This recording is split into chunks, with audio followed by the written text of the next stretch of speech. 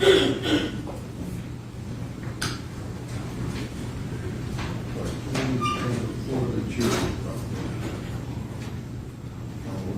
Honor, just for at some point today, for scheduling purposes, I understand Mrs. Murphy is not here. At some point, I would like to make an offer of proof related to the information we were provided yesterday by the state. It's very brief, it will just be a proffer. Because Ms. Murphy is not here, I think I can wait to do it until she gets here so we can. You need her as a witness? No, I want to lodge some exhibits as an offer of proof, but I'll wait till she gets here. And just think before Ms. Dennie testifies, I think, for timing purposes, it can be very brief, at lunchtime perhaps, or at a break.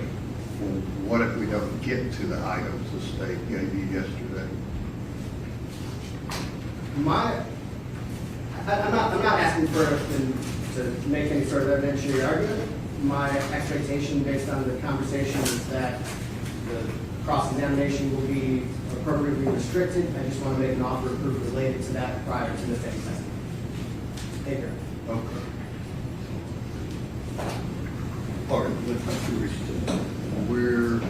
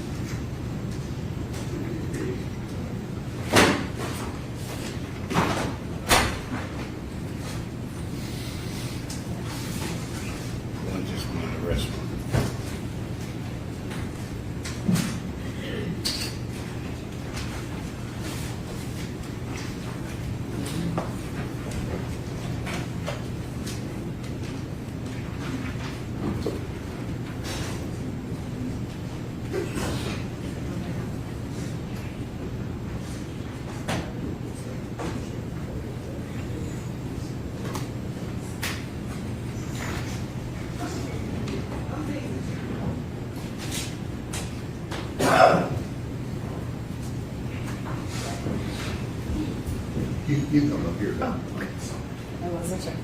Thank you. They were long.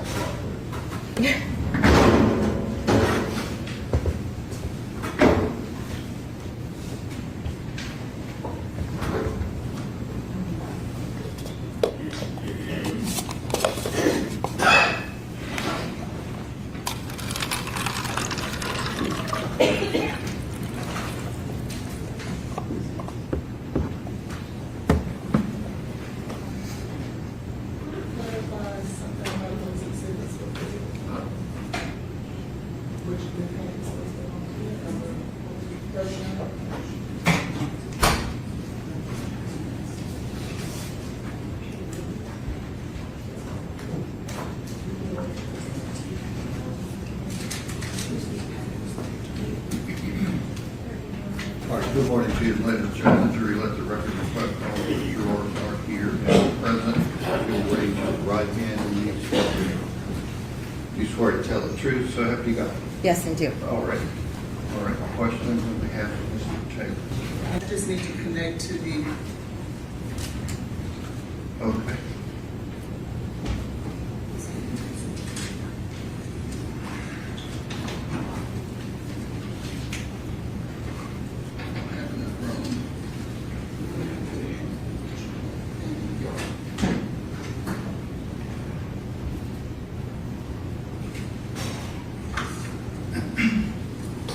Is it on here?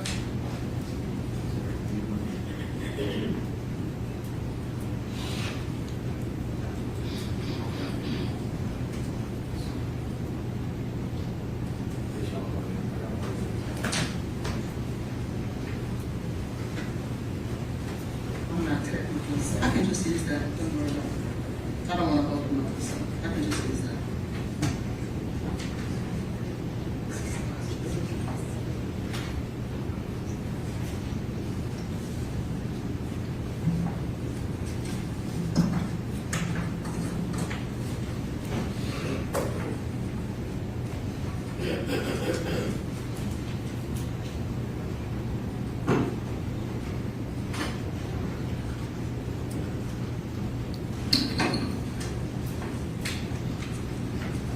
Good morning, Dr. Midthun. Good morning. go back and forth, so I just rather use this one. I was speaking with her. To make it show there. How do I make it show? Hit up, Will.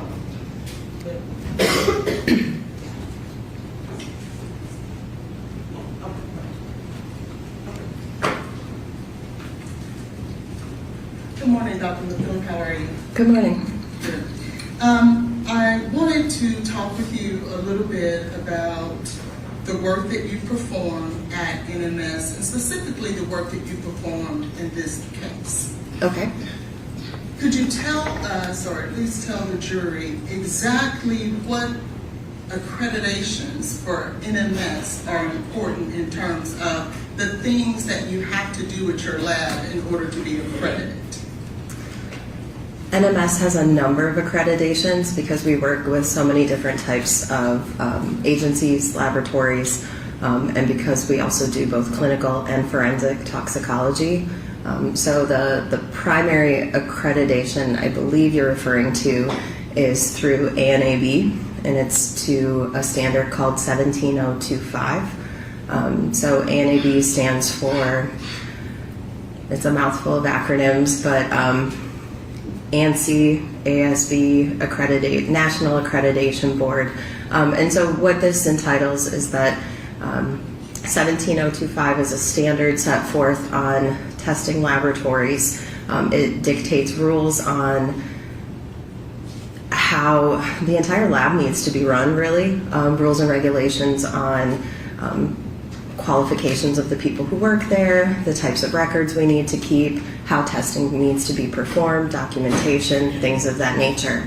So to be accredited, the laboratory agrees to these rules and agrees that they'll adhere to those rules and agrees to undergo surveillance and on-site assessments periodically, where outside agencies and individuals will come in and assess us to those standards and ensure we are meeting all of those standards. So that's the major and primary one, but in addition to the ANAB 17025, we're also CLIA accredited, which is a accreditation through hospitals and clinical samples.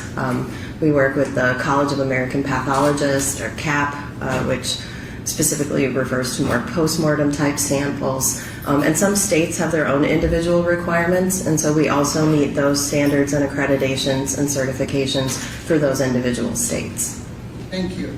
Now, are there certain factors that the ANAB require from you in order to keep your accreditation? And what I mean by that is, let's say chain of custody. Is that something that is required in order to be accredited? Chain of custody is part, yes, of ANAB standards. And specifically when we're talking about forensic toxicology, correct? Yes.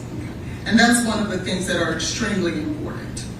Yes. And what about storage in terms of ensuring that whatever vial or matrix, and we learned yesterday that matrix could be blood, urine, semen, whatever it is. What about the storage in terms of being refrigerated? Is that required, that it's stored properly? It's required that you have a policy and procedure for the storage of your samples. Mm-hmm. The individual storage needs will vary based on the matrix. Right. Let's say blood. How would you store blood properly to keep your accreditation? So that's going to be based on your policy, and it can vary from whether you're talking short-term storage versus long-term storage. So short-term storage for most agencies is that the sample is still in the process of testing or may be tested very soon and readily. Long-term storage may involve being frozen. Okay. When you, let's say it's a week to a month, would you store blood in a refrigerator?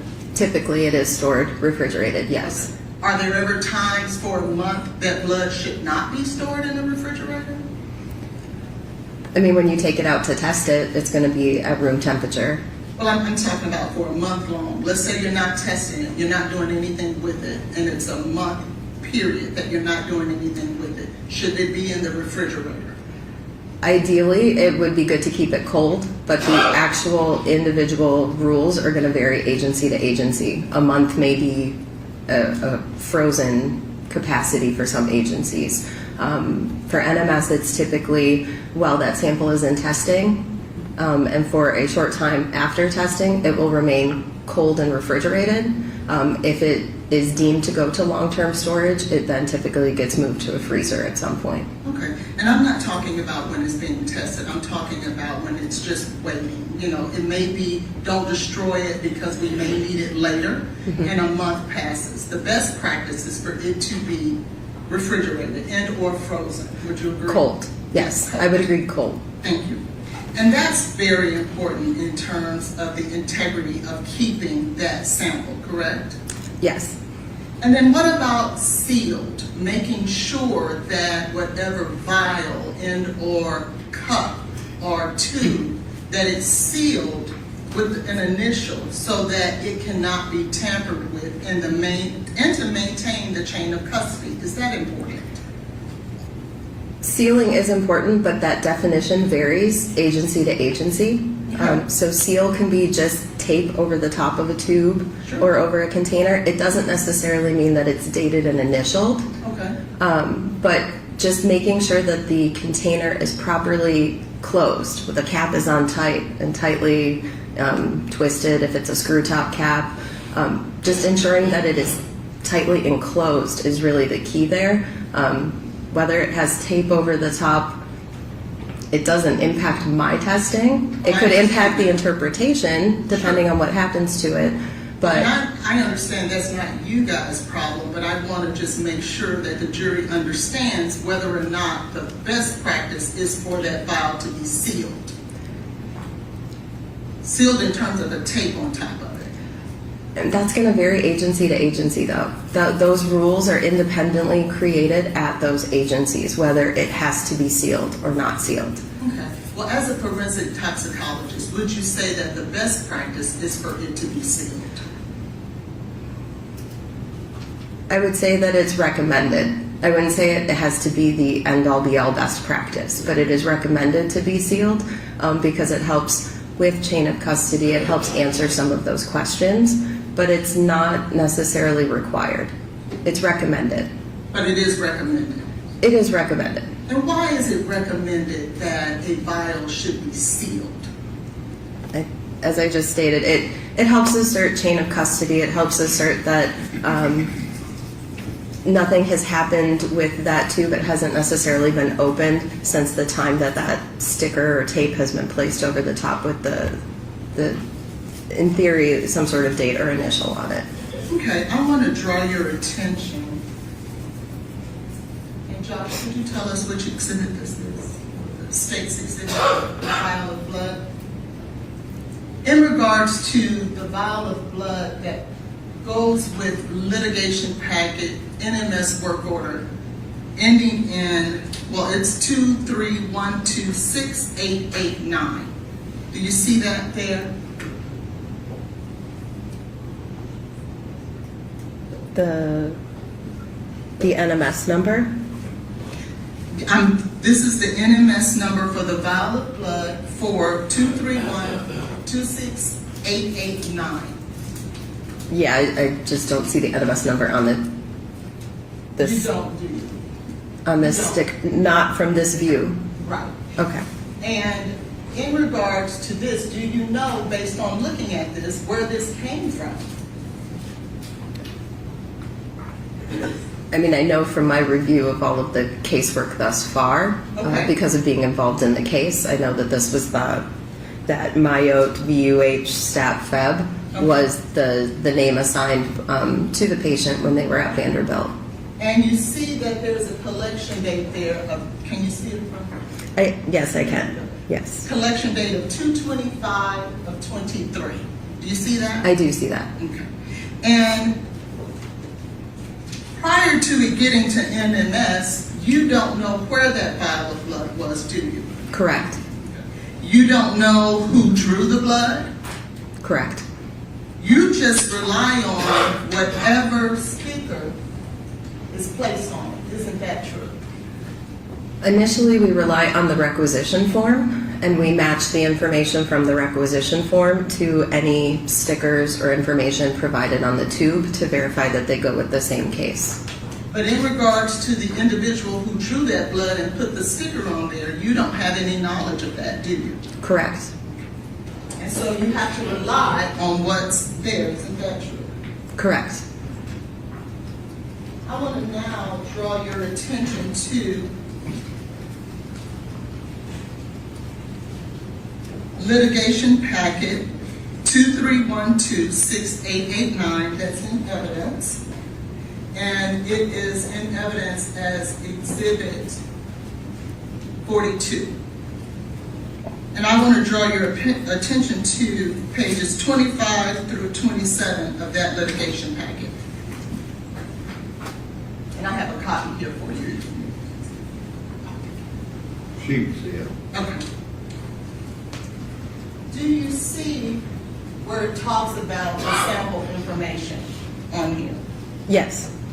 And when it comes to whether or not this vial of blood was sealed, what is the answer that NMS states here? Upon arrival, it was not sealed. Okay. And so that would not be the best practice according to your prior testimony, isn't that true?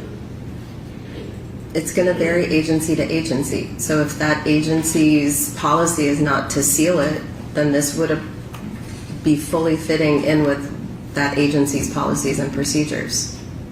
And then as we go further along to the other portion of the sample, when it comes to being sealed, what does it say? No sample seal. Okay.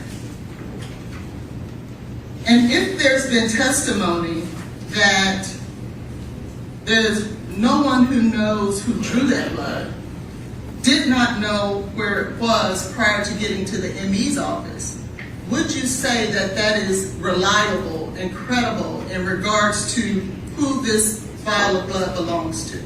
Objection, Your Honor. Mistaking the evidence. Did someone testify to that? Is it in the medical record? The vial of blood here? We don't know, Your Honor, because we don't know who pulled it. Is who pulled it in the medical record? Okay. I'm just asking. Yes, it's in the medical records. Okay. However, I'll sustain the objection. but if we don't know, or if that person has not testified in regards to, yes, that was the blood I pulled, yes, I put the correct name on there, would you as a forensic toxicologist who keeps accreditations and ensures that chain of custody and those types of things are important, would you think that that is reliable and credible to rely on? It's not going to impact my testing. Sure. I'm just. It may impact the interpretation, but it's not going to impact my ability to test that sample and produce accurate and reliable toxicology results. So I think your question is asking more about interpretation, and yes, it could impact the interpretation. I would have to say it's possible something may have happened to it. I don't know, that's beyond my control, but it doesn't impact my ability to test that sample. Right, and I didn't ask about the ability to test it, just whether or not as a forensic toxicologist that would have been the best practice to maintain the chain of custody as well as making sure that it's sealed. That's all I'm asking. Objection, Your Honor. The chain of custody was maintained. Yeah, no, it was not. And so I just want to ask the witness the question. You won't argue back and forth. So, Sustain the fair enough, Your Honor. In regards to the testing of litigation packet 889, you, in fact, at some point signed off on that, did you not? I did. Okay. You weren't the one, though, would you agree with me, who actually performed the testing? Correct. Can you tell us what is required in the actual testing of that vial of blood for 889? Do you have the report that I could refer to? I can. I want to give you, specifically I'll draw your attention to page 37 of that same litigation packet. Would the procedures here be an example of what has to be done when you are testing a vial of blood?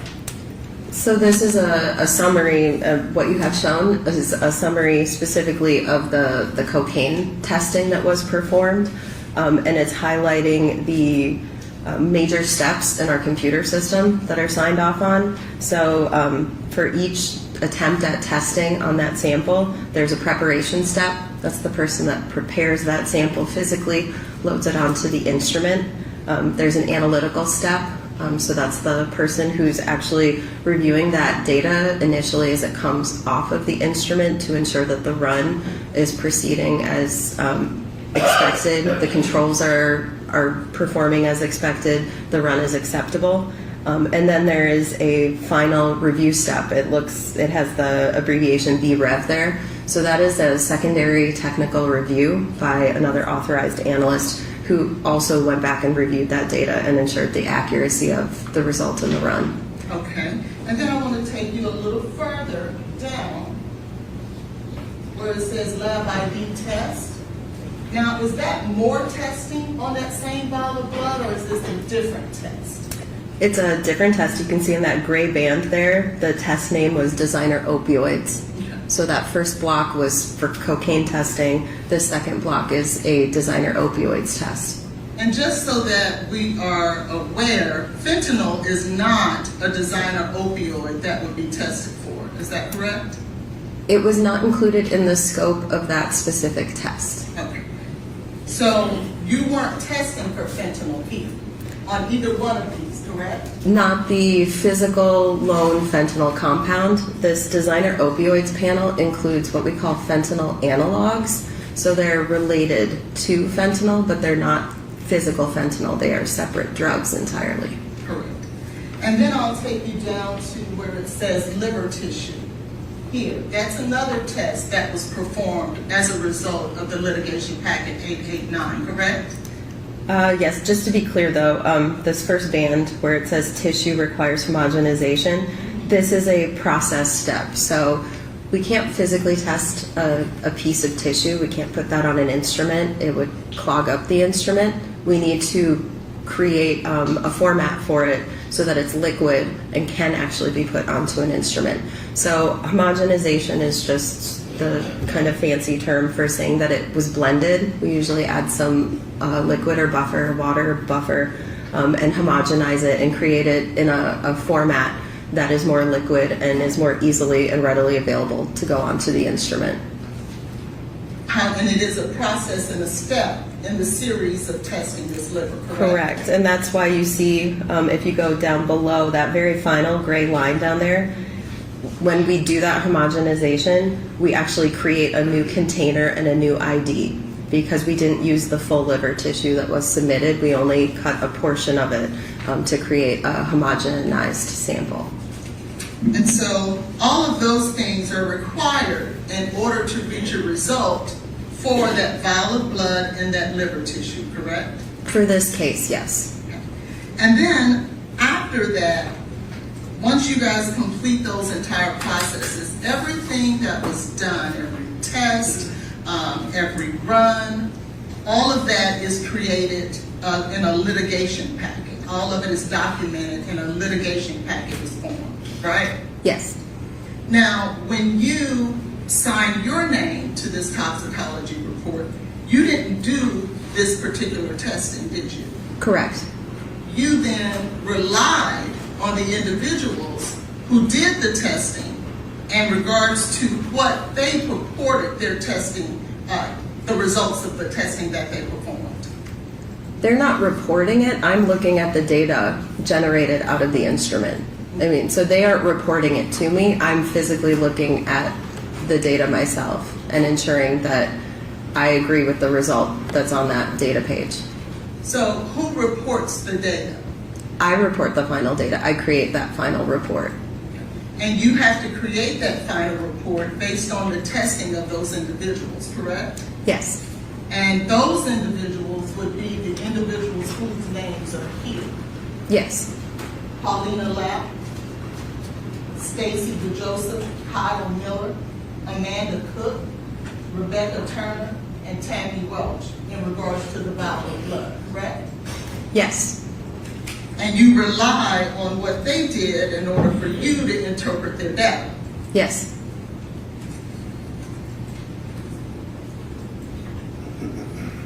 What all do you have to do in order to interpret that data to then sign your name and co-sign on whatever results they find? Are you asking specifically? What are you asking me to explain there? Before you sign your name to that report, what do you have to do? What process do you go through? So I review all of the paperwork for the case. I look at the case results and the case data.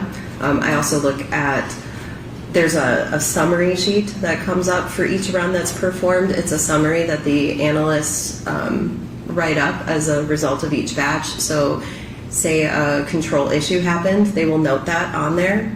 So I can review the control samples if I see an issue and I want to investigate it.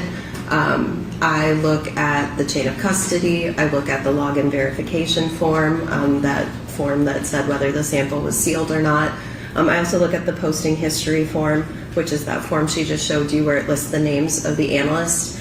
So if I saw an issue in any of the data I was looking at, I can go back and physically talk to that analyst. I can email them or message them. If I see an issue on any of the runs, I have the autonomy to investigate. I can ask that a test be reperformed. If I don't agree with the result or I'm questioning a result, I have that autonomy just from doing the review of the sample. And then I also look at the requisition forms that's received. So I look to see what the agency requested, what testing. I ensure that all of that testing was performed, and all the pieces of those tests are performed. Or if they couldn't be performed, I understand why. If something needed to be canceled, if there was an interferent, things of that nature. In addition to that, I also look at phone log notes. And our phone log communication notes are notes provided by our client services. So if the client called in, added on testing, if something needed to be verified on the requisition form, if there was a typo or a misspelling that we caught during our process, it should be indicated there if the client was contacted about it. And so I'm checking all of those pieces to make sure things are accurate so that my report is accurate to the information we were provided. And about how long would you say that process takes? It varies depending on how much testing was performed on a case. It really does. And in regards to litigation packet 231268889, about how long would you say that process took for you to review all of that data, adopt it, and then sign your name to it?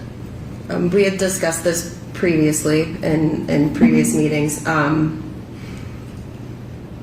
Based on timestamps, it looked to be an hour or just under an hour, but I do question whether the timestamp on the note requesting that I review the case is an accurate portrayal of when I was first asked to review the case.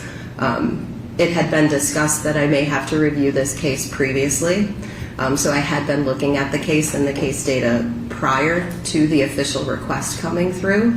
So I'm not clear exactly how long it took me. It may have been less than an hour, only because I had previous experience with the case. And so in this case, the litigation packet was 1,912 pages, correct? The full litigation packet, that's yes, what you had relayed. Okay. And I've taken the liberty to print it out, and I have it right there on my table. That's about the litigation, that's the 1,912 pages. Okay. Right? Okay. And you reviewed all of that and all the processes that you just described in under an hour. No, I said I reviewed the case data and the batch review sheets. So by the point it reaches me, the case has undergone numerous levels of review at each test step. So my piece of the puzzle is that final review, pulling all of those pieces together. Each individual test has been reviewed and signed off on at that test level, and then it reaches myself. And so I'm performing an overview review looking at the individual case data, ensuring that each of the batches, if there were issues or if I needed to investigate, I looked into them, but that all of those pieces for that individual case are matching up. Your litigation packet is going to include a lot of extra information, including all of the data for the quality controls that were run, the full list of cases that were on each batch, along with the case in question. So that is partly why my review takes less time. I'm focusing just on a single case, not the full batches each time. Then it will require you to rely on summaries done by the individuals who actually performed the testing. Right, and as part of accreditation, if any issues come up, those analysts are authorized and competent and trained in each of their individual tests, and they have to follow those standard operating procedures. So they would physically have to note that something happened, or that something went awry, or that they saw an area of concern, and then it had to be vetted and evaluated, or the proper step followed. So say a quality control failed, they would follow the standard operating procedure, which may be to re-inject the sample, it may be to repeat the whole test. It varies depending on what the issue is, but they're following their standard operating procedures, they're following their training. I need to blow this up, and I don't want to hit a button I shouldn't hit, so. Expand it, you mean? Yes. Okay. Yeah, technically, there you go.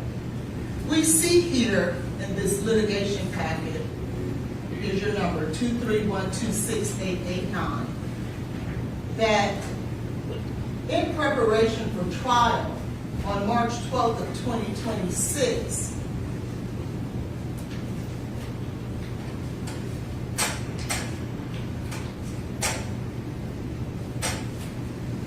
there was an email received from Eric Evans providing a subpoena for MMR to appear the week of 6/22/26. Who is MMR? She was the original reviewer for the case. Okay. And we see then that on March 19th, which would be about 7 days later, there was an email received from ADA Jan Norman asking that the case be placed in the queue for KYM for review. Who is KYM? KYM is my computer initials, Okay. for using our computer system. Okay, so that's you. That is me, yes. And then we see on 3/20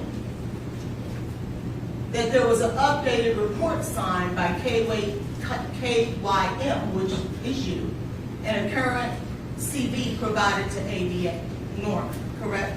Correct.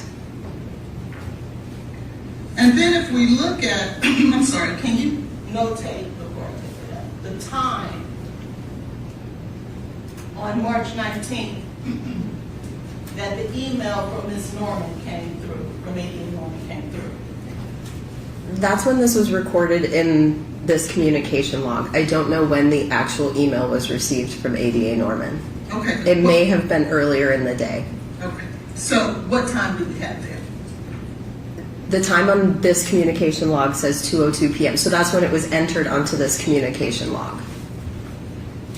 And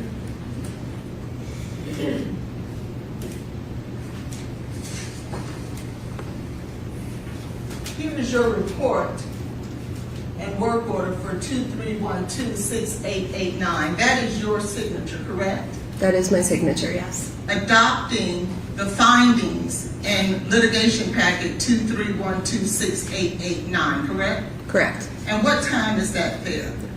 14:55. And that's military time, which would equate to 2:55. Correct. So between the time that it's documented on this email at 2:02, we're talking about 53 minutes. Again, the communication log that was noted at 2:02 p.m. I don't know physically when ADA Norman sent the email and client services received it. It's possible they received it earlier in the day and they notified me that this was coming down the pipeline, and I may have been reviewing it earlier. That just may be the time that they physically documented it in the communication log. we document things in the communication log when we're able to. I sometimes it's a couple hours after I have a phone call with someone. It's not necessarily right at the moment that call occurs. But there's no documentation to anything like that here, is it? They're documenting appropriately that they received communication. And if you look up, it documents 114 to discuss timelines. Received email from Tracy Houston. It doesn't give another date, does it? Another date for what? Different than the date that's on the side here of 120, in this instance, 123:26. It occurred that day. It may not have occurred simultaneously at that time. I now want to draw your attention to litigation packet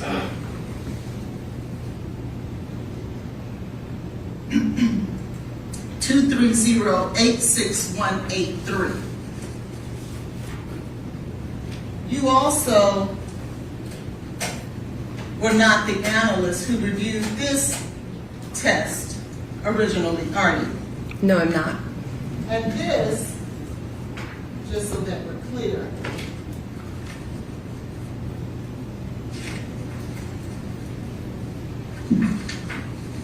is a test of the antemortem blood of Miss Jade Benning that was taken on 2/27/23 at 2:17. Do you see that? I do. And again, you were not the analyst who originally performed this testing, were you? I didn't perform the testing, and I was not the original reviewer.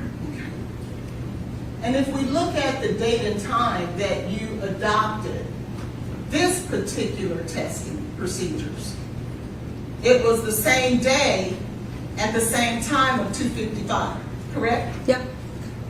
And are you familiar with how many pages of litigation packet is this particular testing? It was even more. There was more testing involved with this case. Over 2,600 pages, correct? I'm not sure the total value that was in your packet, but there was a lot more testing to review for this one, yes. And would you trust me if I tell you it was 2,616 pages? It would not surprise me. And so, from the time that you were asked to be assigned to these cases, within 52 minutes, based on the documentation, and we have to go by the documentation according to the accreditation, you reviewed all of that data, 2,600 pages in one, 1,900 pages in another, in 52 minutes. Again, I reviewed the case-specific data, which is significantly less than the 2,600 pages and the 1,900 pages. I reviewed the specific data generated to the case. And I was aware of these cases. We have been working with both of you individually since, this has been going for more than a year. So I have reviewed these cases in the past. The reason for both of them having the same stamp time for my release is because I put them on a batch together, and I released the batch at 14:55. So that's why it looks like they both have the same stamp. I was reviewing both cases. I leave them to the side, and when I finished reviewing both cases, I click a signature button in our computer system, and it releases both cases together off of that batch at the same time. So that may help explain why they have the same release time. And we basically, though, we have to rely on the data that's in the paperwork, right? It's Yes or no, ma'am? It's a communication note, noted by someone else, not myself. And there's no communication notes whatsoever that you reviewed this document in or paperwork in or testing at any other time. There's no documentation of that anywhere, is it?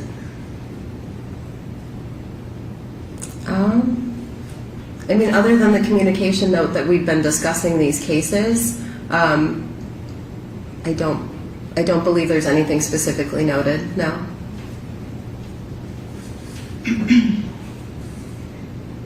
All draw your attention to the testing of the comforter. And that work order is 23129285. And I believe it's in evidence. Do you have that? Exhibit number 9285, last four digits, 9285. Just so that the record is clear what we're referring to.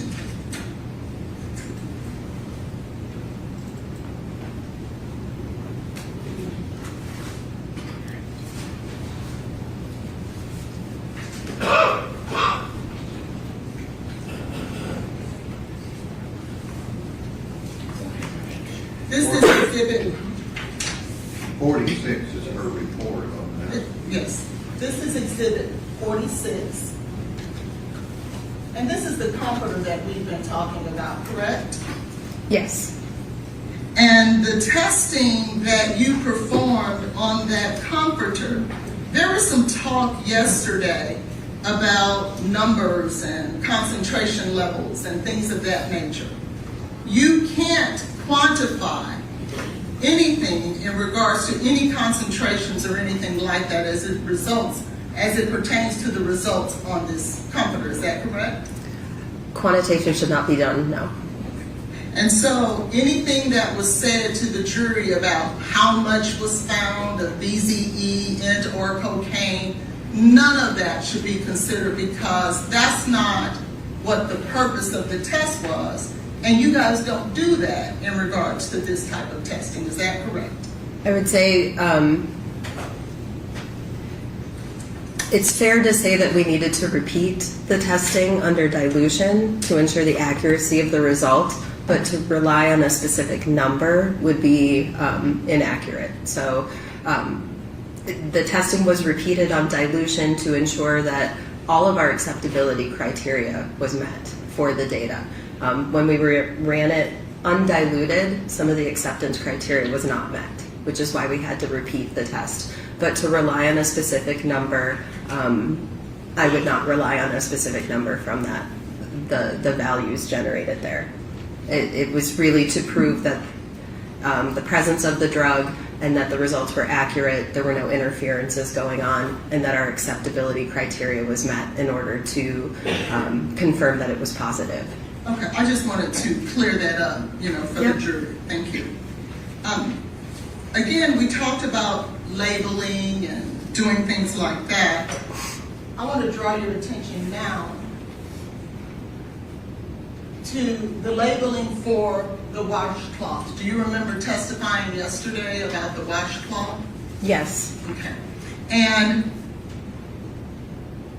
do you see the date there that it says, date and time, that this washcloth was received by Metro Nashville Police Department? Objection, Your Honor, there's testimony specific to this. It's an item in evidence, Your Honor, that she can testify to. Okay, there was testimony about why that's there. If you want to re-ask her, that's fine. What is the date and time that you have that Metro Nashville Police Department received this washcloth? I mean, so the label states February 25th, 2023 at 9:30 p.m. Were you aware that Mr. Taylor did not call 911 until February 25th, 2023, at 9:38 p.m.? The exact time I don't believe I was aware of. I want to now draw your attention to the packaging for the comforter that we talked about. Do you see the time that it was received there? Can you read that for the jury? The label states February 25th, 2023 at 9:30 p.m. How important is it to document accurate times and dates and things of that nature? I mean, it is as accurate as we can be. We try to maintain contemporaneous notes and labels with things, so it's important. It's very important. isn't it? Yes. To maintain the integrity of the vials and the samples that you're testing, correct? It is important. In regards to the test that you performed on the comforter, there was no standard procedures at NMS for you to follow with the preparation of the matrix to be tested. Because I understand you guys have standard procedures for the testing. But in order to extract the matrix, there was no standard procedures, were there? There is a standard operating procedure called forensic investigations, but due to the very nature of these, we don't know what material we're receiving. It's not specific to an item, like an item of clothing or a metal item or a wood item. Every one of these cases is very unique and different, but there is a general standard operating procedure dictating that we need to provide controls. We need to assess the sample. We need to try and take pictures when possible to document what we're seeing, what we're doing. Typically, we try to perform the extraction with methanol. But depending on the nature of the case, we do have autonomy to try and do the extraction with other chemicals if we believe the methanol may not work appropriately. It is a standard operating procedure, but it allows a lot of flexibility for the toxicologist performing it to use it as needed to the case at hand, because these are so rare and so unique and so individual to the case. In fact, I think that you classified this as a unique case of something you had to create, correct? It is unique. I handwrote all my notes as I was following that standard operating procedure to dictate specifically what I was doing for this case at this time. So you are showing some of my handwritten notes that I was taking contemporaneously while I was in the laboratory performing this. But you'll agree with me, this is not something that's ordinarily done, is it? It is not commonly performed. Our laboratory only does a handful of these, only maybe a couple a year. So it is very uniquely done. And there are no peer reviews or any type of audits in regards to this particular testing that you created, is there? I mean, so once I extract the biological fluid off of the sample, those samples are run under the normal test methods of the laboratory. Same type of testing as a blood or a urine sample. Really, the extra handling part is me extracting that biological fluid off of in this case, the comforter. In other cases, we've had clothing, we've had metal, we've had various items received at the laboratory, even bone testing, things of that nature. So it is going through a validated test method, and then me running these extra control samples are ensuring the acceptability of the extraction method, proving that I have successfully extracted drugs from that item of clothing at the same time. However, you'll agree with me that extracting the very matrix that you're testing is one of the most important parts, right? It's very important. We need to be able to separate the drugs from the matrix. Exactly, and so that is the part that has not been peer reviewed. I disagree. Okay. This has been peer reviewed prior to you doing it by someone? I'm not understanding your definition of peer reviewed. Has anyone, well, let me back up. When you are accredited, there has to be reviews by your peers that what you are performing is up to the proper standard. Is that right?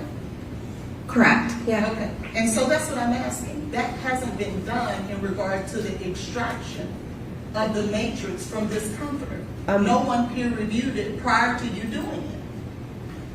The acceptability of the controls run in parallel proves that this worked correctly. That is the review process there. The controls run in parallel at the same time as the case sample are proving the acceptability of this method. I understand, but that wasn't my question. It hasn't been peer reviewed by anyone prior to you doing it. But that would be true of all cases and samples then in an extraction by your definition of peer review. If a blood test is run, there's no one peer reviewing that blood test at that exact time. We run those control samples in parallel, and that helps ensure the accuracy of the run, the accuracy of the result, the accuracy of the extraction. Dr. Midthun, you're not saying that every other process at NMS, when you are reviewing that vial of blood, has not been peer reviewed. You're not saying that. No, I'm not. That's why I'm saying your definition of peer reviewed is misleading. We have published on this process. There are other similar processes in toxicology that use very similar methods, something called dried blood spots. So it's blood that's dried onto a piece of thick cardstock paper, and then they will punch out those pieces of blood-soaked paper, release the blood and the drugs from that paper, and test that. That is a common toxicology test performed. It's also similar to things like sweat patches. So it's a similar technique used in a lot of other toxicology testing. And there are controls run in parallel there as well. And it's the accuracy of those controls that proves that the extraction process worked, the testing is working, that if drugs are present, I am able to pull those drugs out of that paper or fabric or whatever the matrix might be at that point, and perform accurate toxicology testing. Well, let me use a better term. How about validated? Has it been validated?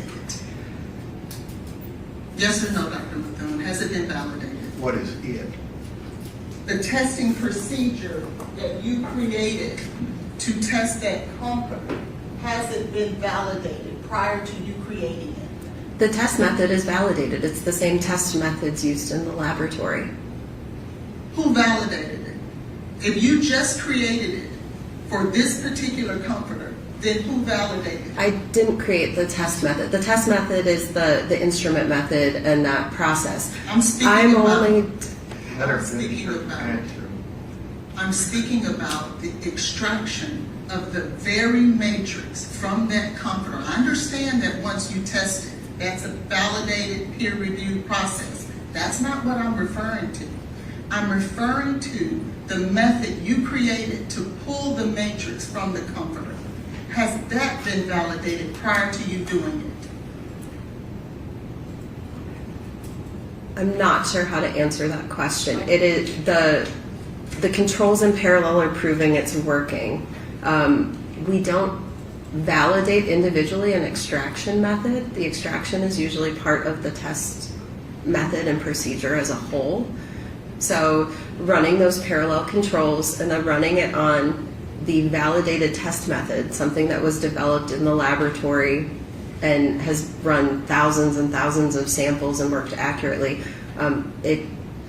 that part has been validated, but as far as I know, we don't typically validate just an extraction portion of a procedure. Okay. In regards to this particular test, and to that point, there were several things that were found on this comforter originally, wasn't there?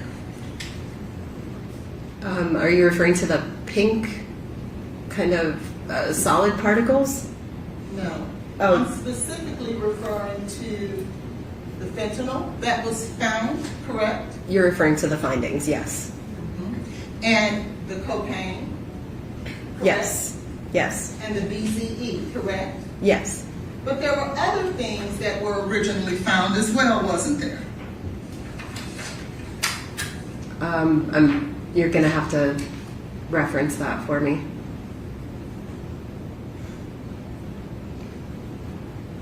Do you remember receiving information in regards to some of the findings that was originally found on this comforter? Yes, I was made aware. So there was an immunoassay screen performed originally, and it was a basic panel screen. So it looked for multiple drug classes. We discussed immunoassays yesterday, and they have some limitations involved. But I received information that on top of the cocaine and metabolites and then the fentanyl, we had some indications of positive results on both the methamphetamine plate and the cannabinoids plate. And I was asked if I wanted to pursue those findings. However, I did not spike the samples for the methamphetamine and the cannabinoids, so I can't trust the accuracy of that result. I don't have controls run in parallel at that time that can ensure me I am properly detecting cannabinoids and methamphetamine. It could be an interference from the fabric. It could be an interference from one of the buffers used. I just don't have something that can help me definitively separate out those results accurately. And I didn't have approval from the agency at that time to pursue cannabinoids or methamphetamine. Why don't you have other controls to perform the further testing? I wasn't asked to. We specifically follow what we were asked and requested to do, and in this case, the very specific notes made from the agency were asking us to pursue the cocaine and the fentanyl. Okay, but prior to that, you stated I didn't have, notwithstanding them asking you to further test it, you just stated I didn't have the controls in order to do proper testing because the spikes weren't in. Why didn't you have those controls? I didn't spike a low control sample and a high control sample with cannabinoids or methamphetamine. I only spiked them with the two drugs being asked for. Okay. And so that's why you didn't have the controls? Correct. Okay. And so, but you did, at some point, this testing showed up that it was cannabinoids as well as methamphetamine on this very same comforter. There were indications of it, but immunoassays are prone to false positives and false negatives. So without having proper controls there, you really can't make any determination on what those results mean. And you just stated that you did not have approval from the agency to further test whether or not these findings were in fact true. Is that what you just stated? Correct, because there is costs involved with all of these tests. I didn't spike with those samples, so in order for me to pursue that type of testing, I would have had to go back and create entirely new samples and basically repeat this test all over again. And so there are costs involved that the agency would have to approve.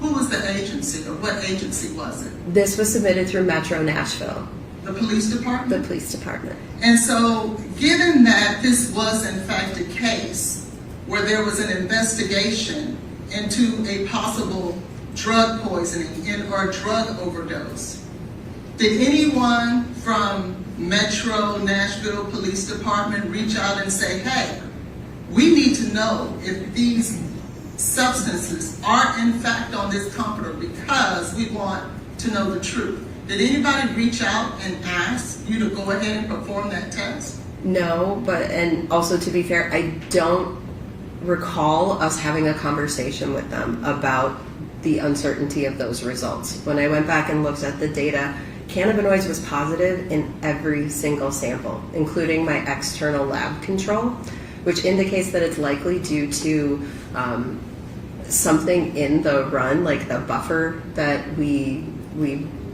once I extract, I reconstitute, it's called. I reconstituted the samples in a buffer. Something like that could be at play there, causing an interference with that screen. So I really was uncomfortable trusting anything with those results, knowing that it was likely some sort of an interferent.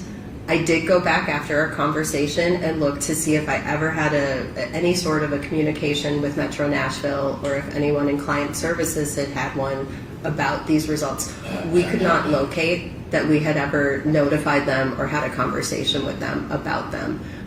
So they didn't ask me to pursue it, but they also, I don't believe, were notified that that was the case. Were they ever notified that that was the case? I don't believe so. I can't find any record that we had that conversation. And so then, in a case as serious as this, no one looked further to ensure that that was either true or not true? Not that I'm aware of. We were asked to focus on the cocaine and the fentanyl, and that is what we focused on. Methamphetamines, that is a type of controlled substance as well, is it not? There are rare prescriptions for it. They do exist, but typically it is an illicit substance. And it would be in a Schedule II drug? Oh, I'm not sure what it's scheduled as. Scheduling changes quite often. I try not to memorize them. You're a forensic toxicologist who tests substances and you try not to remember the schedules of the drugs you're testing? I don't memorize them because they can vary by state sometimes as to how it's being applied. So I do not memorize the exact scheduling of the drugs because they do sometimes change as well. The FDA changes, or the Controlled Substances Act can change them from time to time. So I prefer to look them up when asked than to rely on memory for things like that. Do you remember what schedule cocaine is in? Off the top of my head, no. Now, in regards to the comforter, there were other things that were found as well, wasn't there? You're asking about the findings. Yes, ma'am, the findings.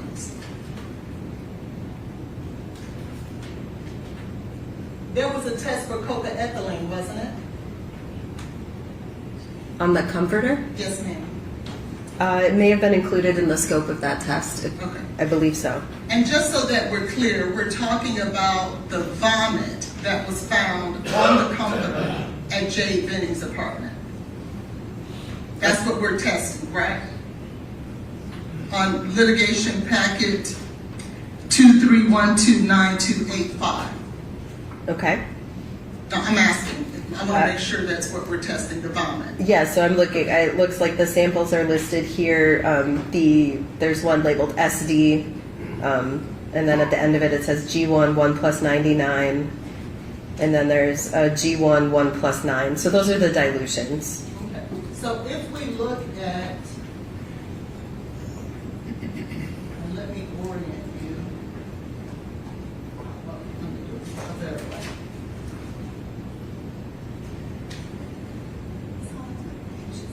This is going to be, I'm sorry, page 789 of the litigation packet. Do you see that 007? Yes. And just so that we are clear,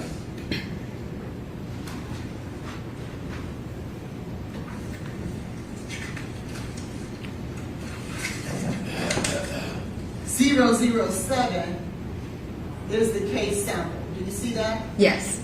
And the case sample will be the exact piece of fabric created with the vomitus on it, correct? Yes. There is a presence of cocaethylene, albeit it's not above the reporting limit, but it is present, correct? Can you scroll to the right so I can see if the ion ratio is in? It was in. It was in. Okay. Okay. So that means the presence of cocaethylene was there, wasn't it? There are indications. Yes. But that wasn't reported in or told, was it? On your findings. It was under the detection limit. Wouldn't it have been, though, important to state that cocaethylene was present, albeit it was under the detection limit, but just so that we have a clear picture of what's going on? Wouldn't that be important? But that would go against reporting standards. There was also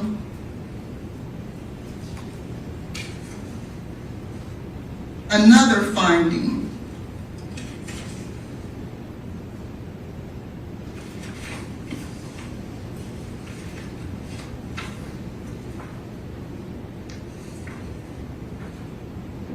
Page 450 of the litigation packet.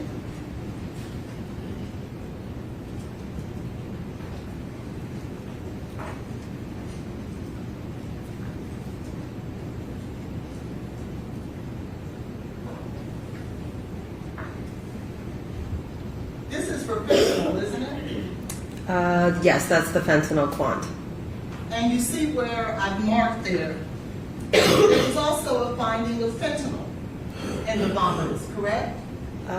Based on how low this is, I would want to look at the chromatography there and ensure it wasn't noise. That's very low. But it was present, based on these findings here, right? There is some activity in that window, but I would want to look at the chromatography to ensure that it was an accurate peak shape, and that it looked consistent with kind of an accurate fentanyl response. But if we looked at these findings, these reportings, it's present, isn't it? It's below the limit, but it's there. Without looking at that chromatography, I don't want to make that statement, because you can have noise in that window. You can have peaks and background noise in there, which will give you some of these low lingering values. So that is where we have multiple pieces of criteria for accepting a result.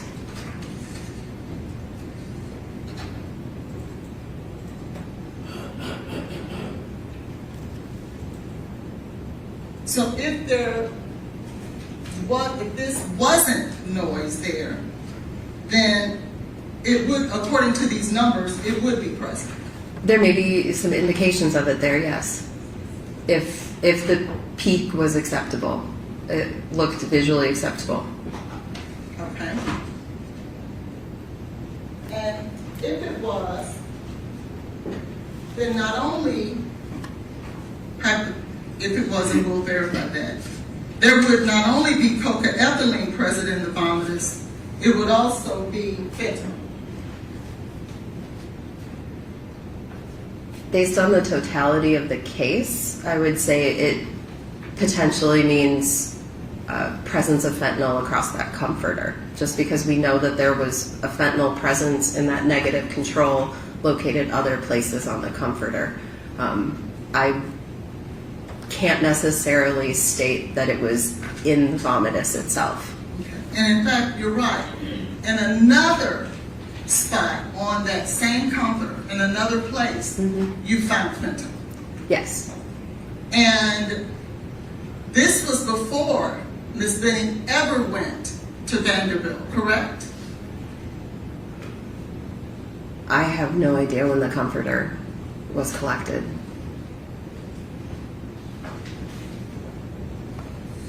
Now, I want to now draw your attention to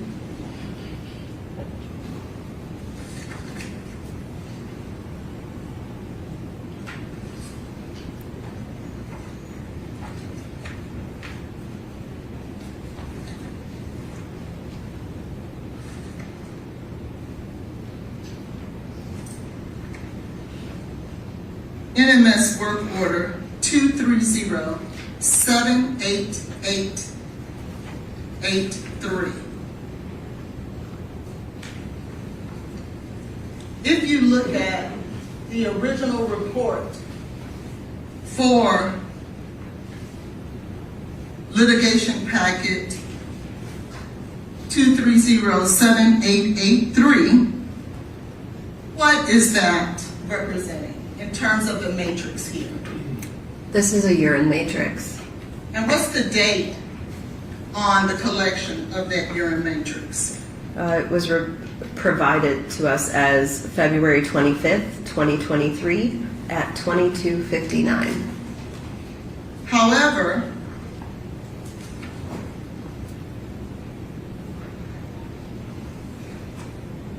there was in fact another report generated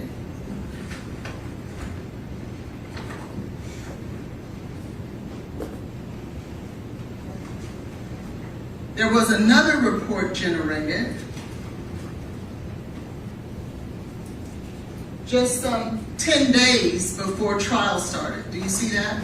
Yes.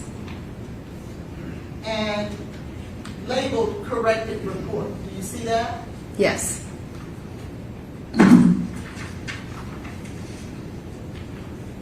And in this report, dated 3/22/23, there was in fact a finding of fentanyl, correct? Yes. would have been in the blood of, in the urine of Jade Benning on 2/25/23 at 10:59 p.m., correct? According to this report. The results didn't change. The only change to the report is the collection date and time. Correct. Right. Because 10 days before we started trial, you issued another report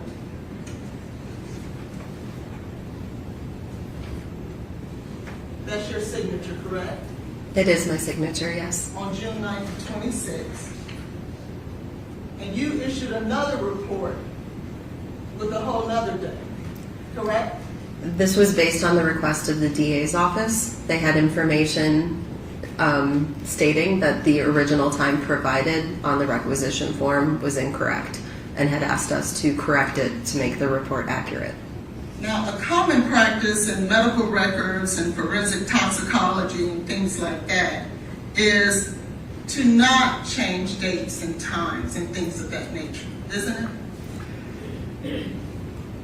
If changes are made, it should be noted or highlighted what the change is, but it does happen sometimes. Sometimes the name provided to us is misspelled or the wrong name's provided. Sometimes the requisition form is provided with an incorrect date or time. It happens a lot, especially in driving under the influence investigations. So we do get asked to do corrected reports with demographic information. And I want to draw your attention to litigation packet 230-86183.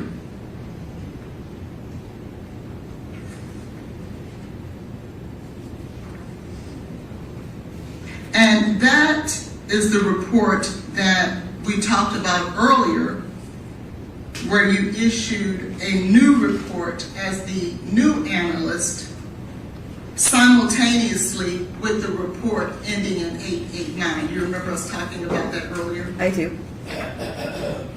Now, the original date on this report is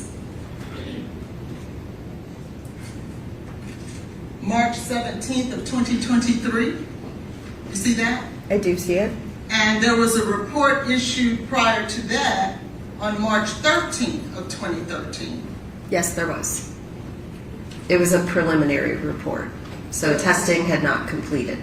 Okay, so the 313 was the preliminary report, and then the final report would have been 317 of 23. Is that right? Correct. And you weren't the original analyst there, as we discussed. I was not. Yes, I was not on the original reports. And then you issued the corrected report on that one. Is that right? Corrected in this case is my signature. Yes. Yes. Oh, and this, okay. So the only thing that was corrected was your signature in that report. That was the only difference noted for that one, yes. Okay. Now I want to draw your attention to, let me find it.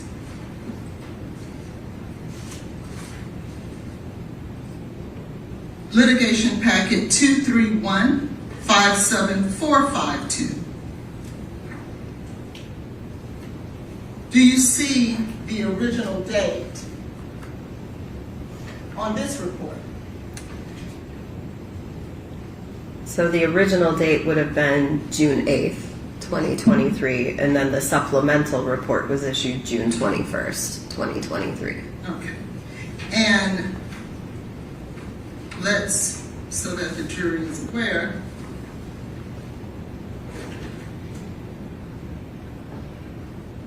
there is fentanyl present in this report as well, correct?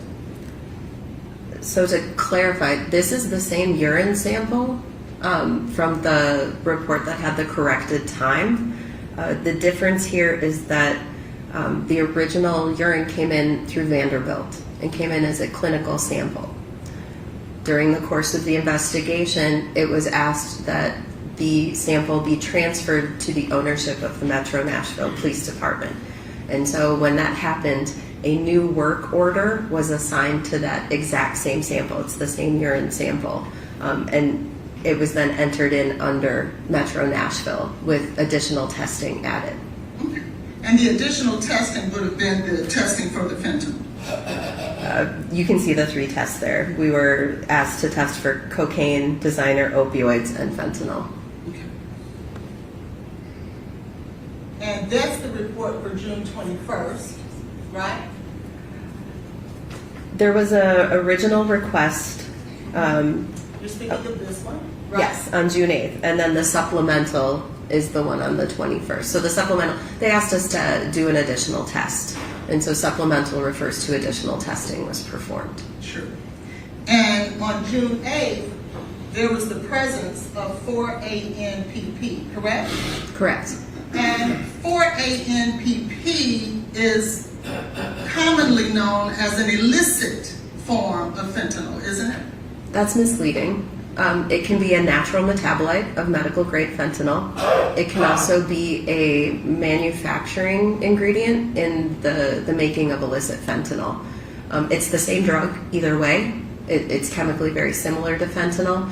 So it can be present both as a metabolite or as some sort of a precursor material for fentanyl.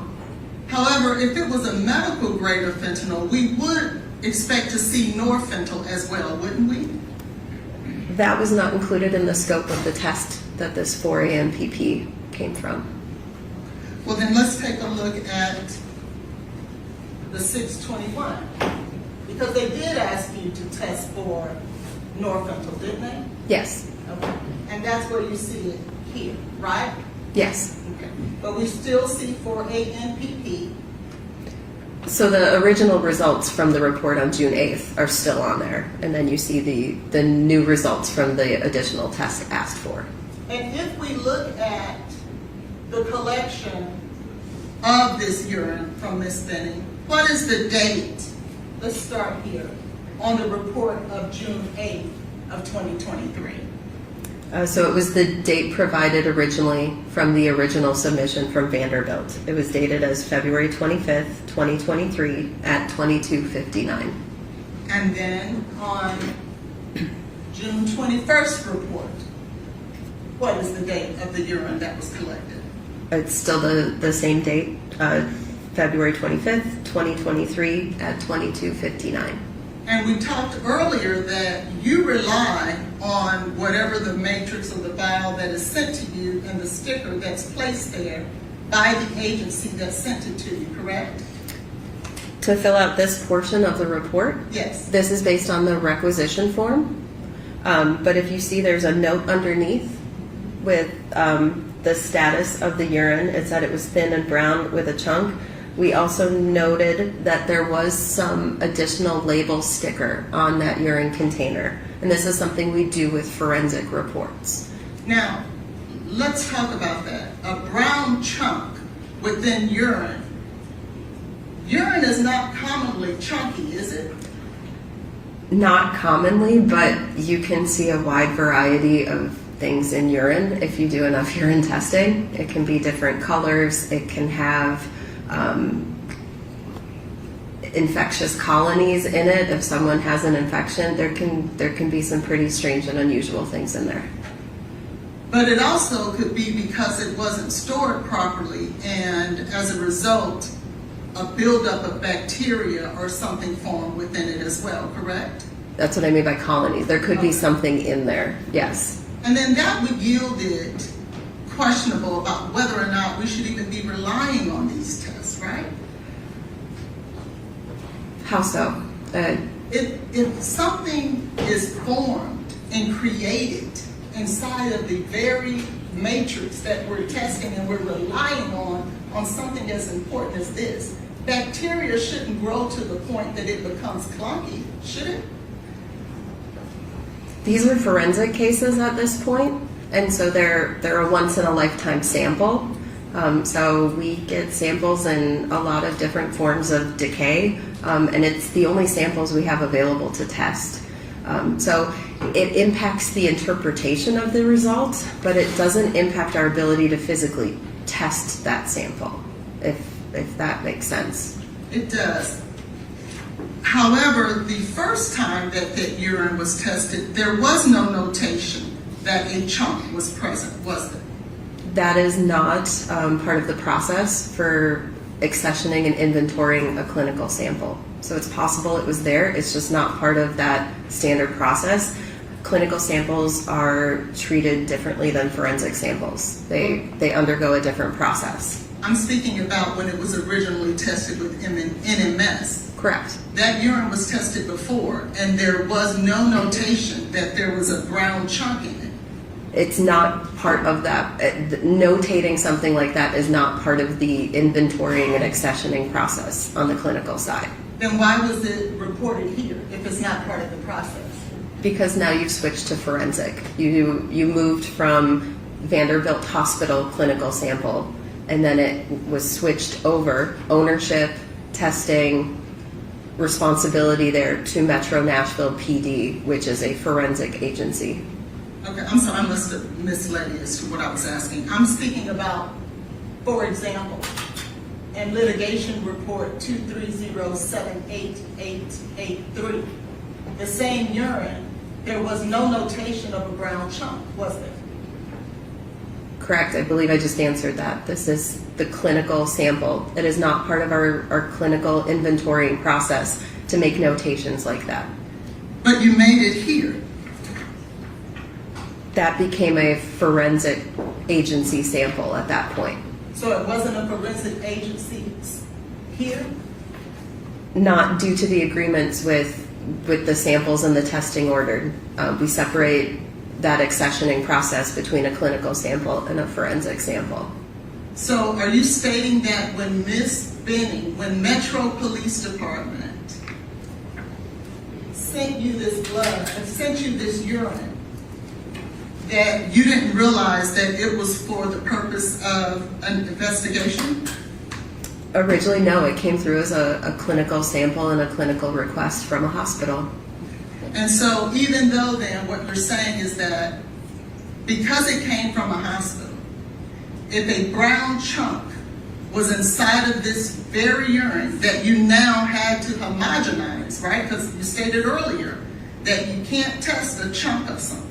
You have to homogenize it, right? Correct. And if you had to homogenize it, surely whether it was clinical or forensic, you would know that, wouldn't you? The look and status of the sample on the clinical side is not noted as it is on a forensic sample. It's a different process. Clinical samples, there's a faster turnaround time. It's verifying that the unique either medical record code or whatever that patient ID code is matches what's on the tube, and then those samples are prioritized and run very quickly. They have a very quick turnaround time because usually it's a diagnostic request where medical treatment may be waiting on the results of that sample, so they are prioritized and put through very quickly.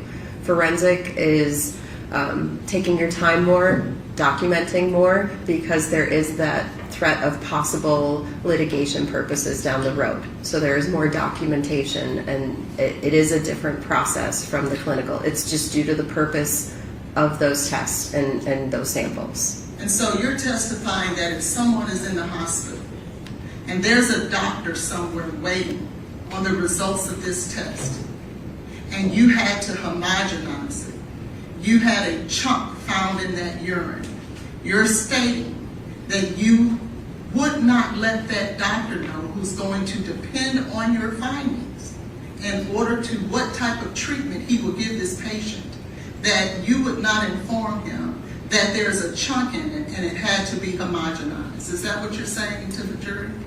If at the time that sample came in and was accessioned on the clinical side, so accessioning is when it's first entered and inventoried, if the technicians in the receiving department deemed that the sample was unsuitable for the testing requested to be performed, they would actually cancel the request and say we can't do it.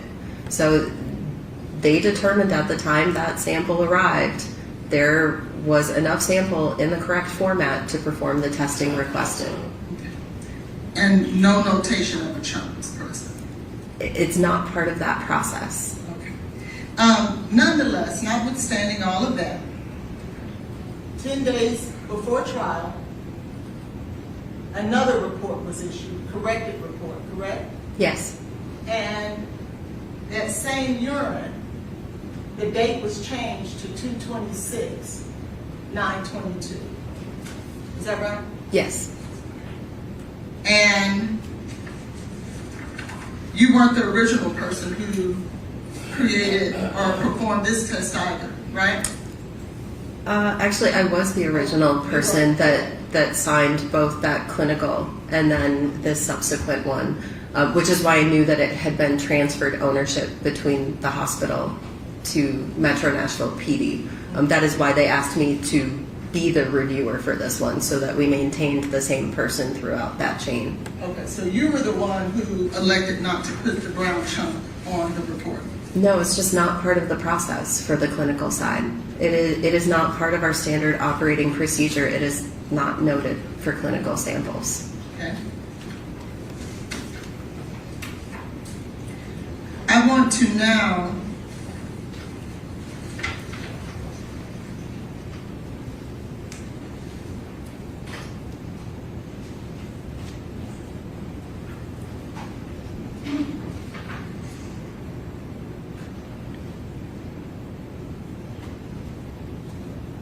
take you to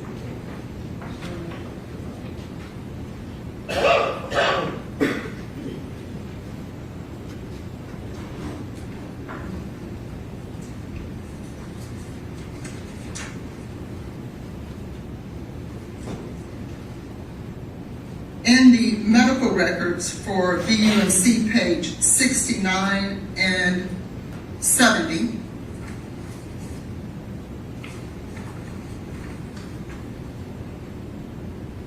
Do you see at the bottom of this page a collection of urine at 22:59 for a urine drug screen? Do you see that? I do. And then you see another specimen collected, urine drug screen with ID numbers attached to it. Do you see that? I see it. And at the top of page 70, you also see 2259 urinalysis microscopy. You see that? I do. That would coincide with the original documentation on those reports as it relates to the urine that NMS received for Jade Benning, would it not? That was the original, yes, date and time noted.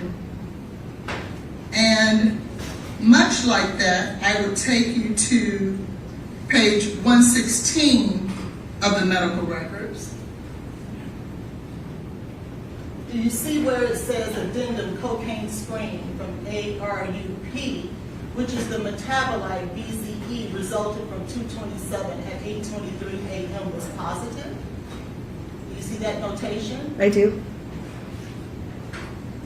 And that would coincide with what I will mark as Defendant's Exhibit 3 of the ARUP result and the urine here. 227. Do you see that? I do.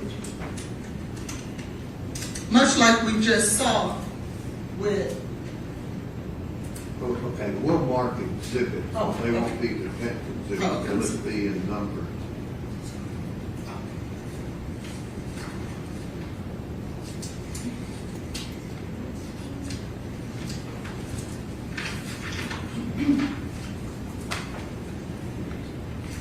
And then finally, Dr. Midthun, we were able to, let's go back to the fentanyl.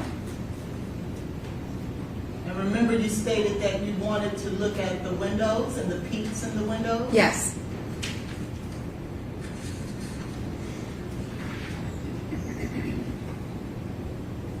Do you see that? I do. You can see, so if you look across the top of the page, the D5 is our internal standard. So those are looking appropriate.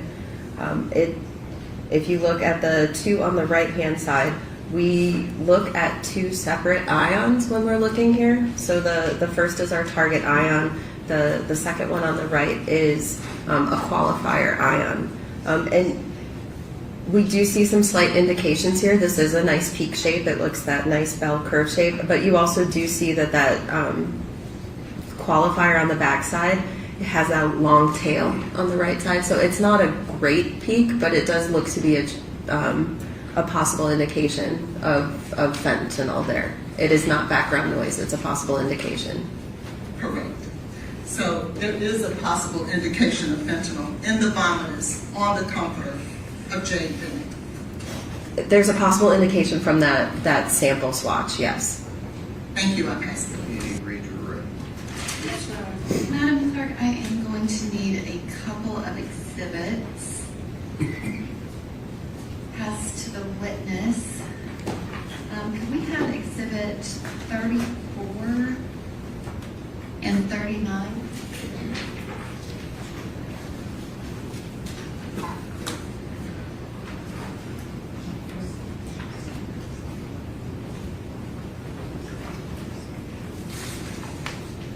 Thank you.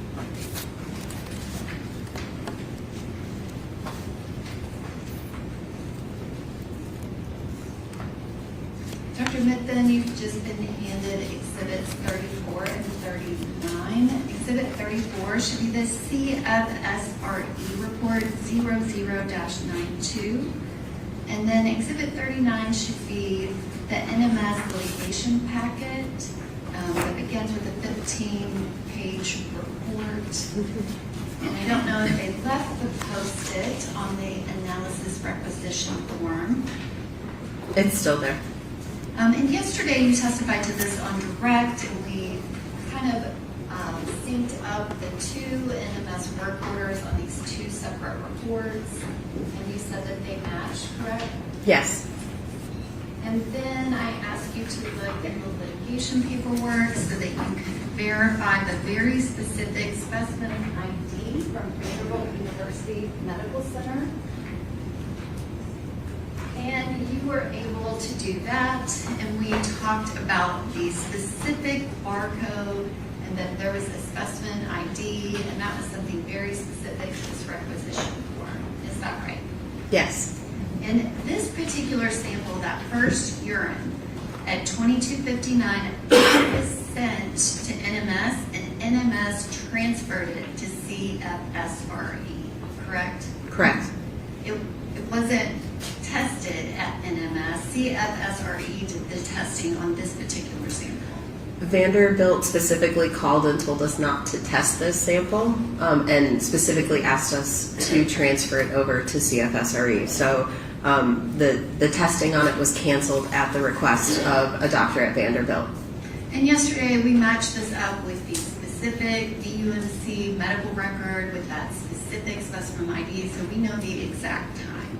Yes. And then on direct testimony, I did not ask you any questions about the NMS work order number 23078883 that then transferred to 231574452. I did not ask you any questions. We did not submit those reports. Is that correct? I don't recall. There have been a lot of work orders. I don't believe so. If it's not one of the exhibits, would you agree with me? If it's not one of the exhibits, yes, I agree. And so now I would like to ask that this witness be passed the first 6 pages of the litigation packet associated with 23078883.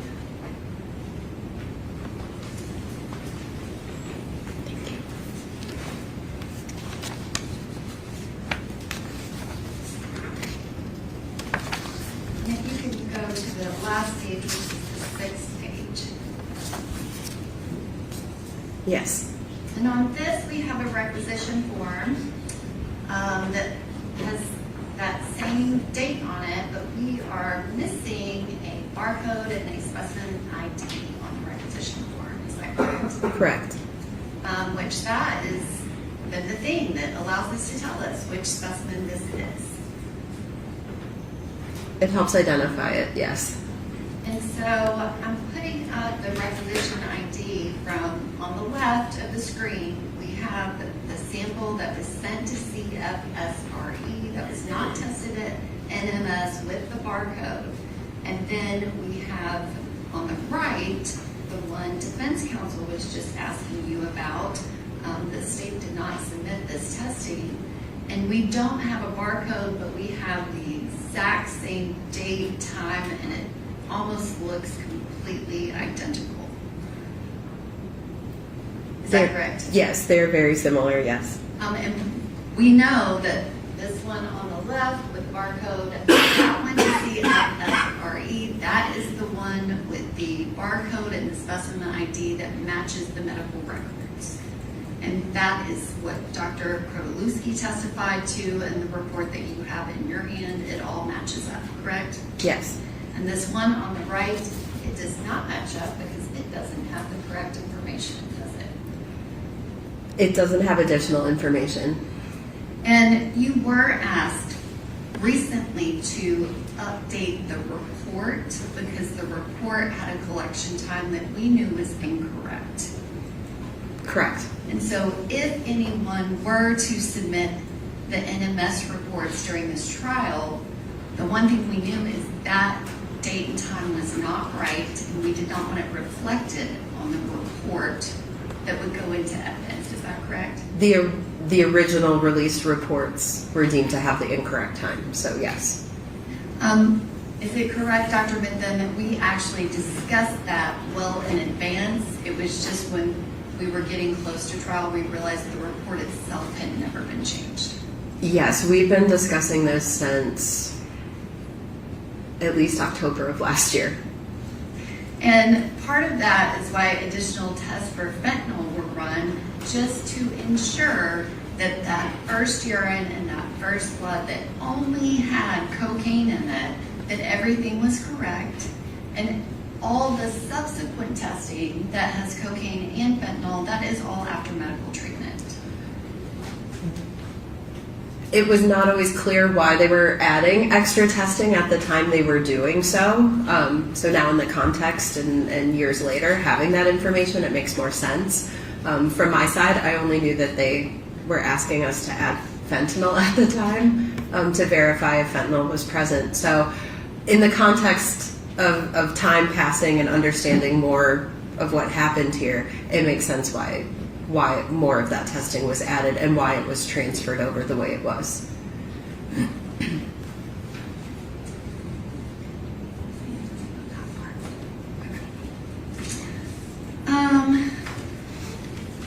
Okay, so we cleared that up. Let's go back to the comforter. You were asked a lot of questions about fentanyl on the comforter, and you said that that can be noise, and that if you had kind of that noise marker in multiple places, and you would not say that it meant there was any fentanyl connected to the actual sample that tested positive for cocaine.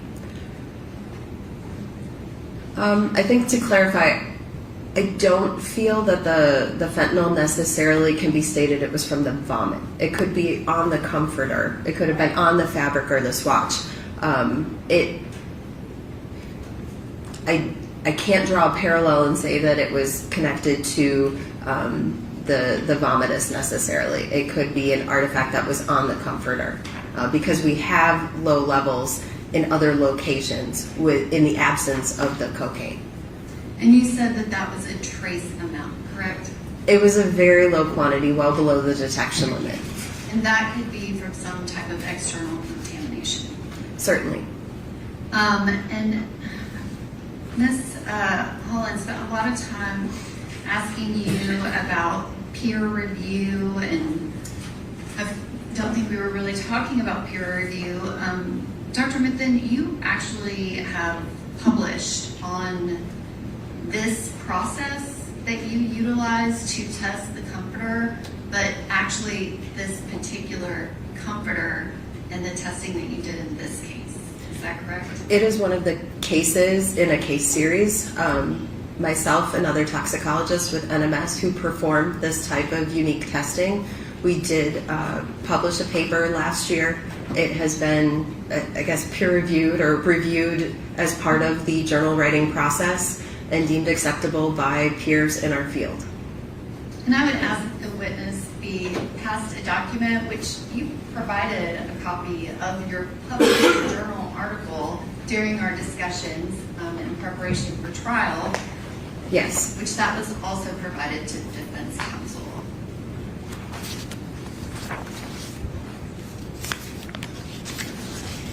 Yes. And so the questions about your handwritten notes, that is your process. It is something that is unique because not very many people do it. Is that correct? That's fair. Yes. And we've talked about the fact that many times that as a forensic toxicologist that you might do that re-review and create your own opinion, do the analysis again, have your own expert opinion, and then you recertify a report. But this process is very unique and specific. Is that right? This one's very unique. I mean, it's still technically reviewed by another toxicologist who is authorized to do this type of testing. So I'm not just putting reports and results out there without other individuals looking over what I have done, the conclusions I have made, and technically reviewing them and administratively reviewing them to ensure the accuracy of that report that I put out. And you did that particular testing. You did some other testing in this case, and we did make a request of you if you could come to be our one witness, so we wouldn't have to have a minimum of 3 people from NMS testifying about the same testing. Correct.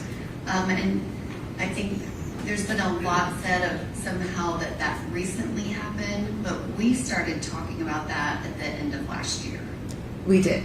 We did, to avoid having at least 3 individuals, potentially more, coming from the laboratory.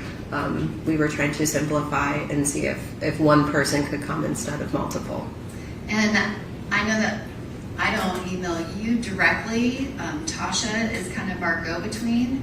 But if I have an email from December of 2025 where Tasha said, we will go ahead and start that process, is it fair to say that you might have started analyzing things a little bit earlier? Objection, leading. Okay, do you want to show her some email? Do you know? I don't know any personal communications between her and Tasha is in our expert services department, so it's a department devoted to helping and assisting us with court and with legal proceedings. And she has been heavily involved in communicating with the DAs, so it would not surprise me, but I don't know specifically what was stated in those emails.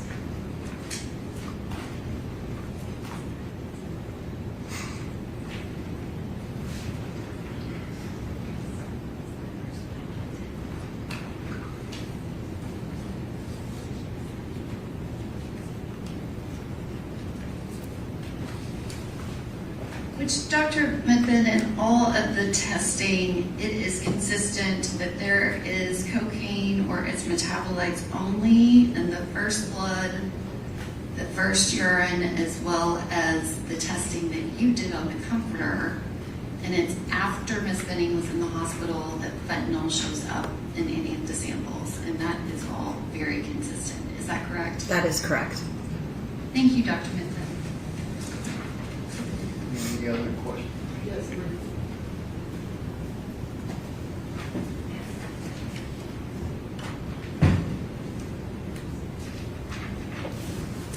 Just so that we're clear, there was no medical professional from Vanderbilt Medical Hospital, University Hospital, that called you and said those dates for the collection of that urine for the drug screen is wrong.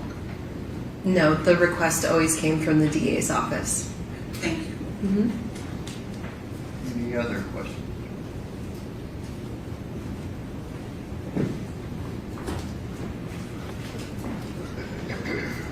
All right, thank you.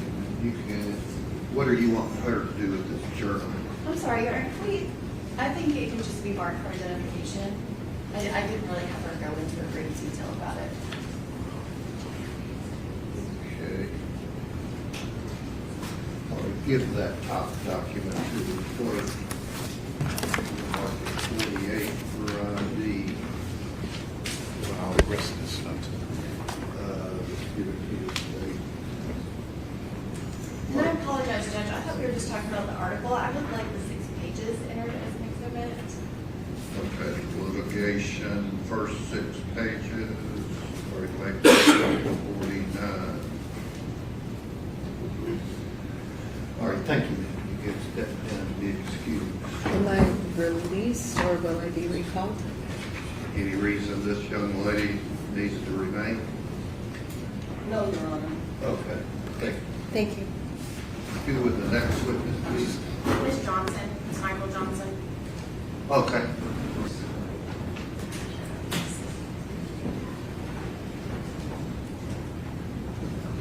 Right here. Do you swear the testimony you're about to give to be the truth, so help you God?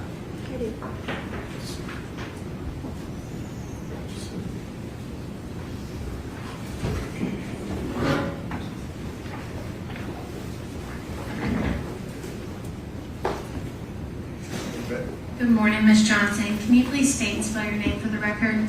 Mical Johnson, Micaljohnson.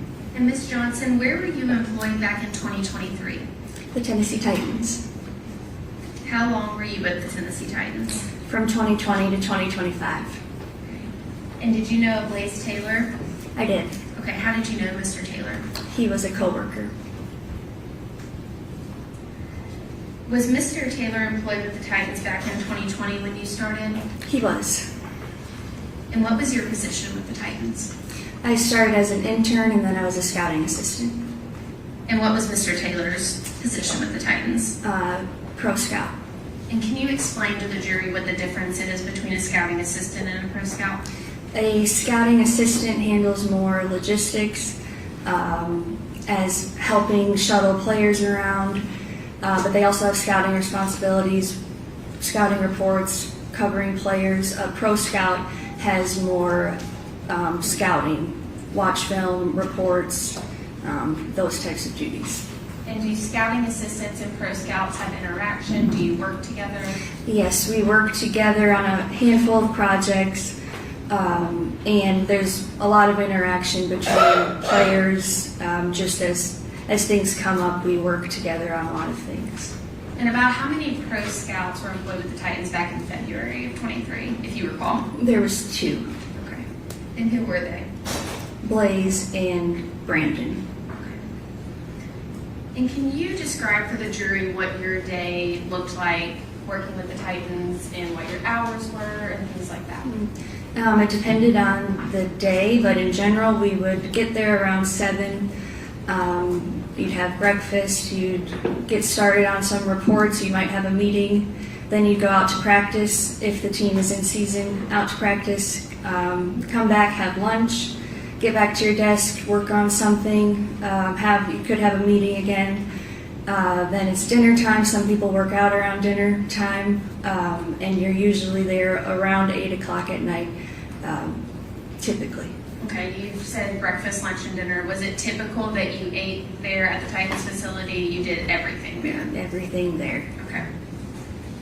Can you talk to the jury a little bit about if you could take off for appointments, who you could talk to, kind of what that looked like if you were not going to be in the office? If you were not going to be in the office, you would typically let someone know amongst your group, but in general, you also weren't really gone. You weren't really allowed to be gone. You're expected to be there most days. And you talk about groups. What was your group back in February of 23? My group, I was one of 3 scouting assistants in a shared area. Blaise was also in our area. So it was kind of that group. There was a couple other people that weren't in the room with us, but that were our age, that we crossed over a lot with work. That was kind of our group.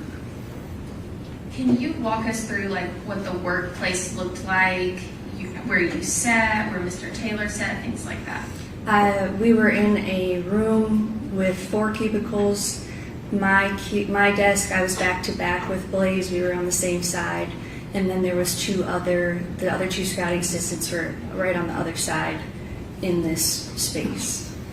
And were you back to back with Mr. Taylor from 2020 to 2023 or no?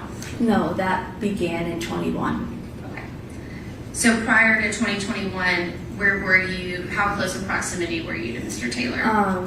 Still in close proximity, in a shared space, but instead of being back to back, he might be across the way from me or kitty corner from me, still in the same room, same space. And did you and Mr. Taylor talk almost daily at work? Yes. Okay. Did you and Mr. Taylor ever hang out in group settings outside of your workplace? Yes, in group settings. Okay. And prior to February of 23, were there any days that you can recall that Mr. Taylor seemed different at work? Prior to February of 23, in the fall of 22, there was a day that he was asleep at his desk, and in general seemed a little bit quieter. Okay, I was just about to ask you about that. What was Mr. Taylor's normal demeanor at work, and how did he normally act? Your Honor, I would object to the demeanor evidence in regards to this particular case and this witness testimony. Okay, I'll overrule the objection. Go ahead. You can answer. I would say in general, quiet, but coworker, easy to get along with.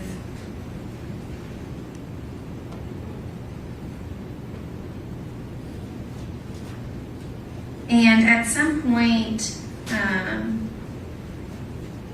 did Mr. Taylor's demeanor behavior change? I would say the fall of 22. Okay. And other than that time that you talked about of him falling asleep at his desk, what else, if you can recall, what were you talking about?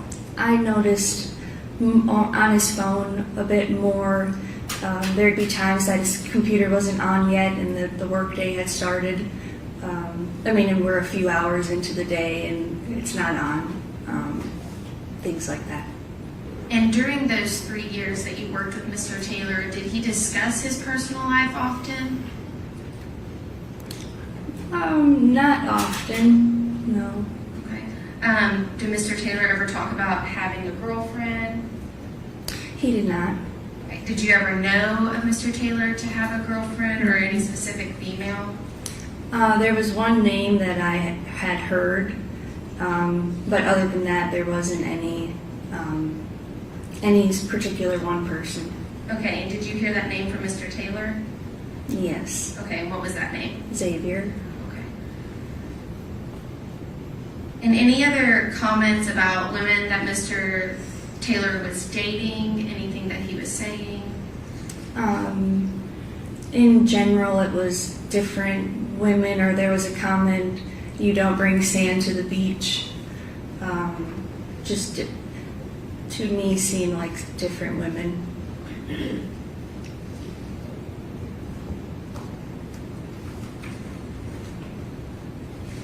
And Ms. Johnson, had you ever heard of the name Jade Benning?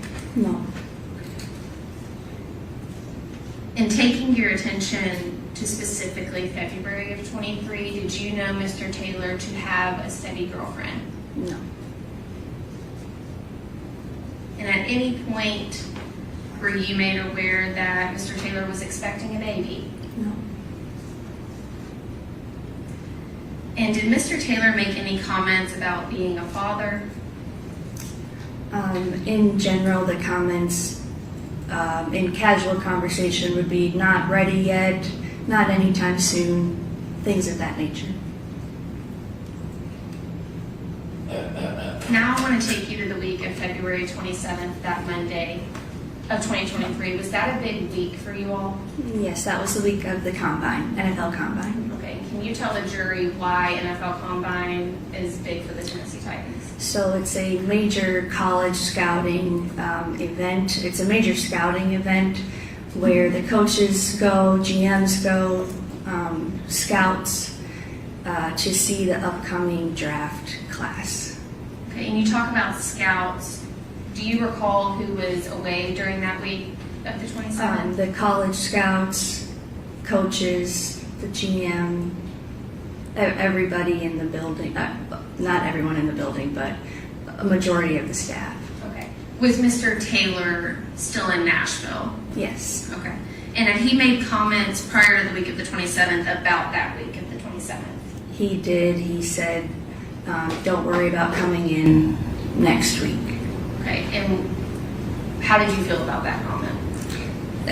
To me, it felt a little odd. And why is that? Just because he didn't have the authority to tell us when to come to work or tell us when to come, when to leave. And had Mr. Taylor ever told you prior to that week, don't worry about coming in? No. Okay.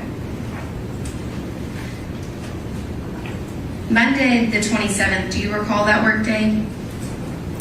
Yes, it was a regular day in the building, about 7. Just a regular going about business day. Okay. And was Mr. Taylor at work? He was. Was he on time? Yes. Can you tell me about Mr. Taylor's demeanor the Monday of the 27th? It was normal, nothing out of the ordinary. It just seemed like a regular day. Was Mr. Taylor at work all day? He was. The next day, Tuesday the 28th, what can you tell me about that day? That day he wasn't there, and the group of us that was still in the building, we were concerned where he was. Had anyone heard from him? And no one had. And it wasn't until the afternoon that he was back. You said you were concerned. Was it typical of Mr. Taylor not to come to work? No. And did you reach out to Mr. Taylor that day? I personally did not. Do you recall about what time Mr. Taylor showed up for work? It was around 1 o'clock. Do you remember how Mr. Taylor was acting when he came to work? Yeah, he seemed normal. He said he had run an errand, or had an errand to run, and was just back. No need to worry. Other than him not showing up till the afternoon, was that day normal for Mr. Taylor? Did he stay? Regular, from what I remember. And then Wednesday, Thursday, and Friday of that week, March 1st, 2nd, and 3rd, was everything else seemingly normal with Mr. Taylor? Mm-hmm. Yes. Can you describe his demeanor? The same, easy to be around person, same guy. During that week, did Mr. Taylor ever mention Miss Benning? No. Did he ever mention his baby girl? No. Did Mr. Taylor ever seem upset that week of March 27th or February 27th to March 3rd? He didn't. Okay. Was March 3rd the last day Mr. Taylor was at work? That Friday? Yes. He did not come back March 6th, that Monday? No. Okay. And did you have any contact with Mr. Taylor after March 3rd, that Friday? No. Did you reach out to tell Mr. Taylor happy birthday? I did. And then after March 3rd, did the Tennessee Titans release a good player? Okay, do you Yes. recall about when that was? Yes, it was the 10th. March 10th? Yes. Okay. Were you privy to a conversation involving Mr. Taylor about that specific player? Yes. Okay, can you tell the jury about what Mr. Taylor said? He called one of the scouting assistants next to me and asked Objection, Your Honor, policy hearsay unless she personally heard the conversation. I did. I was Was the phone call on speaker? Yes. Okay, can you please tell the jury what Mr. Taylor said? He asked if we had just released this player. That was big news for the team that day. And he answered, we said yes, it was true. And then the scouting assistant asked, "Are you okay? Where are you?" We didn't know. And he said it was fine, everything's fine, just family stuff. And that was the end of the phone call. And that was, do you recall if that was the 10th when you released It was Ben Jones? Yes, Okay. the 10th. And at what point did you find out that Blaise Taylor had connections with Miss Jade Benning? When I met with the detective in August. And was it around that same time that you found out Miss Benning and her baby girl had passed away? Yes. Your Honor, if you'll give me one moment. Okay.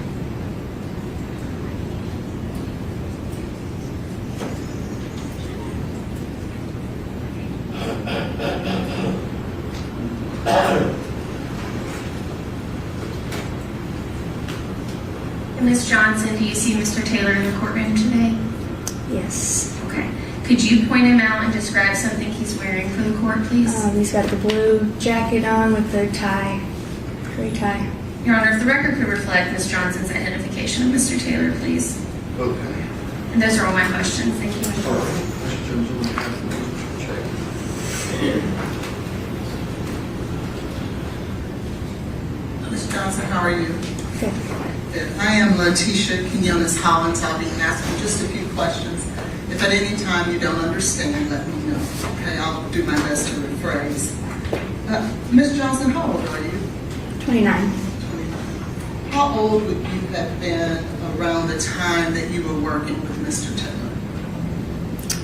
26, 25, 26, 27.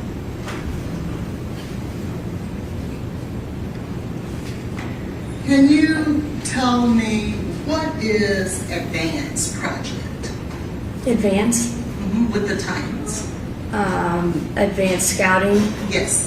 So you are traveling to, it's during the season, you travel to an opponent's game to get signals, and you come back, you report to the coaches on your findings. It's all in preparation for the next week's game.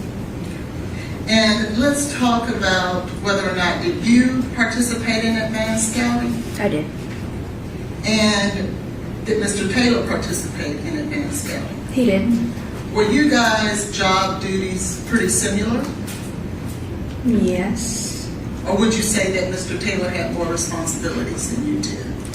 He had more pro teams than I had to handle, but I had other picking up players, transporting them around Nashville, more of the logistics side than he had to handle. Okay, so what were his duties? To handle the pro teams he was assigned, and then a handful of other projects, kind of depending on the point in the year that we're in, what his involvement would be. Now, how long would you say that you worked with Mr. Taylor?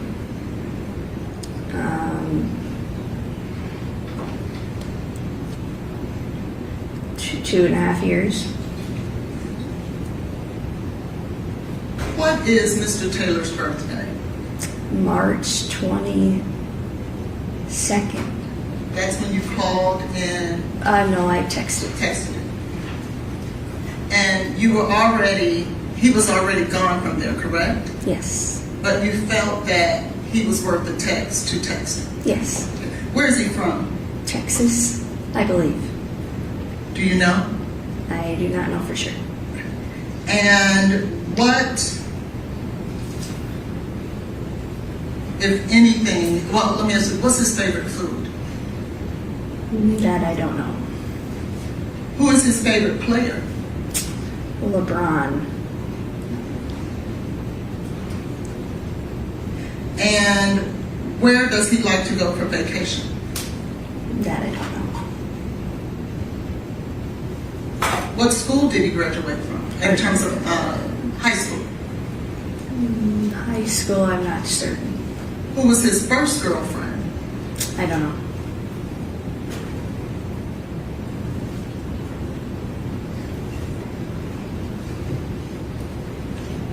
Where's his father from?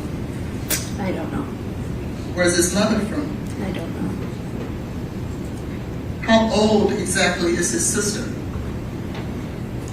I don't know. How often did you and Mr. Taylor speak on the phone about personal things? Never. How many times when you had serious issues in your life did you call Mr. Taylor? I did not.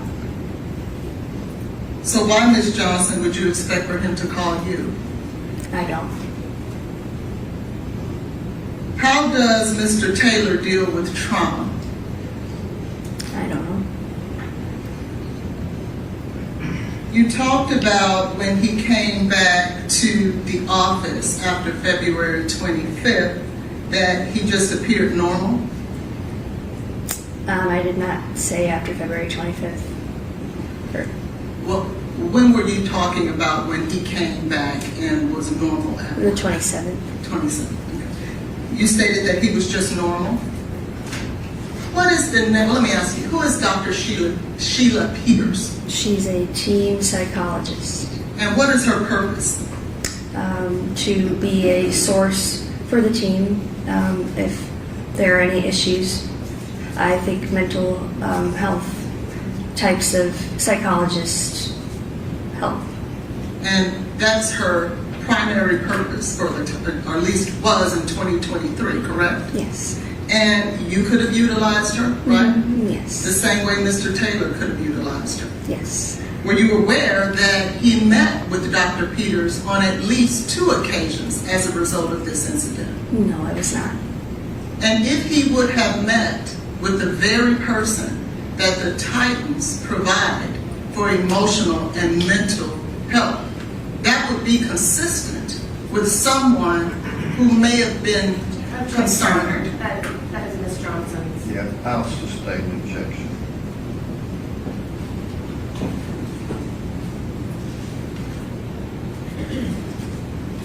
How many boyfriends did you tell Mr. Taylor about? None. And when you were 23, were you prepared to be a mother? I don't know. Because you're young, right? I don't know. Right. And it's nothing that really you even want to think about, was it? If someone asked me, I wanted children, so I said that. Well, would you agree that it's someone's personal choice as to when they want to become a parent? Certainly. And each one of us have our own day and time that we want to become a parent. Wouldn't you agree?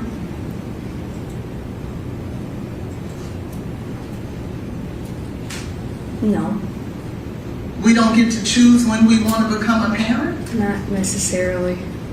Who gets to choose that for us? God. Okay.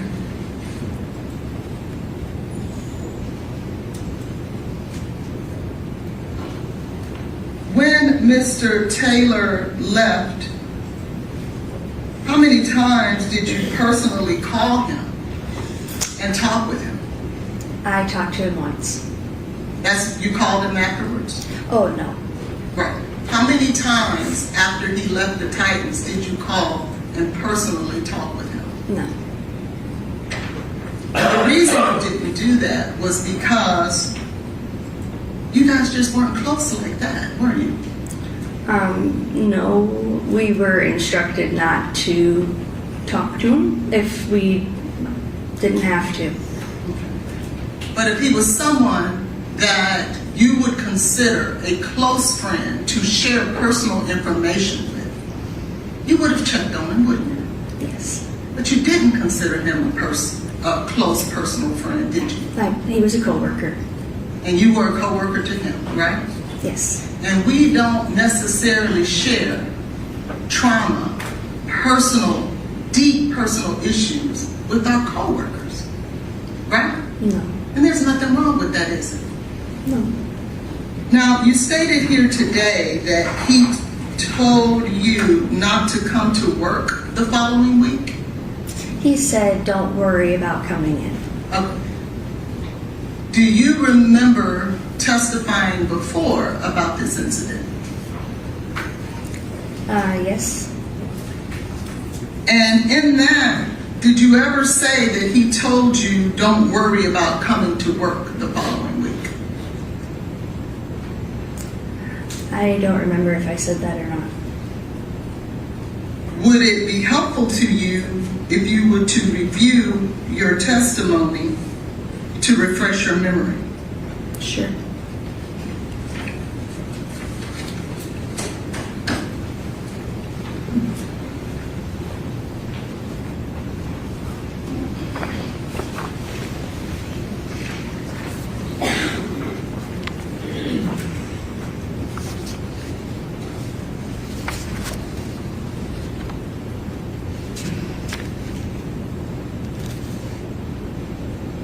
I don't see that I said that. Right. You didn't say that before, did you? She just answered that. And you never said it until today, isn't that true? I've said it before. I wasn't asked Was a it? question that made me answer that in this trial for the bond hearing. And you didn't volunteer it either, did you? No. And that would have been something important when they asked you previously when you were going to testify. Wouldn't that have been something important to say if he told you don't come in the following week? The very week that's at issue? I don't know. Thank you, I'll pass the witness. Can you read your testimony? Just a few questions, Your Honor. Ms. Johnson, you were asked if Mr. Taylor was worth reaching out to on that 3/22 of 2023 date for his birthday, but you had no idea about Miss Benning and his baby girl at that point, did you? No. And Ms. Hollins asked you about how people responded to trauma.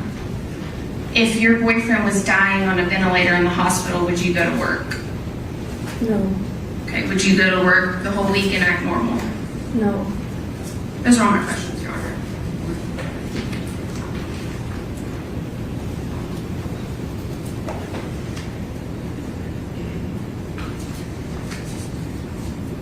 You're a woman, correct? Yes. And he's a man, correct? Yes. Would you agree with me that men and women handle emotional things differently? Yes. Would you agree with me that men tend to more internalize things than women do? Depends on the man. Correct. It really just depends on the individual, doesn't it? Everyone doesn't respond the same, do they? No. And that means nothing, does it? I don't know. Thank you. Any other questions? No, sir. Thank you. You can step there.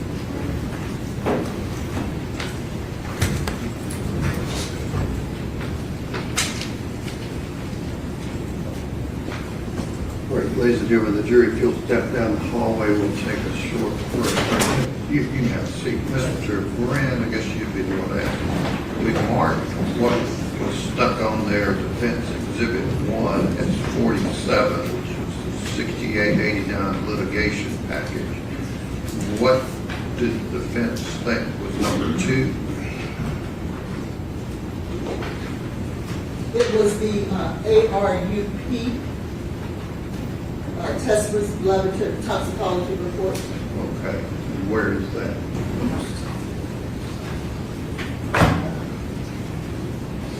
Judge, I'm sorry, was there a request for that to be admitted? She mentioned a couple other things, but is this, I thought it was in the medical record. What's that? is this out of the medical records? Yeah, I can do it. I don't think so, Your Honor. I don't know who AARP is or AR. Yeah, no, it's not. It's not. It's not in the medical record? No, because if it was, there would be. He was provided with the medical records, Right. that wasn't part of that. Okay, well, I guess I have an objection because I don't believe it's been authenticated. I don't know where it came from. I will need to. Oh, okay. All right, and then what was defense 3? You stuck a sticker on? No, that was 2 that I stuck the sticker on. Okay, so there's not a 3? No, there's not. Oh, okay, so then we're straight. And who is the next witness? The next witness is Detective Adam Reese. Okay. All right. Your Honor, restart. I don't know if the state is intending to introduce those hinge and tender records. We had filed a motion a while back that we never got to, related to the hinge and tender records, just to put on everybody's radar. So we're not having a. Detective Reese testified about tender records. I am not intending to ask him specifically, like I'm not intending to put any of them in specifically on direct. I do have them available if it becomes relevant during his Okay, she's not prosecution. going there. Both the hinge or the tender records? Well, I don't require a motion, so I would like to look at it before I say more, but technically no. I mean, he might testify that he reviewed them. Why ask him if you're not getting into? Oh, I'm just saying he might answer it without me Just tell realizing. him you're not going to ask him about that. Well, I mean, they did meet on Hinge, and he did review the records. I don't, what, can I get a copy of the motion so I can see what you're objecting to? Yeah, it was part of the 90211 notice that we got with the hinge and tender records, so we had noted an objection to that, but also, I don't know. I guess you would know whether you're going to want Detective Reese to introduce hinge or tender records.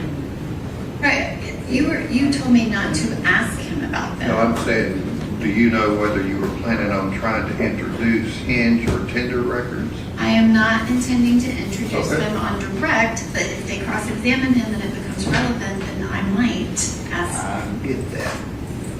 All right. Thanks, Judge. Thank you, Madam.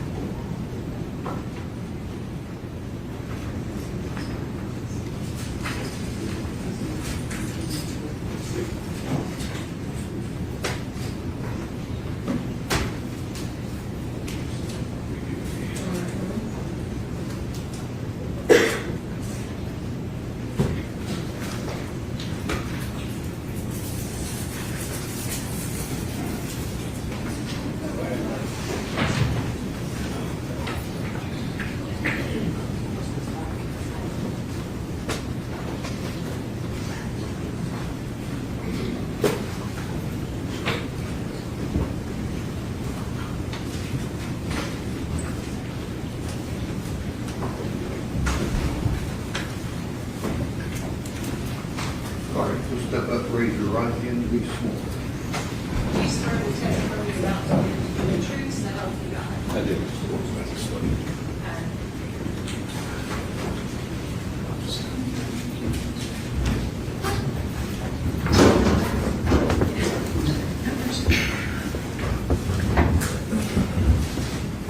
Good morning, Detective Reese. Could you please state your full name for the record? It's Detective Adam Reese, And where are you employed, Detective Reese? Metro Nashville Police Department, How long have you been employed there? about 18 and a half years. And what is your current position at the Metro Nashville Police Department? I'm a homicide detective. How long have you been assigned to the homicide unit? About 5 years. And can you describe, were you assigned as the lead detective for the homicide investigation into the homicide of Jade Benning? Yes. And can you explain, what does that mean to be assigned as a lead detective to a homicide case? So in the homicide unit, we have multiple detectives, obviously, and we have multiple deaths that need to be investigated throughout the year. So we have sort of a rotation that we go on between each of the teams. So when it's your turn on your team, you're assigned the case, and at that point, you're the lead investigator, so you make most of the decisions related to that case and utilize the help of your teammates to assist in that investigation.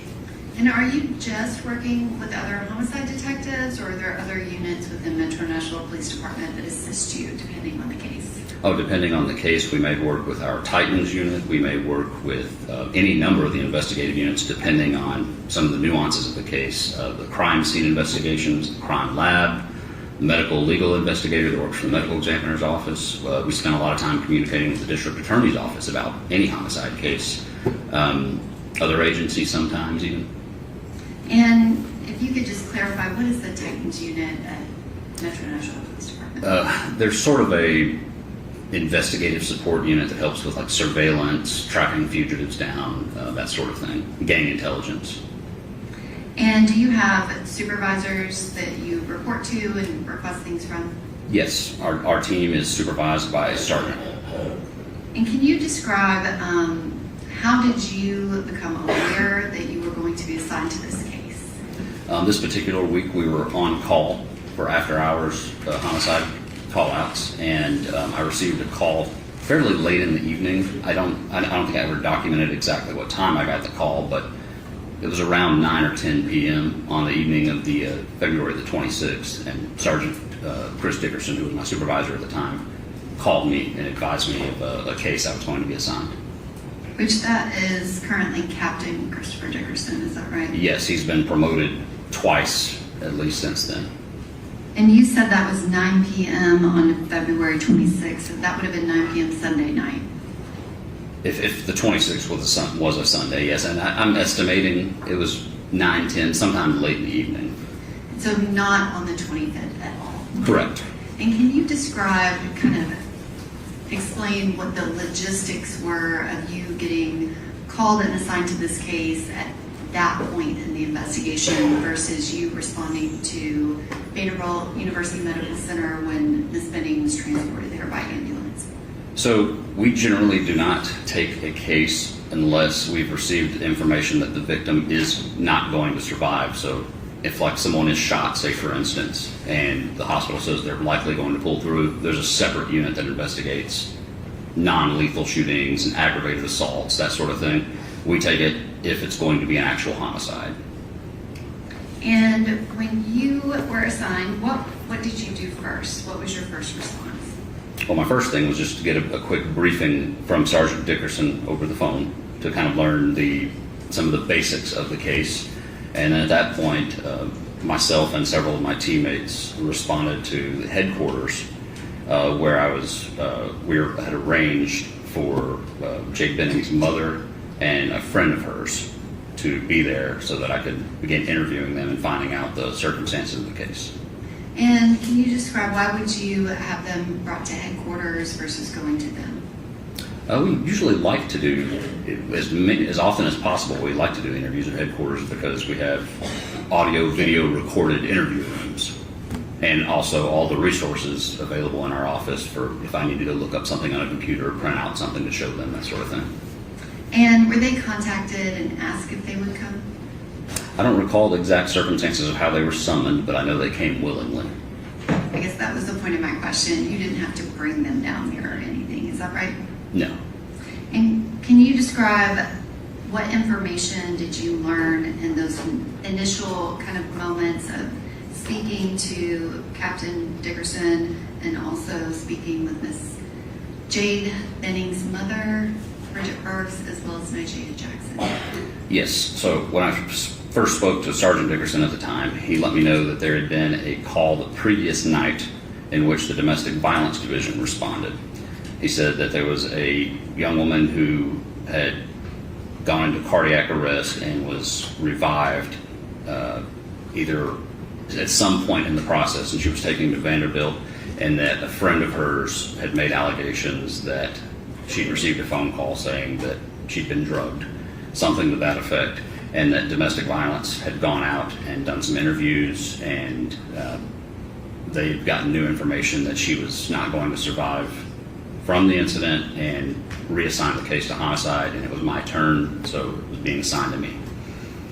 So, And Can you describe your interaction with Miss Nigella Jackson? Yes, we conducted an interview. I believe we started it just a little bit after midnight, in the early morning hours of the 27th. She basically described her evening to me. And can you, I guess, describe, was she able to give you specific details or what? Yes, she actually was able to give me a very specific timeline.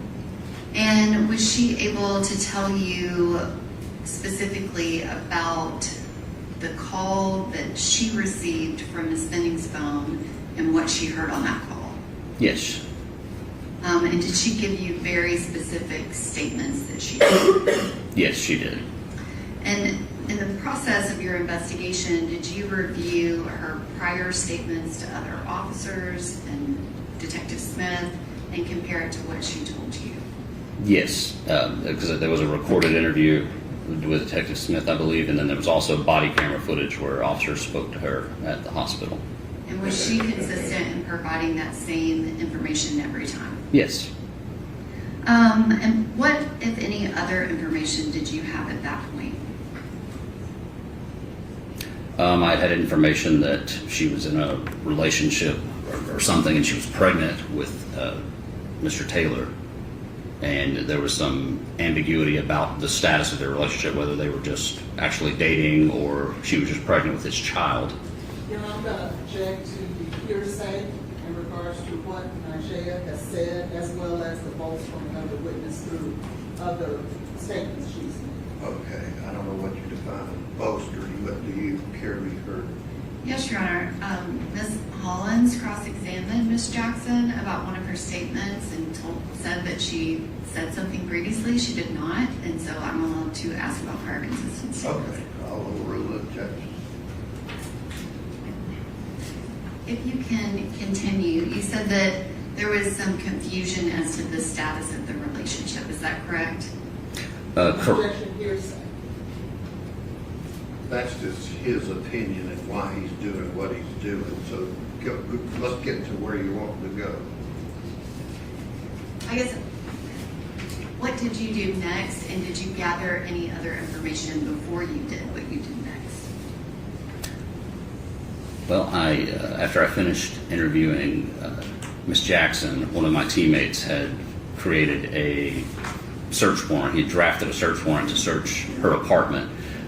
Before we went to the apartment, previously when I had spoken to Ms. Burks, she had explained to me that they had retrieved a comforter in which Jade threw up but vomited on from the apartment. So prior to going over there, that was secured in their vehicle, their family vehicle, in a bag. I went out and photographed that in the back of the vehicle and collected it and took possession of that. During that same time, one of my teammates had acquired the search warrant for Ms. Benning's apartment, and then we went to that location to conduct the search warrant on the apartment. And can you explain why is it that you got a search warrant? Did Ms. Burks give you permission to go, or why would you get one? We wouldn't even ask because all the information I had at that time was that that apartment was Jade Benning's and Jade Benning's alone, and Jade Benning was not in a condition to give us consent to search the apartment. So we generally get search warrants on every residence anyway. Is that kind of a standard operating procedure? Mm-hmm. And that was the first moment that the search warrant was obtained for that apartment. Is that correct? Yes.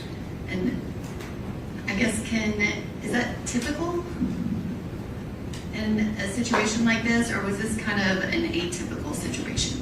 No, this situation was unusual in that it had been with another unit who was handling it as a non-death scenario, then coming to us as a death scenario. So it was not typically done that way. And Ms. Burks told you that people went to the apartment, and she said she had something from the apartment that she had to give to you. Objection, leaving. He's already said that. So what's your next question? At any point did she, I guess, express that she felt like she had done something wrong by going in the apartment, or did they feel like they could go into that apartment at the time they did? I don't think I didn't get the impression she felt like she did anything wrong, but she just explained to me that she named off. Care to be heard. Well, I don't believe that he's giving me her actual words, and I was just asking. Okay, he answered it by his first word. She didn't feel that way. So what's your next question? Detective Reese, is it possible that an officer with Metro Nashville Police Department that was at the hospital told them they could go into the apartment? Do you know if that's possible? It's entirely possible. Okay. And I guess describe that process. Once you got the search warrant, what happened next? So we met one of our, there were some patrol officers that had been already sent there by other, I believe the supervisor. And we all met at the parking lot of the apartment complex, which is in the 1500 block of Lebanon Pike here in Nashville, Davidson County, where this evidently had happened. And I met one of our CSIs there, and I gave him the comforter that I had taken possession of from Ms. Burks. And would that be which CSI? Mr. Terry, I believe. And then after that was given to him, or maybe while I was giving that to him, I believe our patrol officers entered the apartment with a key that had been provided and cleared the apartment just to make sure there was no one inside. And then we went inside and CSI did photographs of the apartment, and then we conducted a search. And can you describe, were you present the entire time while that search happened? Yes. Was there any point that you would have been doing something else and not been kind of in that kitchen area of the apartment? I wouldn't say I was in the kitchen nonstop. I went into other rooms.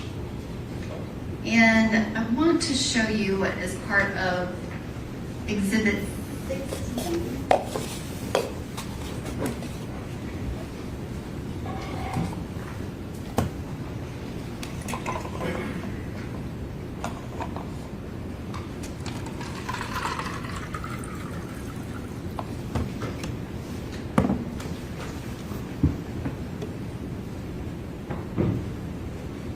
Do you recognize that image, Detective Reese?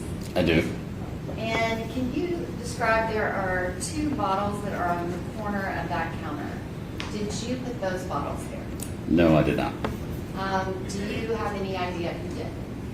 I believe it was Detective Samuels, who was with our team at that time. Is that technically something that would have been done? Should have been done, I guess is my question. No, because those were taken out prior to or during the time where CSI was doing what we call overall photos. They were taken out prematurely.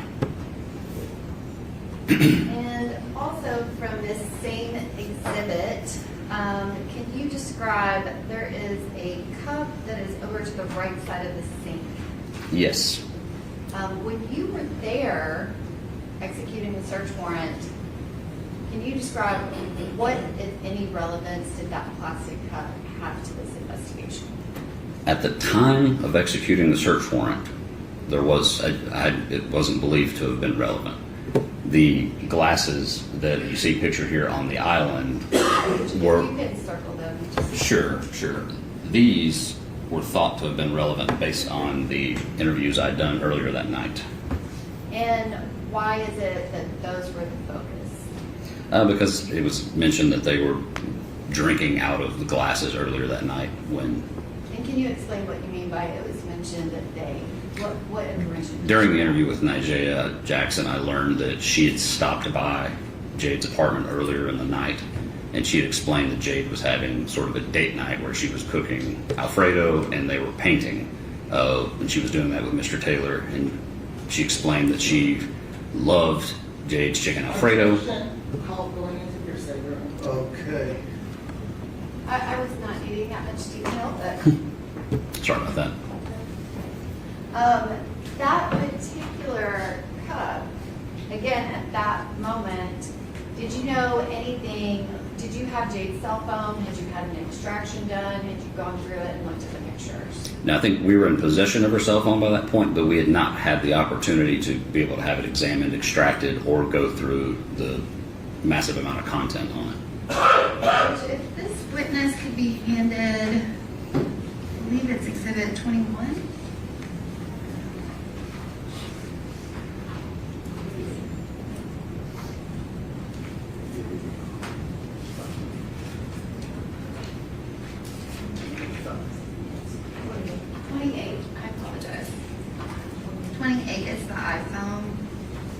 should be in that envelope.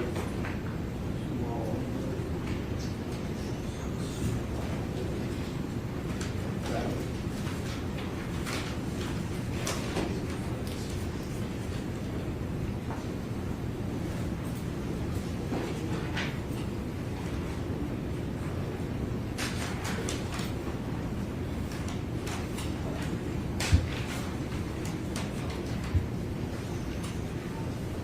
See if the clerk's back there.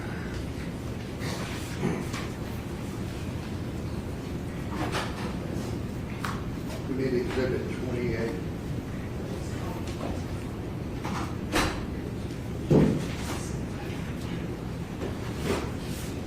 Okay.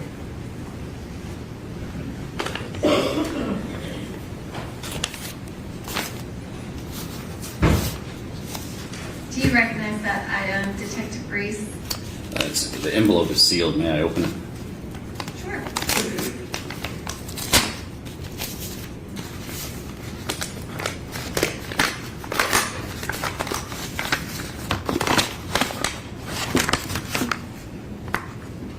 Yes, this is Jade Benning's cell phone. Your Honor, at this time, I would ask that Exhibit 28 that was previously marked for ID be entered as Exhibit 28. Detective Reese, who did you receive that cell phone from? I think it was Miss Benning's mother, Bridget Burks. And can you describe when you obtain cell phones, having the passcode, is that useful? It is very useful. And did Ms. Burks provide you with the passcode to Ms. Benning's phone? Yes. Did she provide you with information related to Ms. Benning and kind of what had transpired from the time this happened until the time she met you? Yes, she had. And did she provide you multiple details about anything and everything that happened with that apartment and or her phone? She provided me, you said everything with her I apartment. mean, did she tell you that people had been over there? Oh, yes. She'd explained that people had been by there. And was she freely giving you as much information as she possibly could? Absolutely. And later, I guess in the investigation, did you receive photos from Ms. Lauren Weber? Yes. And I want to go back to those. Those are Exhibit 13. Do you recognize those, Detective Reese? Yes. And if you could just read out the date and time.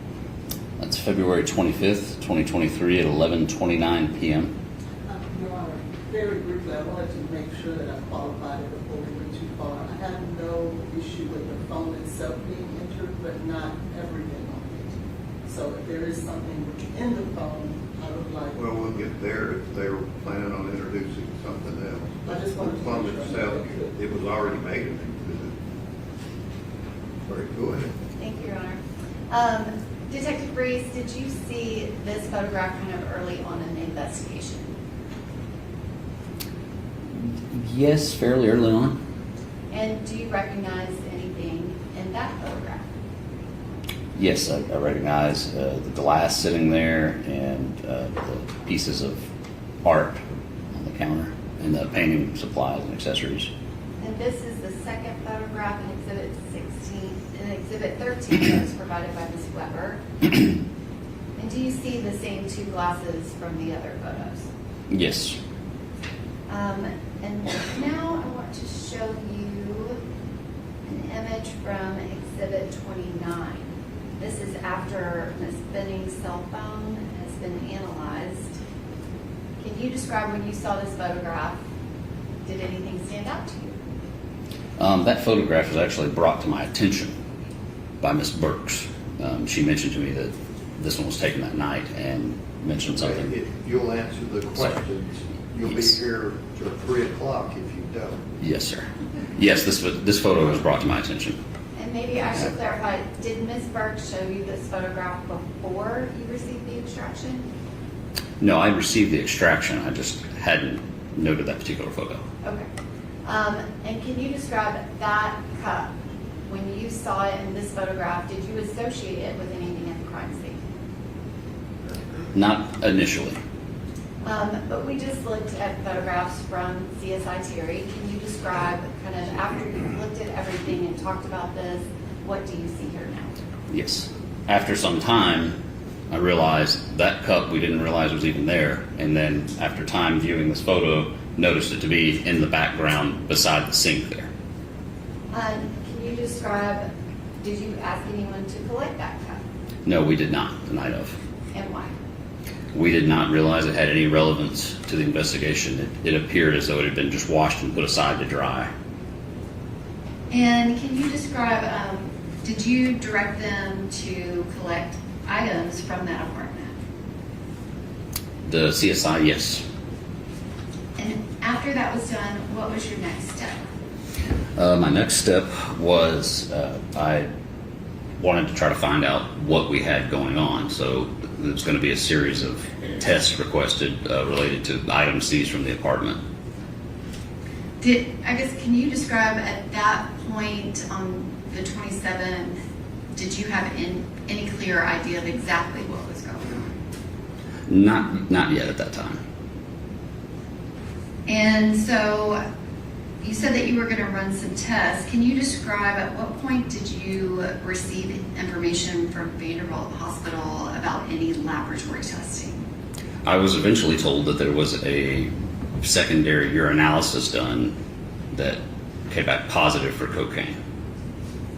And was that the information you received, or did you have lab work with values and things of that nature? I didn't have any lab work. I was verbally told that it was an initial screening done, it came back negative, and then I believe sometime on the 27th I was notified then that, okay, there was another screening that came back positive. I didn't know why that discrepancy was there. And positive for what? Cocaine. And can you describe what are the next steps of your investigation? I submitted a series of requests to test the glassware, the samples of some of the beverages, and eventually I requested that the lab test the comforter that had been seized to test the vomit to determine if there was cocaine in the vomit. And was that done kind of later on in the investigation when you had received some more laboratory results? The comforter was done, I believe, later. I'm sorry, do you have the Form 282s? Honestly, I feel like we've talked about laboratory testing. I'm sure it's documented in an exhibit. I will move on. Who was the next person that you interviewed? Or can you just describe your investigation? At that point, what are you doing? Well, later in the day on the 27th, I went to Mr. Taylor's house to attempt to speak with him. And then after that, I was just trying to have lab requests done to determine what samples were there. Also, early on in the investigation, I was just doing research I was doing Google searches, trying to get some idea of what happened. Prior to this investigation, had you ever worked a poisoning investigation before? No. And can you describe the specifics of this case? Had you ever had anything that dealt with oral ingestion of cocaine? No. And can you describe what, if any, investigation did you do related to those kind of facts of this case? Well, in the first couple of days of the investigation, I did some internet research, just checking something that... Okay, he's answered your question. You said you did some internet research. Yes. Was there information available on the internet? Yes, there was. And can you describe, was it one site, or did you find multiple sites with relevant information? There were multiple websites from universities, government websites, and recovery websites. And did you do anything else other than internet searches? I reached out to a detective that I knew that had experience working drug investigations. And the investigation that you did on the internet and speaking with that detective, was it consistent or inconsistent with the facts of this case? It was consistent with the facts of this case. And can you describe kind of what interactions did you have with laboratory testing requests and kind of all of the lab results that you know that we have back from NMS labs as well as MNPD crime lab as well as CFSRE lab? So there was the testing on the beverage samples and the drinkware from the apartment had all come back negative after being tested at our crime lab.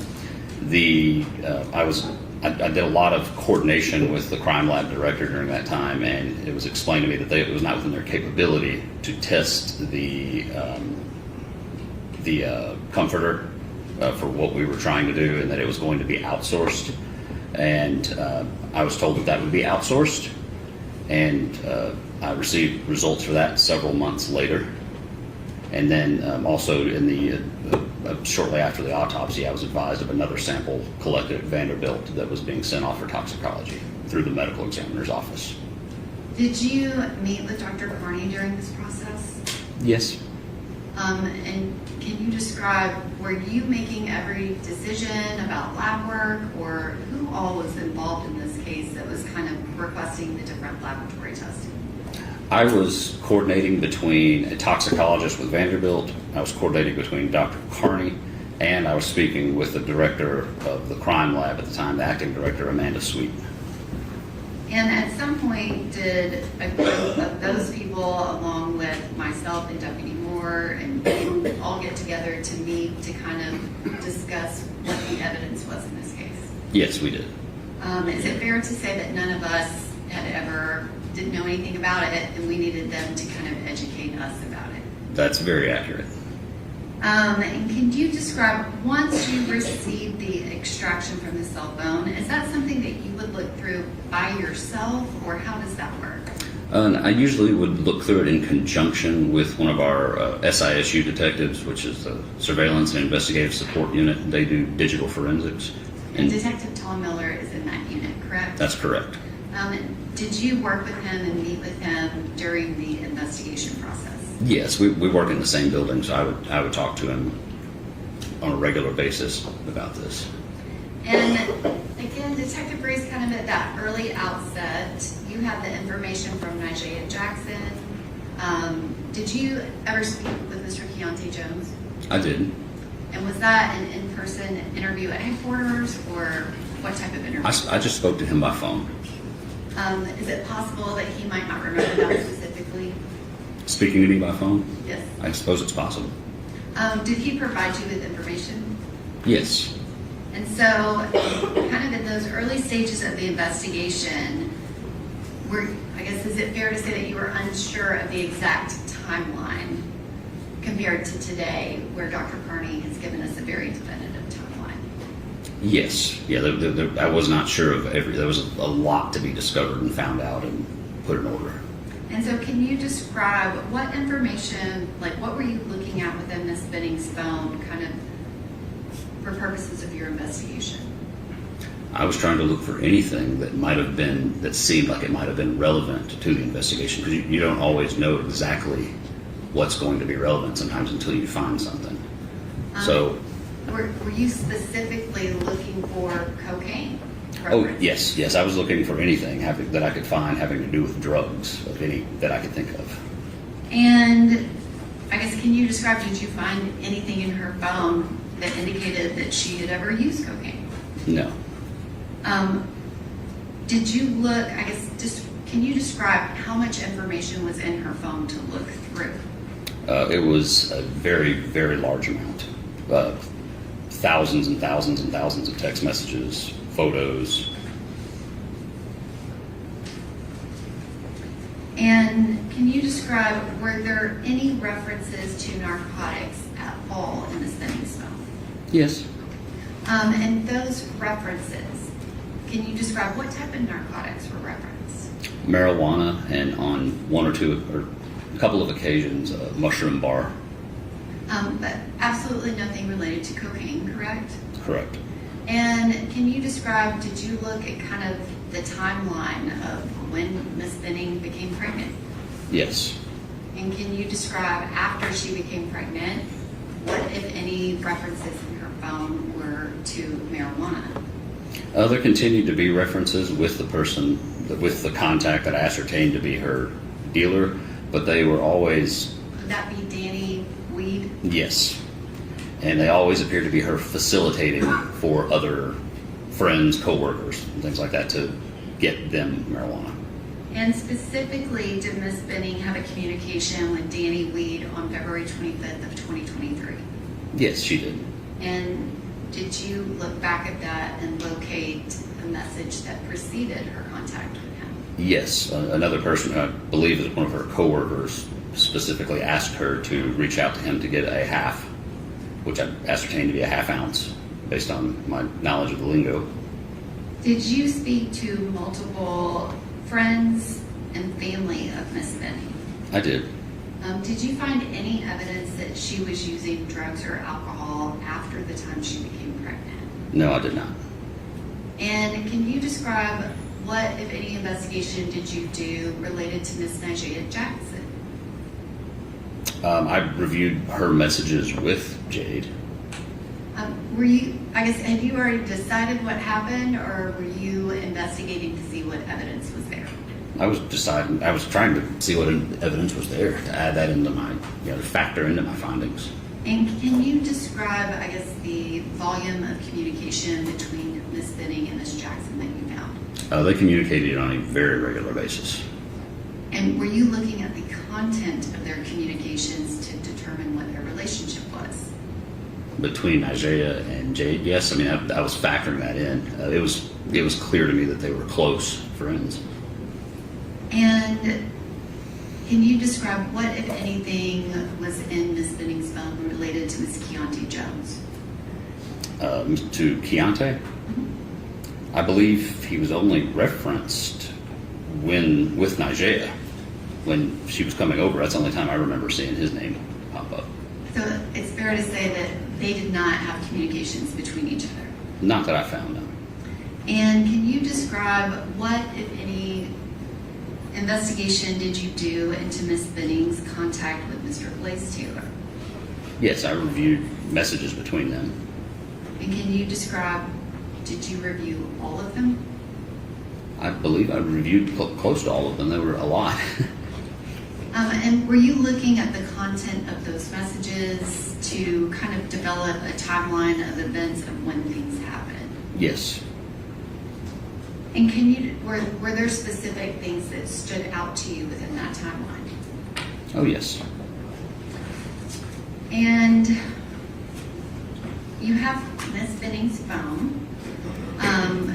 We saw that cell phone sitting on the island in that picture that we just looked at from Ms. Benning's phone.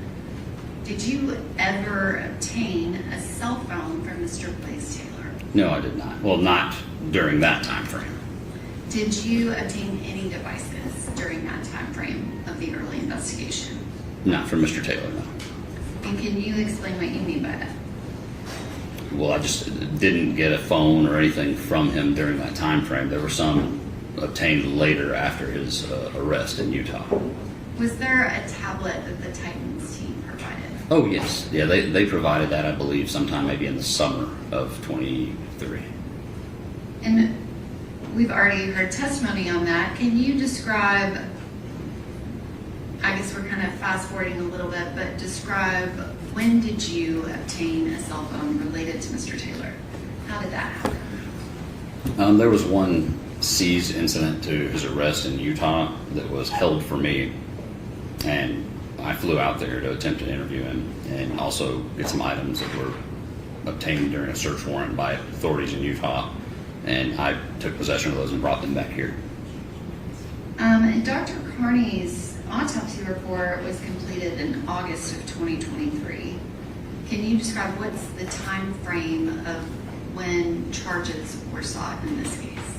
The case was presented to the grand jury on March 6th of 24, and I believe the capias was in the system as such that the U.S. Marshals could adopt it and go look for Mr. Taylor in Utah, I think by the 13th. And usually it's not uncommon for that to take about a week to get in there, and I believe he was arrested on the 14th of March of 24.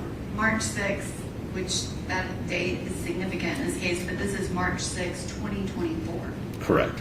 And that there were not charges up until that moment. Is that correct? That's correct. And Dr. Carney's autopsy report was completed in August. I would have to refer to the actual report. I believe that's That's correct. what the report says. Yes, that's what I would defer to, is what the report says. Can you describe the cell phone? Were there other items that were seized that belonged to Mr. Taylor? I believe there was some laptops and iPads, a GPS tracker.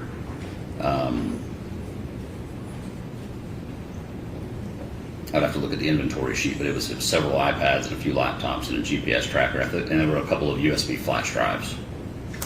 And did you locate a cell phone that would have been the cell phone Mr. Taylor was actively using on February 25th of 2023? No.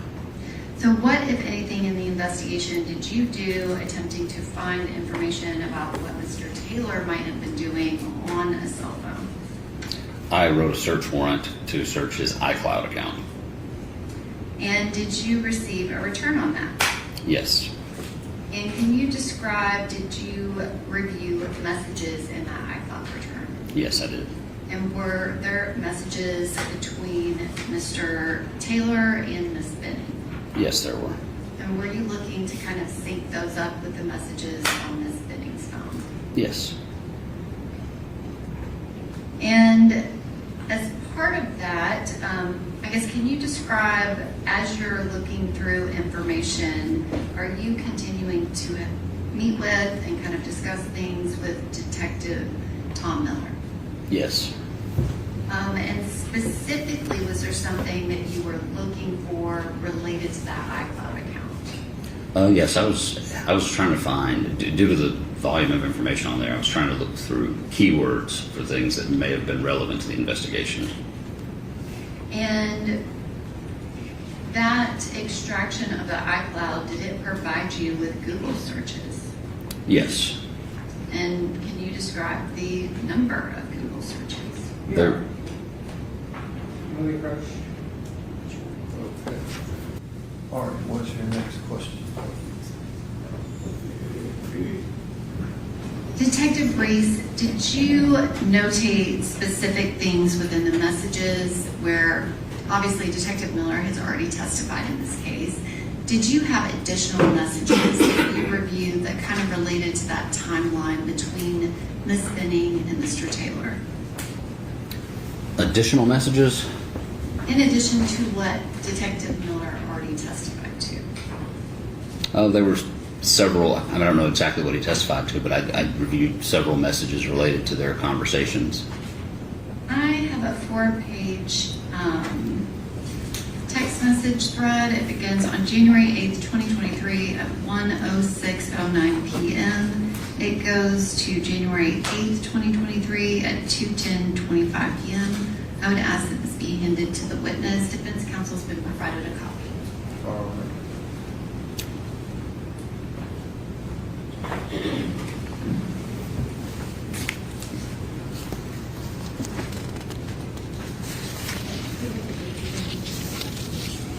just read the first one, and the very last one.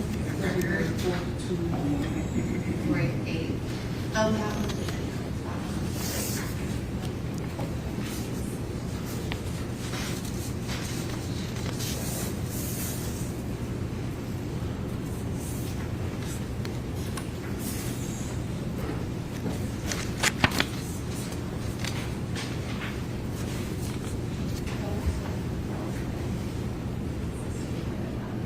Judge, I'm sorry, I gave this to them to review so that we could look at them ahead of time, but the pages have been mixed up. Can I have that back?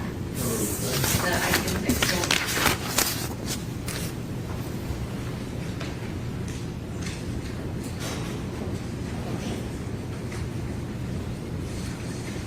Do you have the January messages? That's all. You gave it back. You gave them back to me. Okay, that makes more sense.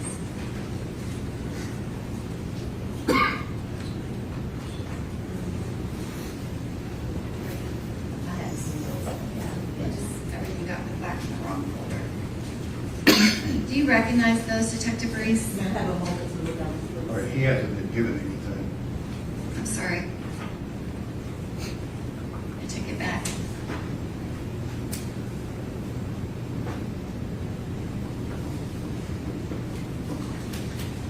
Judge, may I take a quick break just to make sure we're all looking at something? I did show these to them ahead of time. I showed them to Mr. Brand, but I feel like when everything was given back, they are mixed up, and I would prefer that they be in order. Okay. How long do you need? I feel like just 5 minutes, but I might need those back from them because, like I said, they're all mixed up.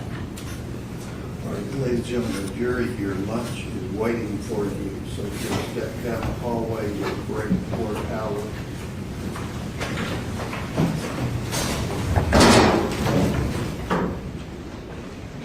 It's going to be after the call. After Detective Reese, it'll be Apple Dennie. Okay. And what are you looking to? I can do my quick offer of proof right now. Okay. Yes. Thank you.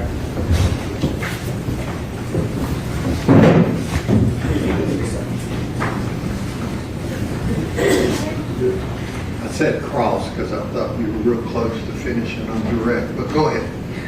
Thank you, Your Honor. I'd just like to make an offer of proof related to text messages messages that we received from the state yesterday.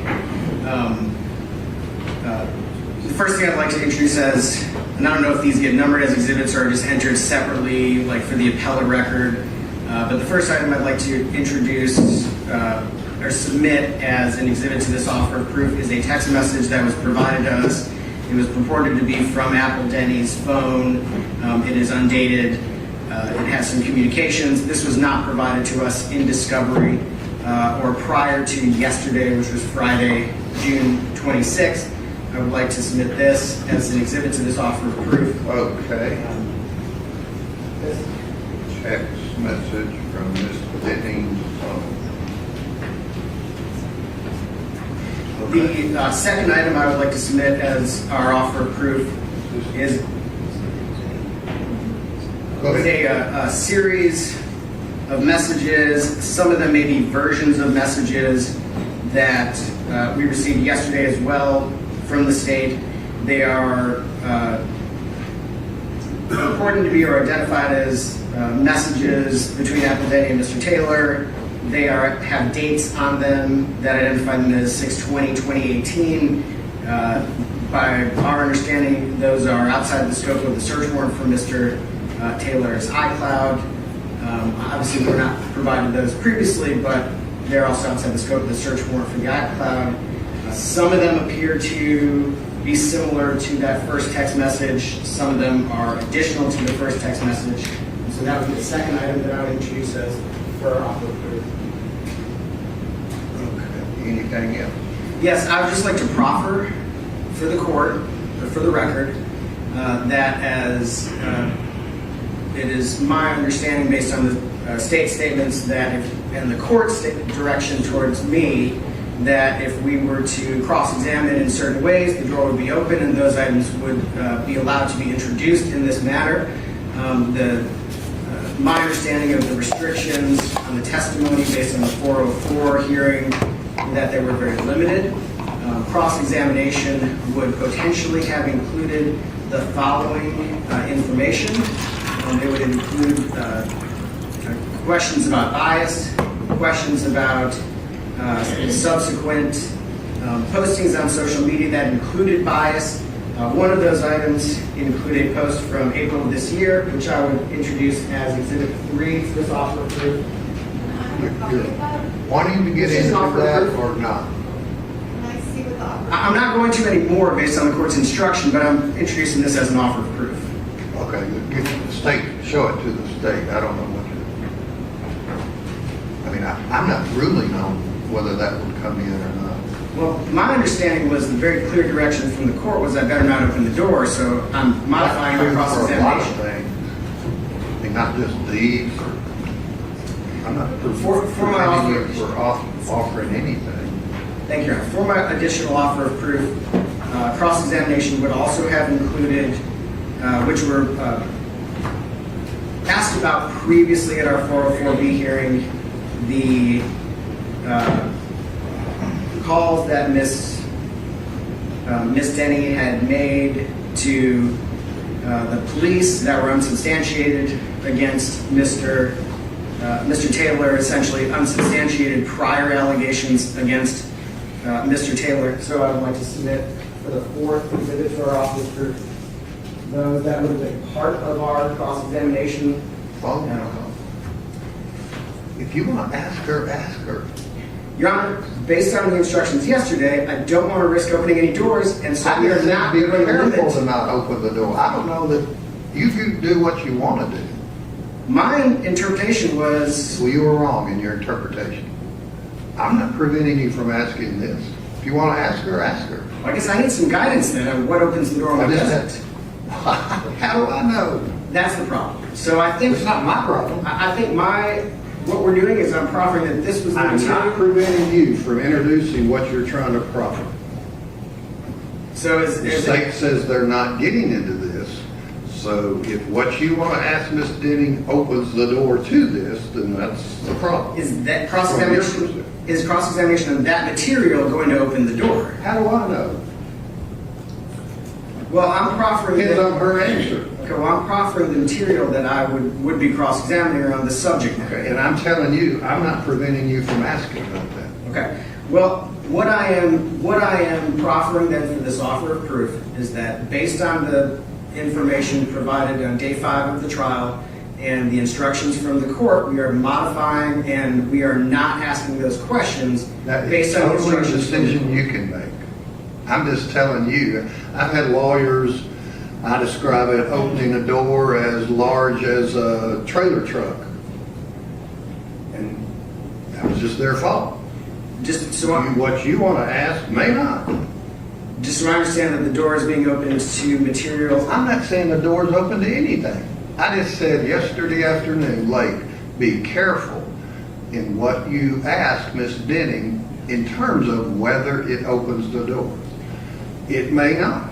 I have no clue. Sure, and I'm making an offer of proof as to the subject and the very careful subject matter that I intended to cross-examine on. Like I said, I can't sit here and prejudge. You may ask a question and she spout off something she's thinking she's answering, and that opens the door. And you'll say, well, I didn't mean for her to say that. I'm like, that's not my problem. Well, it puts us in a very difficult position. You're exactly right. That oftentimes happens. There are 2 predicate issues to this difficult position. One of which is the material the state has provided us that they want to introduce as an opening the door issue was not provided in discovery, one piece. The second piece is based on a search warrant information outside the scope of the search warrant, which Your Honor did not rule on. Well, the state's saying they're not getting outside of the search warrant. Well, they now provided us with material outside the scope of the search warrant. This text, No, the other set. Your Honor, I just provided that to show that the text I received from Ms. Benning yesterday, that it was validated because it was Okay. located in his iCloud. well, this text from Miss, when did you get this? Yesterday, and that's when I gave it to him. So, Hang on. I'm sorry. So Miss Denning just on her own said, hey, here's something you might find interesting? No, Your Honor, Your Honor's order said that we could not use it in our case in chief. Not However, use what? anything outside of the parameters of the time frame of the search Right, warrant. but if this had been given in discovery, it would come from her phone, not the search warrant. Correct, Your Honor. I asked her yesterday if she had her text messages from 2018. Your Honor said that we could get into it in impeachment. So in preparation for trial, I was having exhibits made. If they opened the door, I had to know what was there and had to have an exhibit ready to go. Impeachment for who? Impeachment for if the defendant testifies, if they cross-examine Ms. Dennie, there was information that Detective Reese already reviewed, but I had to go get it to create an exhibit. If you forget the search warrant, this may have come in if it had been provided, because it's not as a result of the search warrant. I understand, and I only prepared that information for purposes of if it became impeachment material during the trial. And in preparing the exhibits, that was one of the messages. I did not know about it. I asked her if she had that message still. And I didn't ask her for that message. I said, do you have messages from 2018? Do you have one on this date at this time? I didn't tell her what I was looking for. She pulled it up and she said she completely forgot about the message. Yeah, well, that's like correcting a lab report. Do you plan on asking Ms. Denny, now, I can't put out everything in this order, but in your proffer when she testified was about panic over a second pregnancy with another woman, his discussions about looking online for possible materials that might abort the child like Mical. That's what you plan on getting into, right? Correct, Your Honor. Anything further? Not for the offer of proof. Thank you. Okay. And on that subject, hopefully, so we won't have to break again. And surely to goodness finish the state's case. Does the defense want, I know we had the discussion back in the 404B and court probably, I'm pretty sure, mentioned, got into discussions about whether it was a crime or labeled as a wrongful act. Does the defense want the court to give the instruction to the jury that's in 42.108 Tennessee Pattern Jury Instructions about how to consider? Again, I don't know that it's a crime, but talking about giving people drinks to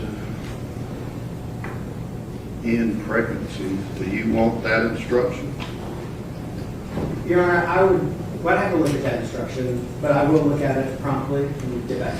Okay. 42.1, section 08. 42.10A. 10A, I'm sorry. All right, let the jury step in.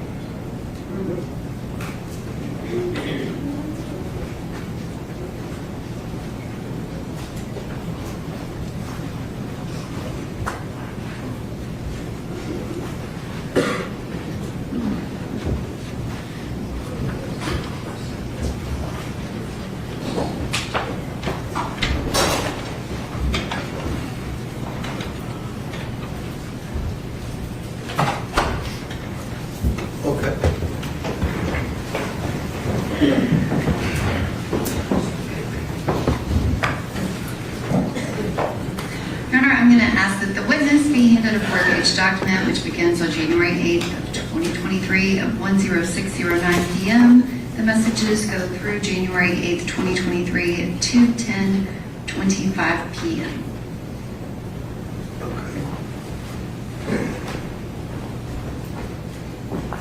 Detective Reese, can you take a look at those messages and let me know if you recognize them?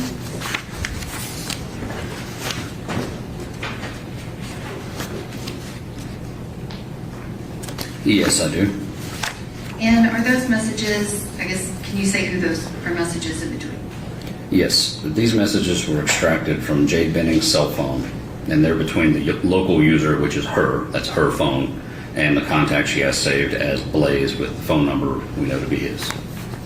And Your Honor, at this time, I would ask that 4 pages of text messages be introduced as the next numbered exhibit, which I believe is 50. And if I may have permission to publish those to the jury. Okay, all right, just mark those, she has those on the computer. Detective Reese, can you describe the messages, if you can start with the beginning time and explain who they're from and what the content is? So, beginning on January 8th at 1:06 p.m., Jade sends him a message talking about tagging along for an adventure. She was talking about a trip. Blaise replies, "LOL, okay."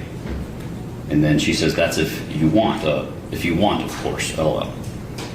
Then he replies, "Gotta still have a job first, and second, you probably ain't doing much traveling for a while anymore. When next season rolls around, I don't think you'll be able to make impromptu trips on the weekends considering you'll have other responsibilities." Not trying to be negative or nothing, but just being, I'm sorry, I can't see, there's a little bar at the bottom. It says just being realistic. I mean, it would be, Oh, yeah, you can't lose that. it would be great if you could, but it's unlikely. And the second page, can you read these? Continuing with Blaise, not trying to be negative. I'm sorry, that was the last one I read. Picking back up with Jade now at 1:25 p.m. LOL, okay, didn't mean to make it all serious, but yes, responsibilities will be different, but living life will still be happening as well, just living differently. And I understand the realistic thinking of it as well. It's a part of the big change. He replies, yeah, especially for you. She replies, of course, wasn't trying to go into a serious talk for us, sorry. He replies, but we don't gotta be super serious, I just didn't want to sell false dreams, because yeah, it would be great if you could come on my work trips, but I just feel like it's not realistic from a financial or just a feasible ability to randomly catch a flight and get away for the weekend. And the third page. He continues with, it's no big deal. I know you wasn't meaning it that way, but I just didn't want to be like, oh yeah, I'll bring you on the next one next year, knowing that it's probably a lie. She replies, totally understandable, babes. It's not like it can never happen because I'm having a baby, but being realistic, it wouldn't be able to be on the fly. Planning out things will always be an option. Life doesn't just stop because, though. LOL, we're still going to have one, just living different. He replies, I hear you, but you can't minimize how much things are going to change for you. You got to be realistic that things are about to be hella different for you and will change drastically. Your day-to-day life is not going to be the same. Yeah, life goes on, but it's forever altered and changed in a drastic way. I'm not saying it's over or anything, but it worries me sometimes when you downplay it and act like it's no big deal. And I know you always want to be super optimistic and stuff, but I feel like you need to be honest with yourself about the situation and know what's down the road for you. And the fourth page. He continues, I just want to make sure you understand the gravity of the situation and you're preparing for those realities. That's all. She responds, I'm not trying to minimize things, and sometimes I can be super optimistic, but things which can be scary. I can be super optimistic about things which can be scary.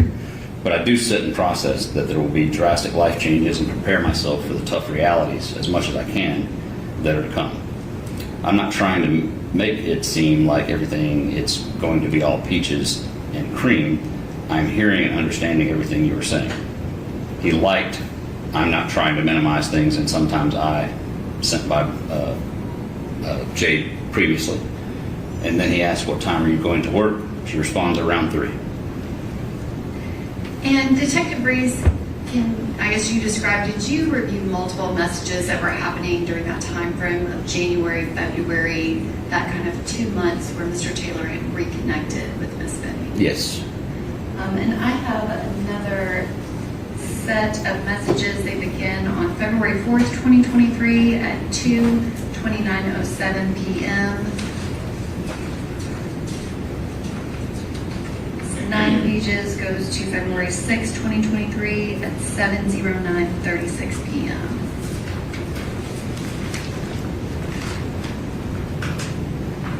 Okay. Does he need those or you have them? Do you recognize this? Yes, I recognize. Detective Reese? I'm sorry? I said, do you recognize the messages? Yes, I do. Your Honor, may I introduce those as the next number exhibit, which I believe will be 51. Okay.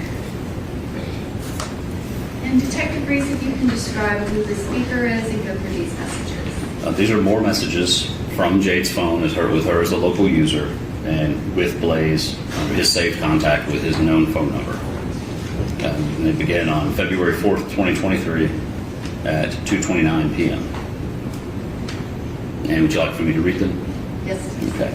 It begins with Jade saying, "Hey babes, hope you're having a good day so far. Just wanted to apologize again for my mom's doings last night. I've talked to her again and let it be known not to bring you or my situation up to anyone. I want you to know I got your back and defend your side to situations." He responds, "Hey, it's been good, very productive actually, but it's all good as long as we're on the same page moving forward. Everything is cool, but I appreciate it." She responds, "That is good, love to hear it, and 100% will be." He loved that comment from her. And then he says at 11:50 a.m., "Hey, hope you're having a good day." That's on February 5th, the next day. That's followed by a message from Jade saying, "Thank you, hope you are as well. Are you free in an hour?" And page 2. He responds, "I'm at work. What's up? Everything okay?" She says, "Yeep," which she does that frequently. It's obviously meant to be yes. "All good. Was just going to come see you on my break." He says, "Oh, okay. What time is your break?" She says, "I'll go around 2:30 probably." "Oh, okay. I won't be done by then, unfortunately, babe," Blaise responds. And page 3. She says, "Next Tuesday is Valentine's Day." He says, "LOL, I honestly don't really celebrate it. I just don't get it. FR, which is an abbreviation for real, LOL." She responds, "Yeah, I get that. I mean, it's honestly just another day to me, just showing extra love, LOL." He responds, "LOL, yeah, exactly. I never understood why people make it a big deal." And she responds, "Well, you still gonna be my Valentine," with the heart emoji. And it's a crying emoji. And the next page, which I believe is 3. Yes. At 2:27 on February 6th, Jade says, "That's good, making the day go by." And then she sends him a picture. He responds, "Yeah, I guess, LOL. Great spot." And then said, "Loved it." And then it says he loved an image, which means he loved the picture that she'd sent at 2:36. And she comments, "Our second little date night spot, LOL." And page 4, can you describe what's shown here? That is the photo that she sent to him in the reference in the previous slide. And were there previous messages that referenced they went there the second time they hung out? Yes. And the 5th page, can you describe what's shown here? He responds with several laughing emojis to her referring to the date spot. And then she replies, "LOL, when you really liked me." Then he responds, "LOL, nah, when you really liked me. You always forget you was the one that chose to end it." She says, "Nah, I still really like you, LOL." Blaise responds, "The power was in your hands and you made the choice." LMAO, which means laugh my ass off. And the next page, which I believe is 6. She says, LMAO, no, it wasn't my choice to leave. You just didn't like what I said. I'd be showing you I still do, LOL. Says, Blaise says, "Nah, I gave you 2 options and you made your choice. Don't try to rewrite the past, LOL." More laughing emojis. "You ain't slick, LOL." And the 7th page. She says, "Oh, I'm not rewriting, LOL. We not going to even start this though, because we both go back and forth." He responds, "Because you don't want to admit what you did, it's cool though." She responded, "You gave me a crazy ultimatum, LOL, and weren't really wanting to go my route either. We're here though and trying to build our relationship, LOL." And he says, "LOL, I wanted to try a relationship because I thought you wanted that and liked me like I liked you." And the next page. LOL, true from Blaise. That's at 6:30 p.m. on February 6th. She replies, LOL, patiently waiting on our next date. He responds, "You was supposed to make us breakfast, but was too tired." She responded, LMAO, "I thought you didn't want it since you had to be at work early." He responded, She responds, "Well, this next Saturday morning, I'll make us breakfast." and we still need to plan an actual date night out with each other. LOL. Detective Reese, I want to kind of talk about the time frame of your investigation. You said that you had researched the facts of this case. Did something come up where you contacted someone in July of 2023 specifically related to this case and the facts of this case? Yes, I contacted Apple Dennie. And can you describe how did you come to know of Apple Dennie? I believe it was maybe the day of or a couple of days after Jade's memorial service. Her mother told me that somebody at the... I got information that someone at the funeral service had a friend who had a previous relationship with Mr. Taylor that had did not go very well. Jade Benning's mom suggests you might want to reach out to this person? Yes, that suggestion was made, and then I chose to wait until after all of the test results were back from the various lab tests before I moved forward with anything like that, because I wanted to know exactly, I wanted all the information. And so you had the laboratory testing from that first blood at the hospital that Dr. Carney incorporated ultimately into the autopsy report by that point. Is Yes. that correct? And so when you contacted Ms. Dennie, was she somebody that was local here? No, she was not. She was in Arkansas. And when you spoke to her initially, I guess, how did you contact her? Was it in person? I called her, talked to her on the phone, and interviewed her over the phone. And did she provide you with specific information that you thought might be relevant to this case? Yes, she did. And that was July 25th of 2023, is that right? I believe that's the correct date, yes. And then, I guess, was there a follow-up meeting with Ms. Dennie? Yes, we actually traveled to Arkansas and met with her and interviewed her in person. And when you say we, who are you referring to? Myself, yourself, ADA Moore, and Deputy District Attorney Moore, and Ms. Houston, the victim witness coordinator, traveled with us. And the four of us went and we met with Ms. Dennie in person. Correct. And that was January of 2024. Yes, it was.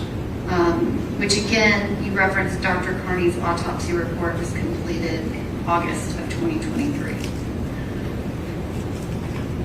When you spoke with Ms. Dennie the first time, did she provide a name of another person that was kind of part of the information that she had? Yes, she did. And did you recognize that name? Yes, I did recognize that name, as it had come up in statements from some previous interviews I'd done on the first night of this investigation. And what was that name? Xavier Winford. And during your review of the messages that are happening during January and February of 2023, can you describe how much contact Mr. Taylor had with Ms. Xavier Winford? An extraordinary amount. And did you review those messages kind of in tandem with his messages with Ms. Benning? Yes, I did. And I have another set of messages to hand you. It is 6 pages.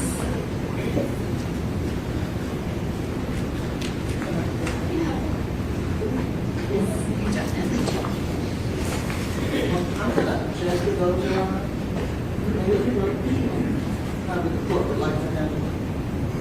Okay. You want to step up? Yes. Go ahead. Detective Reese, do you recognize the messages that were handed to you? Yes, I do. And what are those messages? These messages are from Mr. Taylor's iCloud. The user account number in that second column from the right is his phone number, and the message sender column where there's a blank, we know that is from Mr. Taylor's number. The other number I identified as belonging to Xavier Winford. And can you read out the date and time of the first message through the date and time of the last message. Read all of them or just the beginning and end? Just the beginning. The first one on page 1 begins at 10:31 p.m. on February 24th, 2023. The last one ends at 10:50 p.m. on February 24th, 2023. Thank you, Your Honor. At this time, I would ask that these be admitted as the next number exhibit. And I will ask Detective Reese to read these messages. The second page, I'm sorry, Your Honor. The second page has the content of these that correspond to the times on the first page. If you can begin and explain who the speaker is and what the content is. Okay. The text bubbles to the right that are aligned to the right are all from Mr. Taylor's number, and the ones aligned to the left are all from Miss Winford's number. So it begins with Mr. Taylor saying, "So you should never doubt anything when it comes to us." She responds, "I'm doing my best." And he replies, "I know, I'm trying to reassure you." She says, "Thank you for doing that." He replies, "Of course." And the third page. And he continues, "I'll do anything to help you. That's what I'm here for." She says, "I trust that's true." Then he responds, "Good, do you trust us? Trust in us?" And the fourth page. She replies, "Yes." Then he replies, "Good, then you have nothing to worry about. Everything is going to work out." She replies, "I'm glad." He replies, "Good, me too." And the fifth page. He continues, "I love you and I need you to love me back and be in love with me." She replies, "I love you too and I will." And then he replies, "Good, I just want us to be us and be happy together." She replies, "Me too." He loved the comment, "Me too." And the last page. And he continued, "We are going to be just fine. We just need to stick together." And then she replies, "We will stick together. Don't be walking off and stuff during conversation." Then he loved her reply of, "We will stick together." Detective Reese, you said there was quite a bit of contact between Mr. Taylor and Miss Winford in that January, February. Is that correct? Correct. Can you describe, that is the night before February 25th of 2023. That is correct. When those messages are occurring. After the investigation started, did you ever see Miss Winford with Mr. Taylor? In person? Yes. Not in person. I guess, did you ever know her to continue to have contact with him after? Yes, I did. And can you describe how you knew that? In addition to, well, the main reason was at the time of his arrest in Utah, I obtained that body camera footage. And they were actually together in Utah at the time of his arrest, about over a year after the incident, in a vehicle that was registered to her. If I can have just one moment.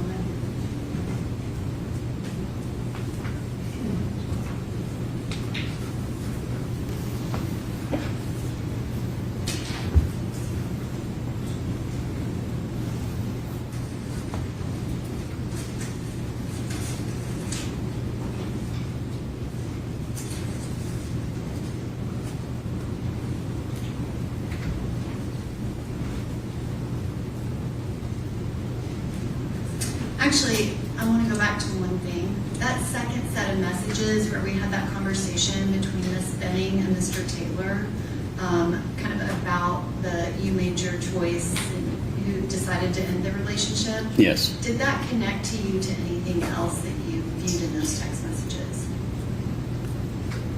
Between, Miss Benning and Mr. Taylor.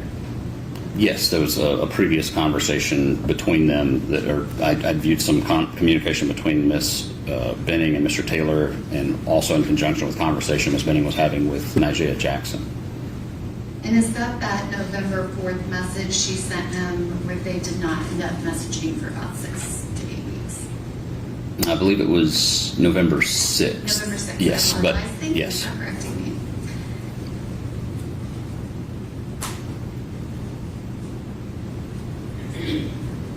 Thank you, Detective Reese.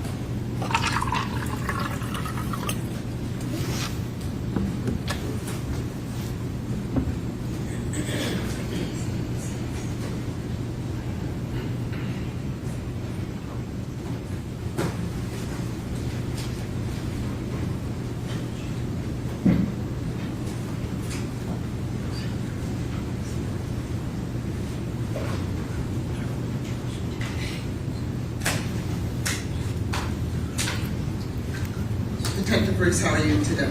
I'm fine. Good.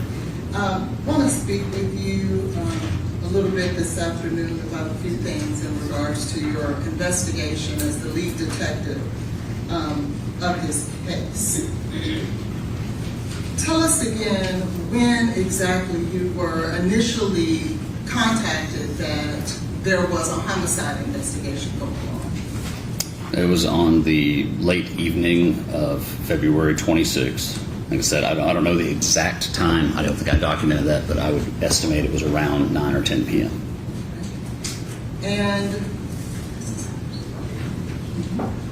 And what were you told exactly?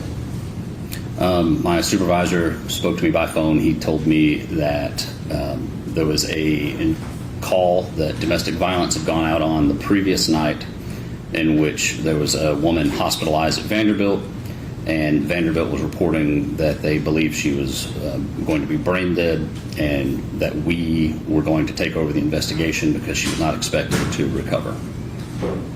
And what did you do after that?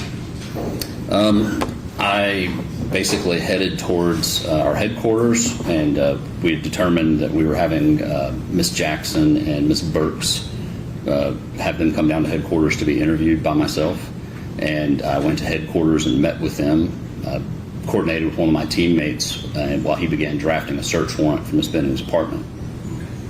And Miss Jackson and Miss Burks, I think you stated before that it was very important, or to you, that was better served to meet them in person downtown in your environment, if you will, so that you can have better resources. Correct, yes. So I could access my computer and that sort of thing, and we could do a video. Like I told you before, you can answer a question yes or no. That would be wonderful. Yes, sir. You need to explain it. Yes, sir. And what did you need your computer for?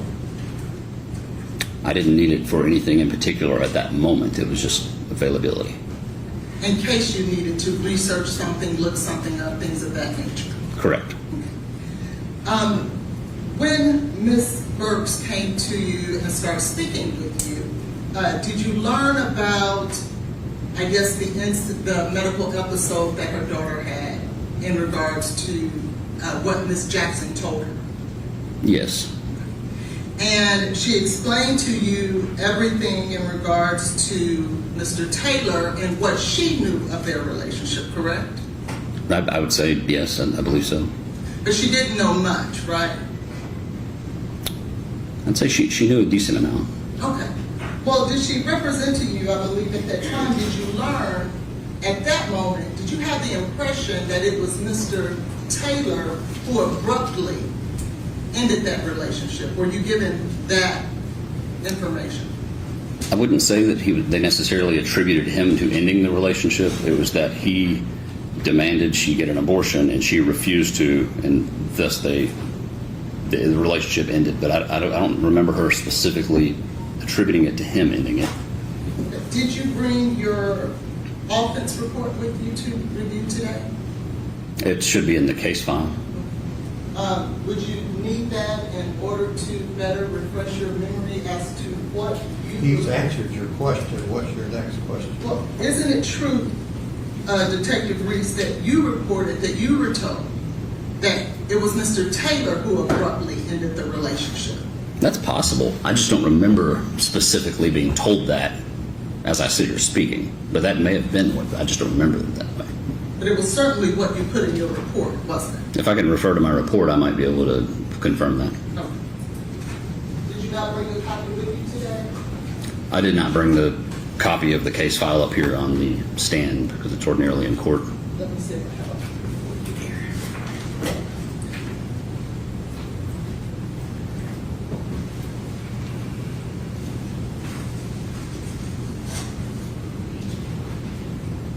And I would draw your attention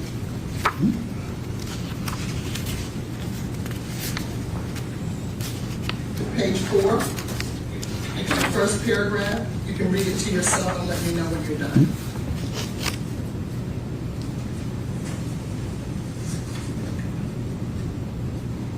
Okay, yes, yep, you are correct. That is what I put there.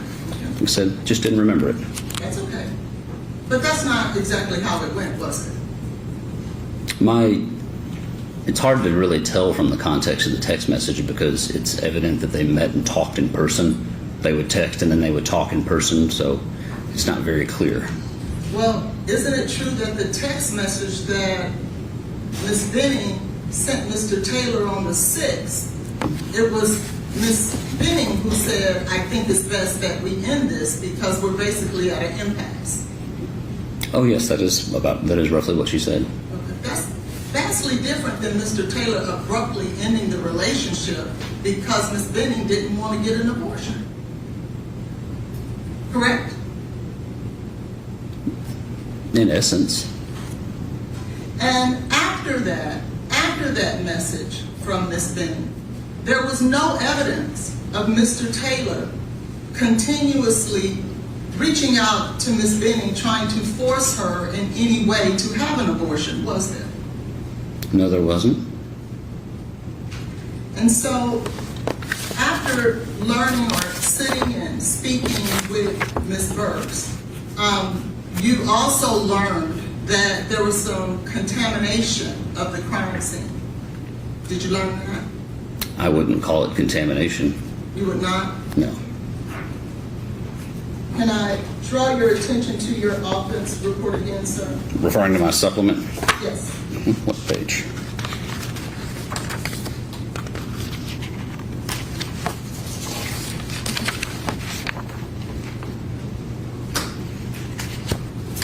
If you could,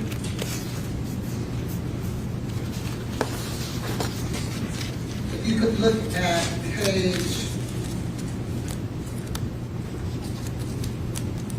3, I believe it is. Didn't, in fact, Ms. Weber went into the scene and removed items?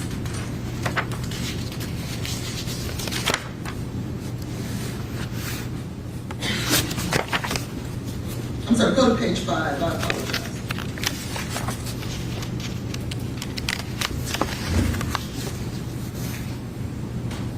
In the bottom of page 4, top of page 5. Well, I know Miss Weber went there the night that Jade was hospitalized, and I was told she retrieved Jade's keys and locked the apartment to prevent anybody from re-entering, I believe. And I believe you learned that she walked all about the apartment as well, didn't you? Yes. And you believe that she took, or I believe it's reported that she took some belongings out of there as well. As I recall, I thought she just got Jade's keys and locked the apartment. Well, that's what she told you, right? That's what I was aware of, I believe.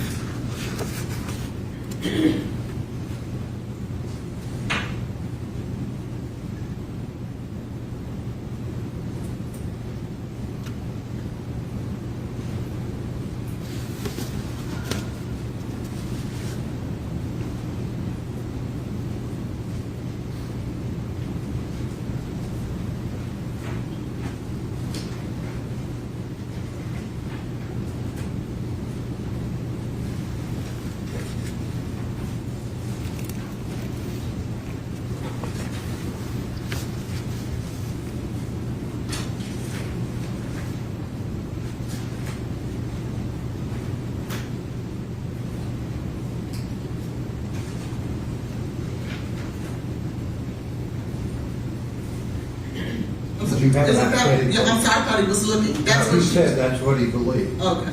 And so then you also learned that even after that there was another set of individuals who went into that apartment, correct? Correct. That was the following day on the 26th. Correct. In the, And by that time, everyone knew the allegations Ms. Jackson were claiming against Mr. Taylor, right? I didn't know them at that time, but I would say her friend and family group did. Exactly. And were you aware that Officer Fish had given Ms. Burks and Ms. Browning strict instructions that no one should go in and out of that apartment? Objection, Your Where Honor. is that in the proof? It's an Officer Fish body-worn camera. Okay. I'm asking if he knows that. I'm not aware of that specifically. Why, You're not- again, do you put in your questions information that's not in the proof? I asked him if he was aware that Officer Fish. Objection, Your Honor, to counsel testifying questions. I'll sustain the objection. Thank you. And Disregard that part of the question.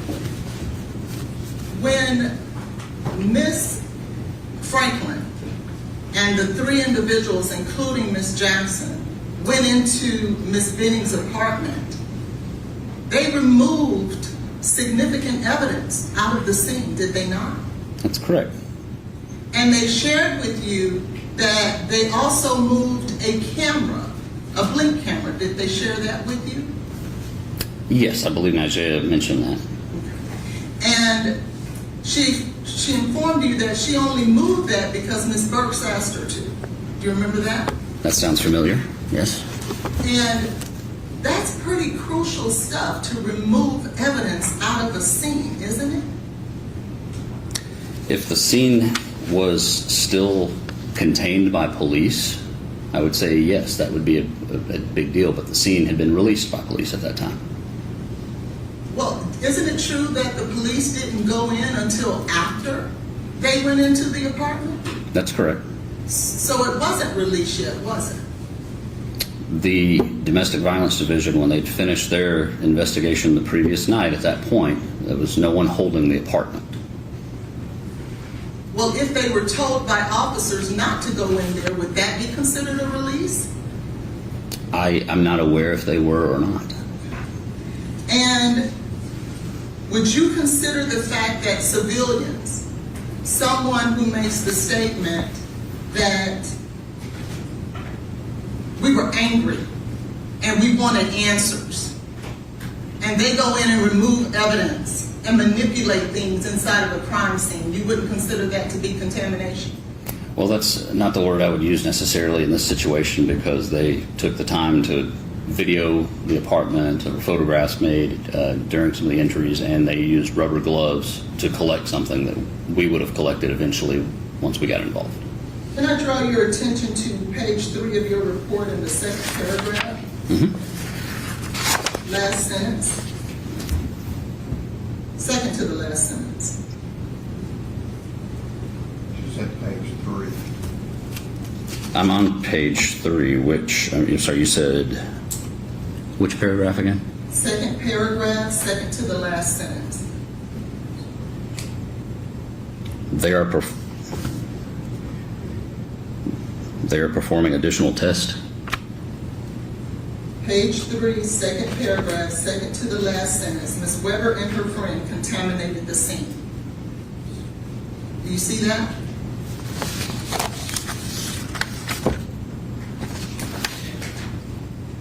Not on page 3. Okay, it's on my page 3. I'm sorry.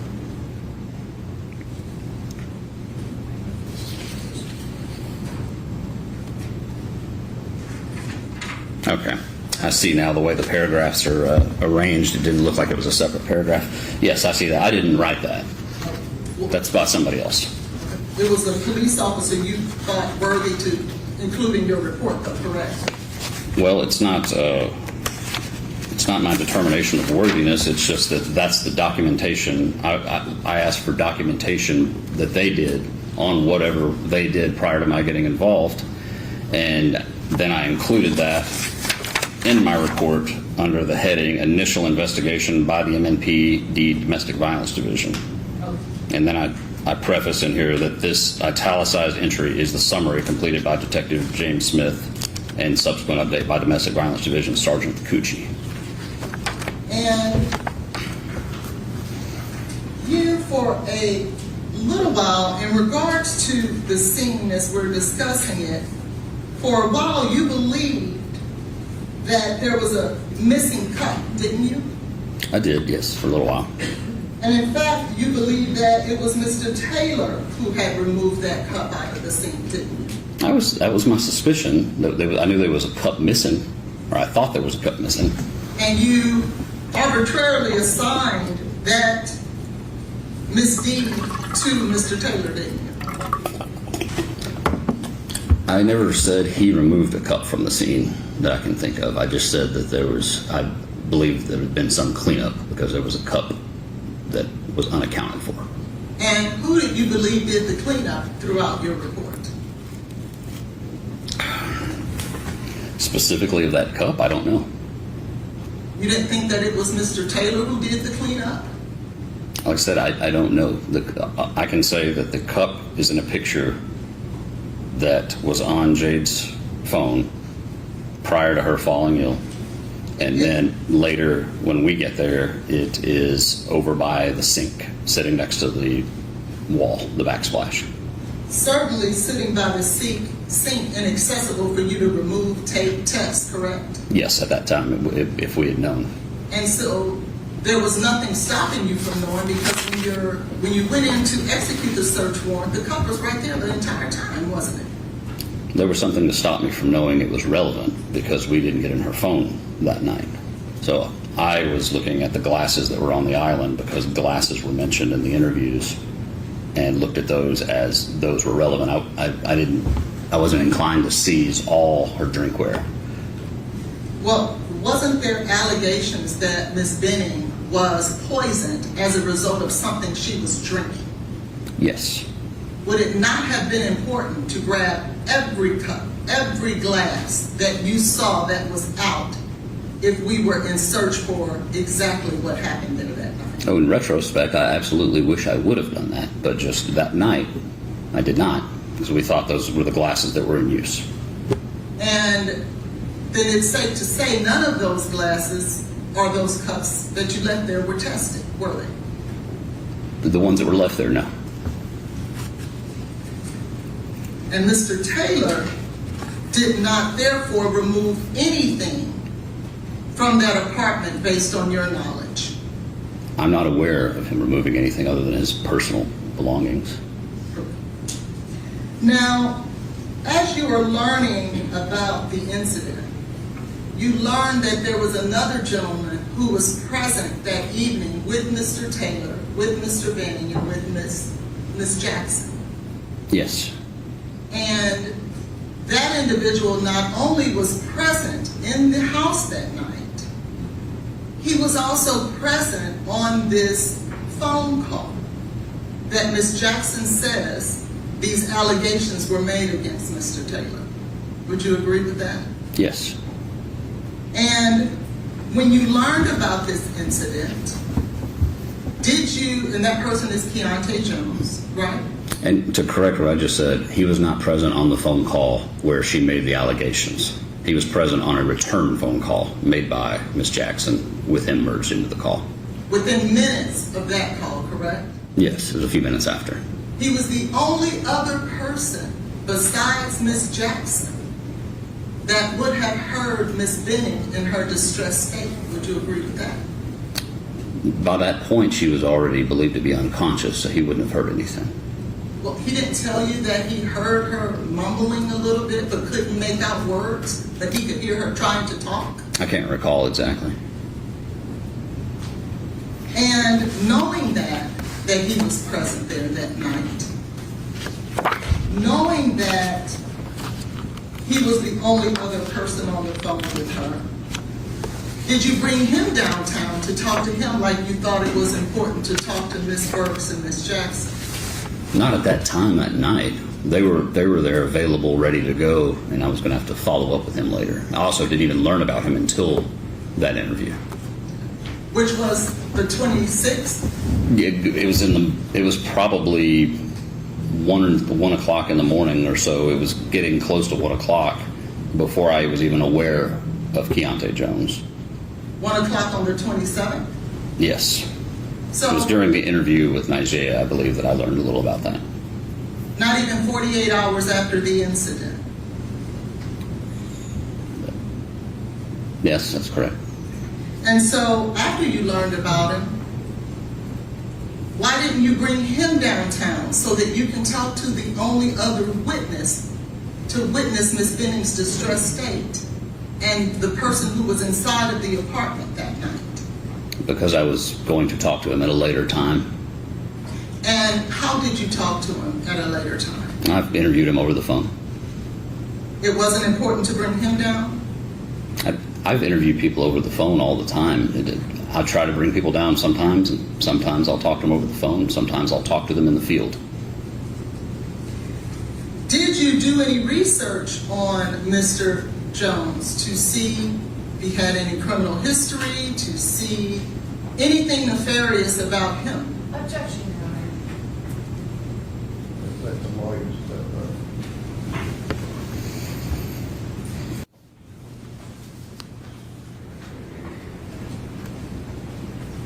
Go ahead.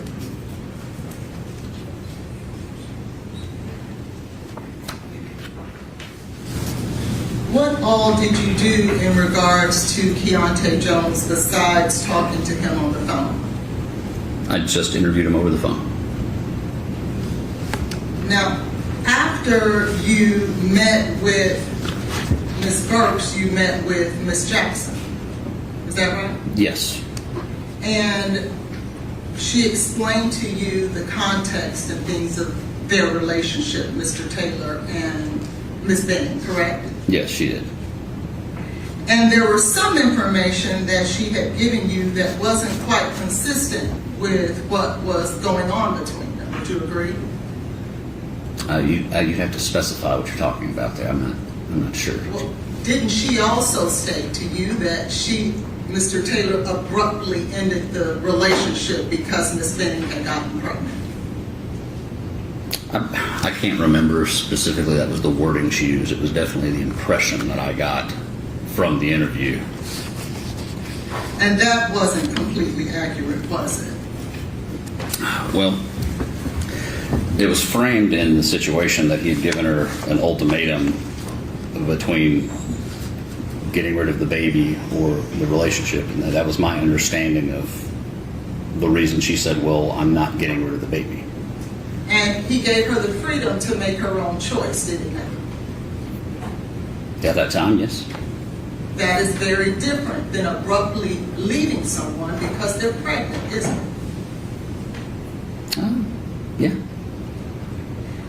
Now, during the search of the apartment, by the time that you and the other officers are conducting the search, you are under the impression that there is, in fact, a potential poisoning, aren't you?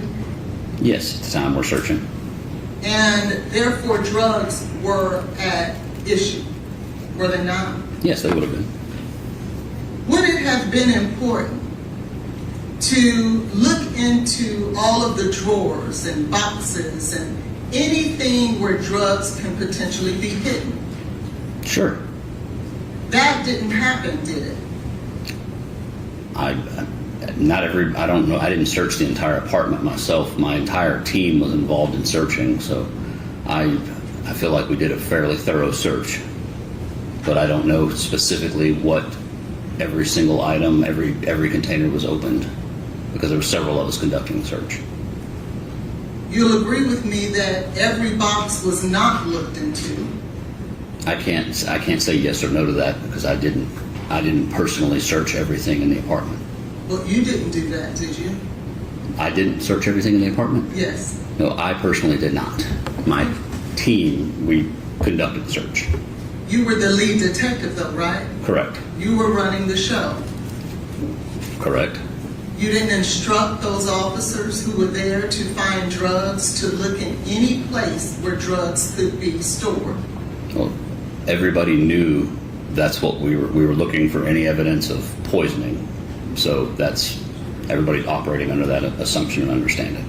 So if you didn't look into every drawer, every box, every container, would that have been an oversight that could have potentially led to more evidence? Potentially, but also potentially not. There was also, if I may, Your Honor.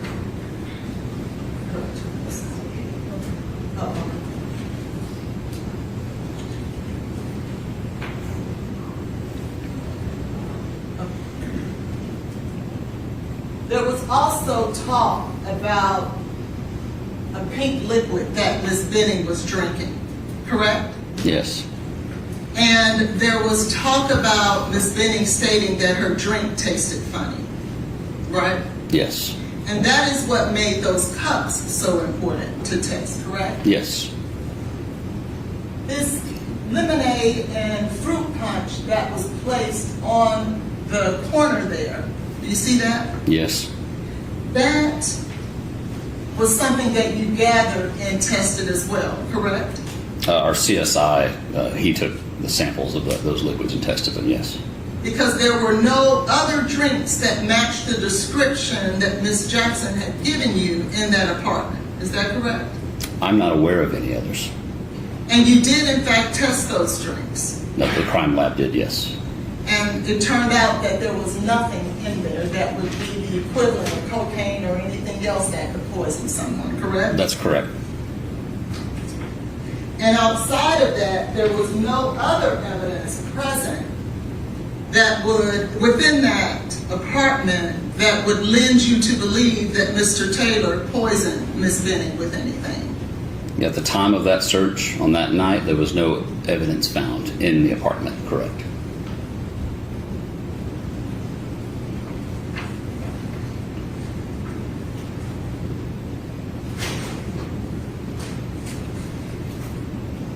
Now, you stated earlier that this investigation was pretty much driven by the search of any type of drug or poison that could have caused Ms. Benning's death, correct? Yes. There was a time, was it not, that you learned that Ms. Benning was involved with drugs? I did learn, I believe, it may have been that night that she would smoke marijuana from, I believe her mother may have told me that, or one of her friends, or if not that night, it was in the following day. And in fact, you learned that she had met with or was in contact with her drug dealer that day, correct? That day? I would have to refer back to the messages that we looked at earlier. I'm not sure that it was that day or the day before. Did you not find evidence that around 9:37 a.m. that she reached out to her drug dealer and asked, my coworker needs half? Well, operating on the assumption that it was that day on the 25th, yes. Yes. And there was no notation as to what the half was for, was it? Well, it was to the weed man. Well, you also learned through other text messages that she stated, I was able to get mushrooms from the guy who sold me weed. A mushroom bar, yes. So he didn't just sell weed, did he? He sold, from what I could tell from the text messages, he would sell mushroom bars and marijuana. Now, because this is a drug investigation, surely you reached out to that individual, didn't you? To Dennie? Yes. No. Why not? I was pursuing the death aspect of the investigation, not the drug investigation against that guy.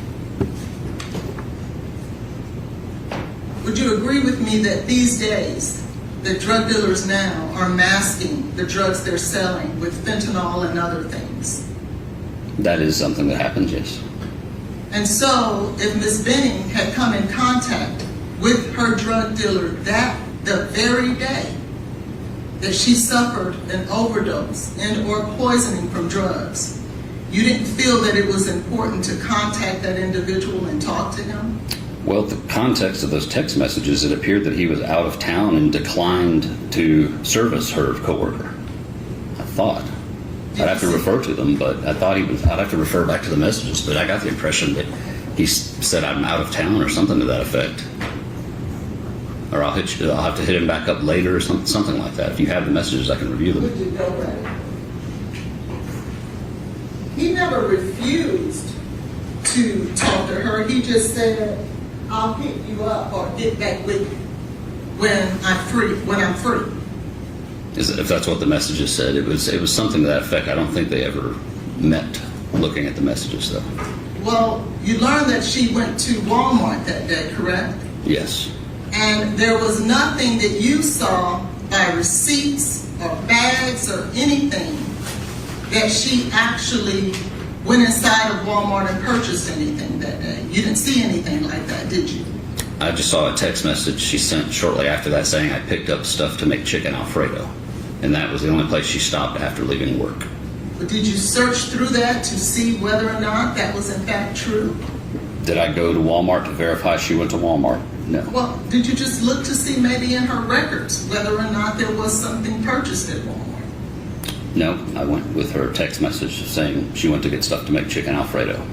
Did you talk to Dennie just to see, hey, did you meet up with this young lady this day to eliminate that possibility? No, I didn't follow up with Danny.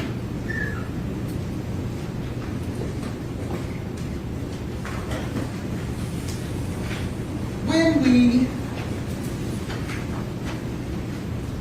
follow a financial crime, we follow the money, don't we?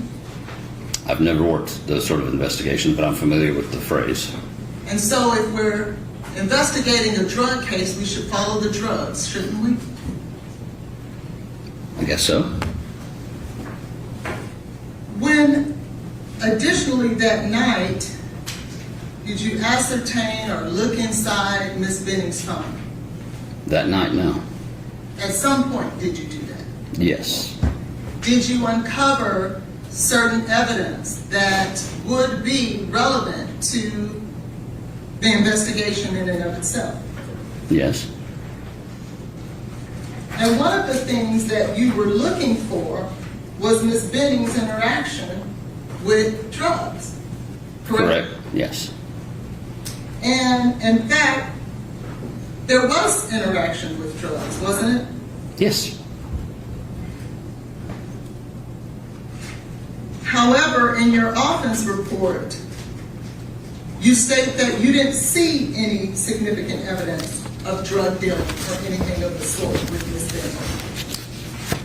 I believe I was trying to preface that with it being after she became pregnant. So, and also another thing to note is I was reviewing her phone ongoing for over a year.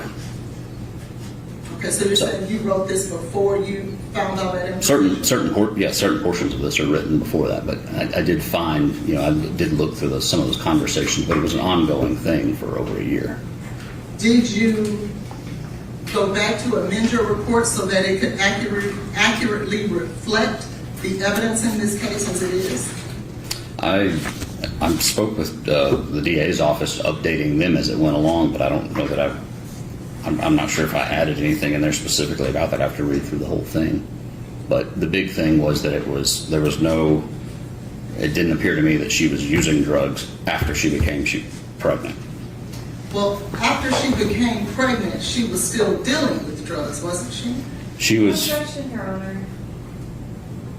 Okay, he's about to answer. He can go ahead.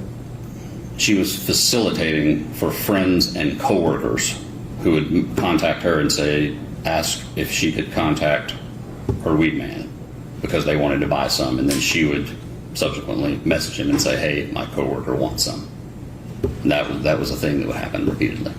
Is it your testimony that she never stated, I need X amount, or I need this, and my coworker needs that, and maybe John needs this? I don't think she necessarily, every time she contacted him, specified it was for a coworker, but it was pretty consistent that there was a coworker asking her for something, and then she would contact him. Well, you'll agree with me that when it was for a coworker, you saw my coworker needs. When it was for an individual that she would put a name to, she would say John needs. And in addition to that, there would be times that she would say, I want, or I need. Isn't that true? I'd have to look at actually review the messages you're speaking about.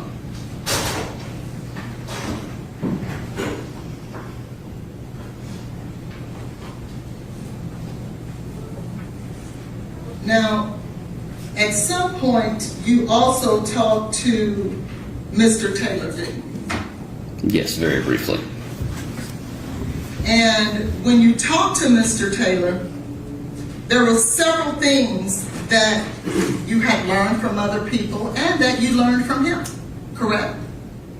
I didn't When I spoke to him, I don't think I really learned anything from him. It was a very brief conversation. Did you learn through your investigation that this was a date night planned by Ms. Benning? Yes, I knew that. And that turned out to be true, correct? Yes, that was correct.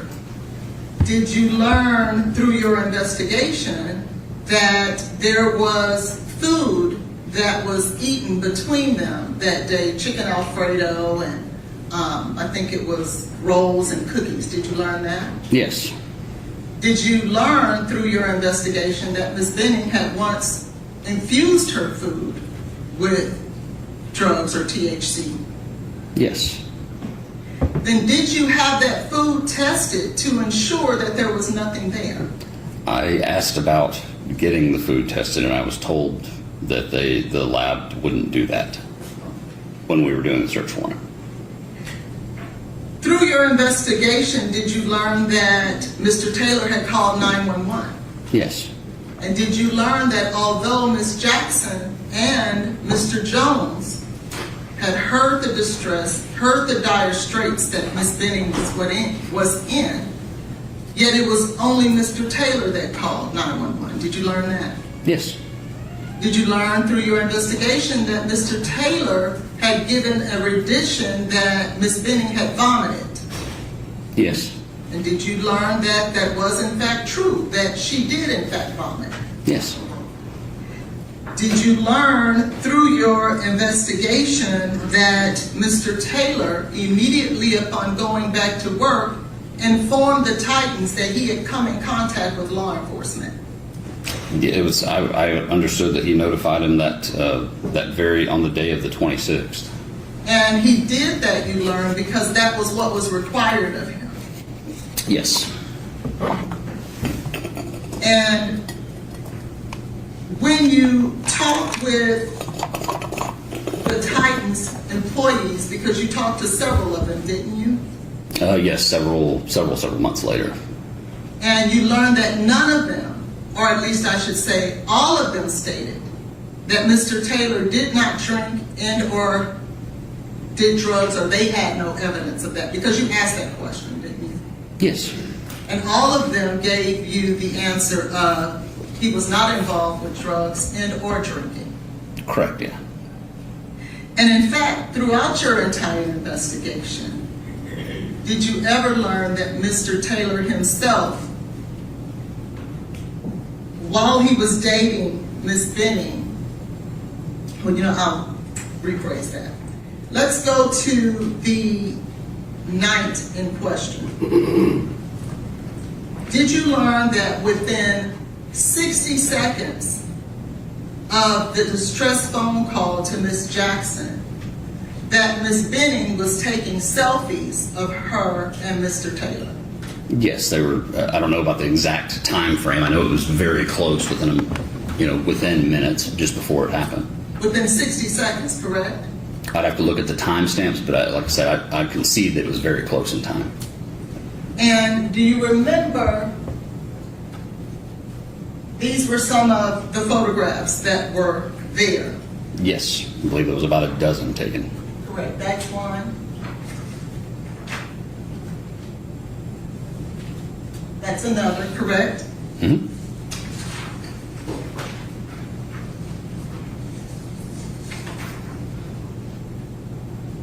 That's another.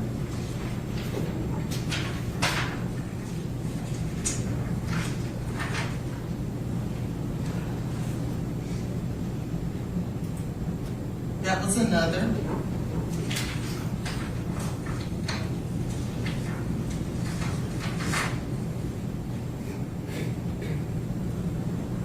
That was another. And so you learn that all of these selfies were taken by Miss Dennie of she and Blaise on their date night. Correct.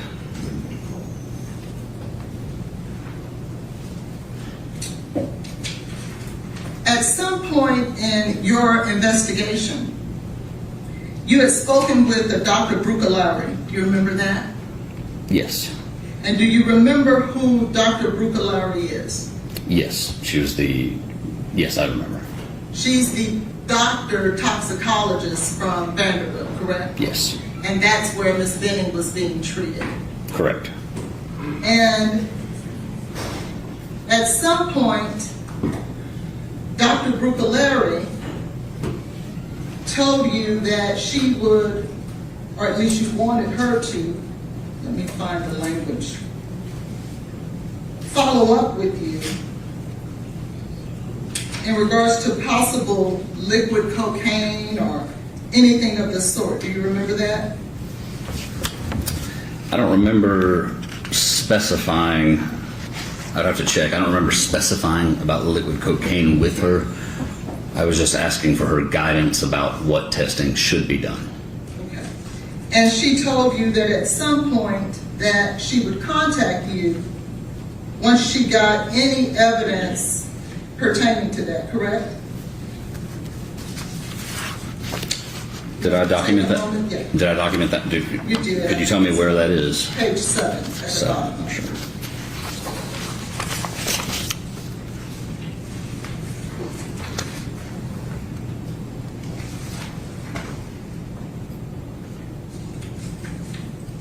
And I may be off the page, but let me find it.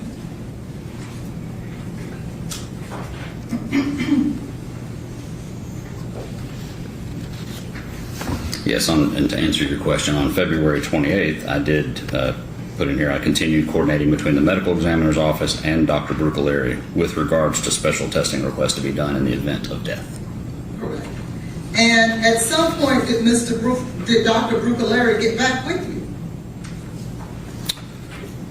We had an ongoing dialogue for several days during this time frame, and it was, like, as I said, I was consulting with Dr. Carney and Dr. Brucaleri. Let's see. So there was continued communication with us.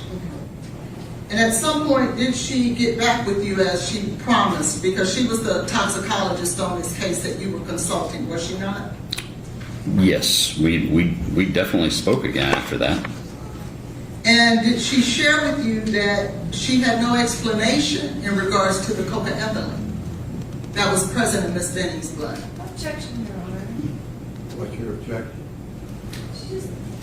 There's no cocoethylene in her blood. Okay, you're asking what someone told him? I'm asking, as a result of his investigation, did he learn Or that? is he relying on what someone told him? Yes, and I'll sustain the objection. who did you consult with in regards to the drugs in Ms. Benning's body? After the point that she physically passed away, I primarily consulted with Dr. Carney. And so you did not consult with the toxicologist that actually was involved in the case from the ongoing at Vanderbilt any further? As I said before, I talked with her again after that, but at the point that Miss Benning did physically pass away, it was essentially Dr. Carney was my primary point of contact, because she too, from us talking, was going to be in contact with the toxicology in the various labs, because And- I don't know how to interpret the lab results the way a physician does, a forensic pathologist. Well, and that same forensic pathologist that you're speaking about did not rule this case a homicide, did she? No, she ruled it undetermined.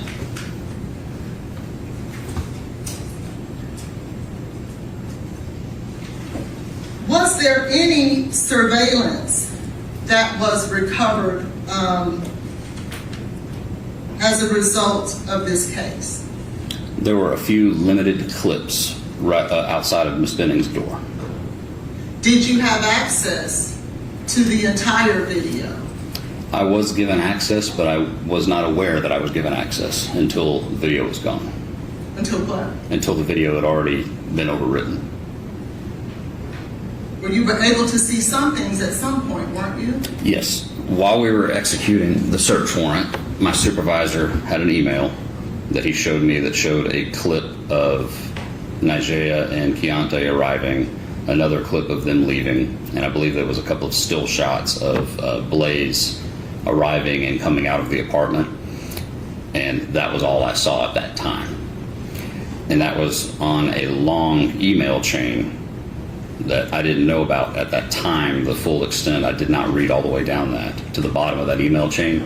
I found out about it much, much later, that the property manager had actually given me access to their camera systems.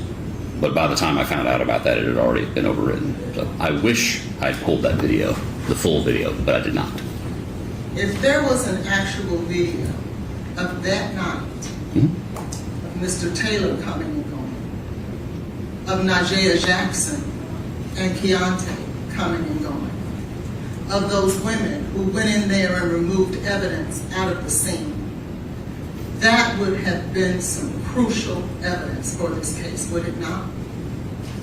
Just the videos of people coming and going from her apartment? Yes. Well, it was consistent with what I had already been told, so I already knew they were coming and going. Well, it could have been Dennie coming and going too, couldn't it? I have no reason to think that. But in a homicide investigation, you didn't secure to ensure that any surveillance was in fact captured. No, I did not. You were also told that the women who went in there and removed crucial evidence was told to do so by Ms. Franklin's son, who's a police officer. I wasn't clear on who the relative was, but I was told a law enforcement officer out of state had advised to do that. Did you check to see if there was in fact a law enforcement officer who instructed 4 women to go into a crime scene and remove evidence without the assistance of the police? I did not follow up with that police officer, no. Would you have thought that that would have been important to find out who instructed them to do that? Because it somewhat contaminated your scene, didn't it? It was my position at the time that that comforter should have been recovered earlier in the night by police with our department, and I didn't feel that their actions were inappropriate given that some other investigators with our department didn't go seize that comforter earlier in the night. Well, let me ask you this. If Mr. Taylor would have gone in there and removed evidence out of the scene, would you feel the same way? Oh, no, not at all.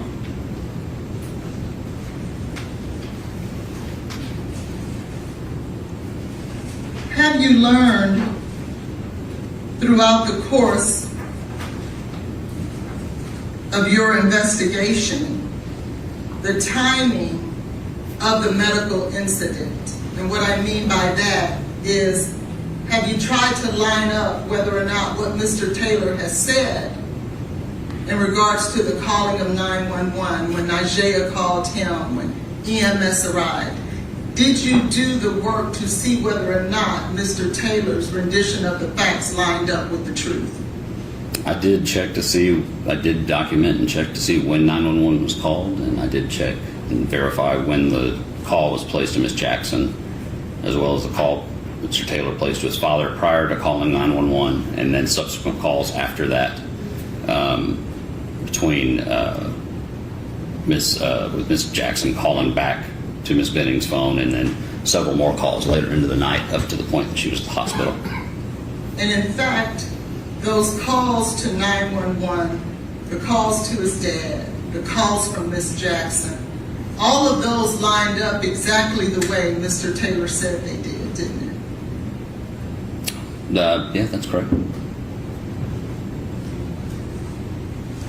When Mr. Taylor arrived at the hospital behind the ambulance, did you learn that any police officer that wanted to speak with him, he spoke with them? I'm aware that some officers spoke with him. I'm not sure if any were turned away, but yes, I'm aware some spoke with him. It appeared that he was speaking to anybody that came to him, from everybody that I'm aware of talking to him. And did you learn that there was nothing inconsistent about what he said to any of them? That's correct. did you learn that he stayed there the entire time until he was told to leave?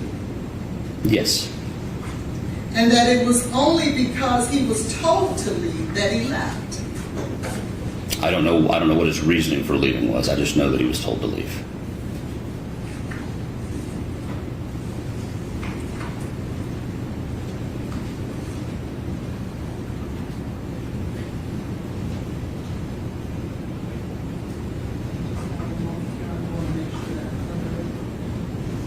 In your investigation,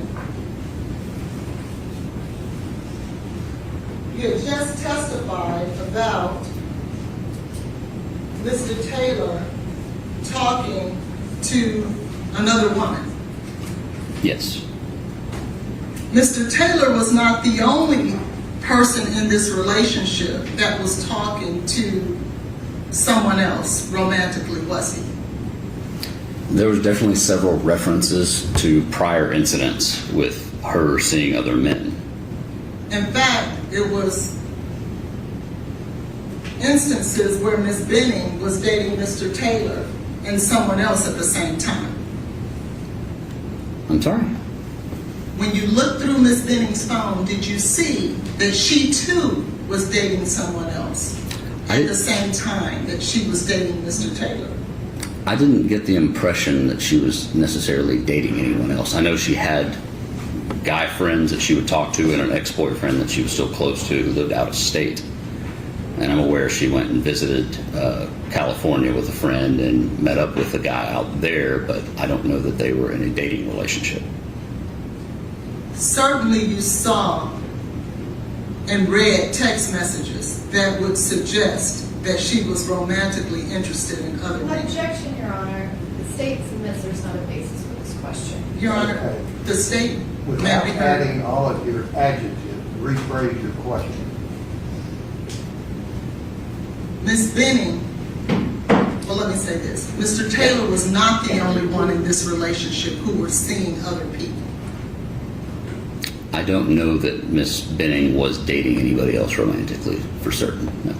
Did you see any romantic text messages and or pictures being sent? Objection, Your Honor. This has been asked and answered. He hasn't. I haven't seen that. Do you know of any?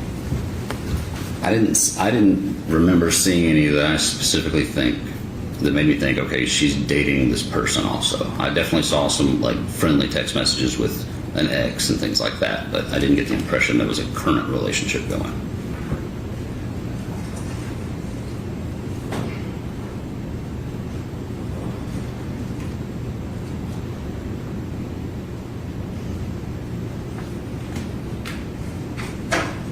I'm not going to disrespect. Excuse me? No. You had to give a declaration in this case, did you not, at some point? What are you talking about? A statement that you had to write in reference to this case. An affidavit. Of search warrants and things of that nature? Yes. Yes, I've written affidavits for search warrants. And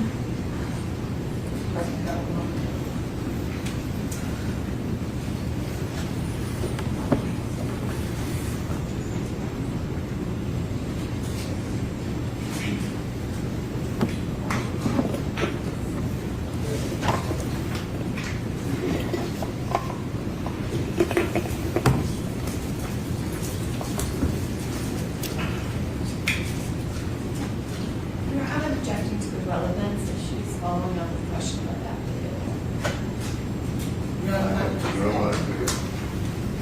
it was the basis, your affidavits were the basis of being able to retrieve devices of Mr. Taylor's, were they not? And I'm objecting to any questions about that. What's your objection? My objection is that it's not relevant. I don't know. The devices that were seized from Mr. Taylor. are What not is relevant. your question? You seized devices from Mr. Taylor. He's answered that. You seized 11 devices. That's already been testified to. You were wanting to ask something about an affidavit. Yes, in regards to the affidavit that you put information about Mr. Taylor in these affidavits, didn't you? Yes. And some of the things that you put in your affidavits weren't in fact true, were they? I would say everything should be true to the best of my knowledge at the time that I wrote it. Now, if there's something that I found out that differs later, but at the time that I drafted those, everything should have been true to the best of my knowledge. Well, Objection, Your Honor, to the relevance. I don't know. It'd be relevant if he's lied. Are you saying he's lied in an affidavit? yes, Your Honor. All right, well, ask him about it. Did you ever say in any affidavit, sir, Objection, Your Honor, it needs to be specific. Any Well, I affidavit. I think she's gonna show us here in a minute and show the witness. thank you.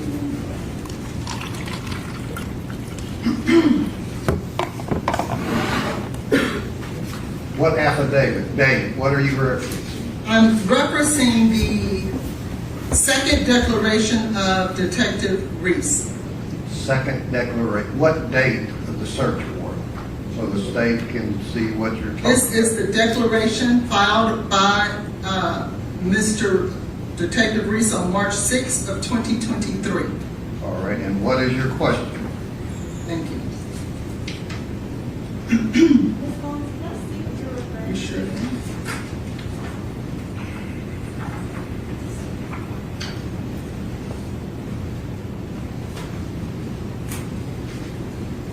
In your declaration, May we approach? All righty. declaration, Your Honor, It's an an affidavit of Detective Reese.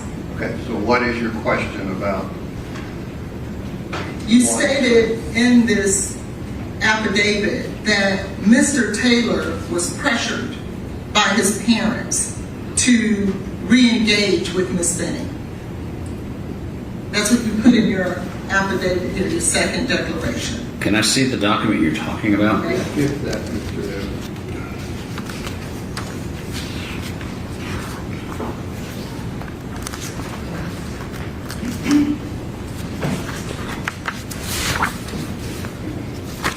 At the top of the page, you've got the right page. And 14, let me see. Let me see.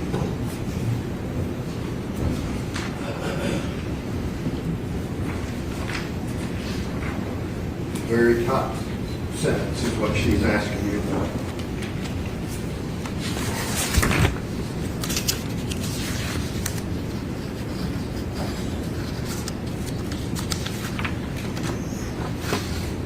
The very top sentence. I know, sir. I was reading the previous. Yes. So, yes, this says Jackson, which is Nigeria Jackson, believed the following end of their relationship. At the following end of the relationship, Taylor was pressured by his parents to resume his relationship with Benning. So you got that information from Ms. Jackson? Yes, as you can tell by the She's asking sentence. you, was that a lie? No, I mean, I think now I don't believe that was the case, but the information given at that time, that was what was believed to be accurate. He says Yes. it's not. Thank you.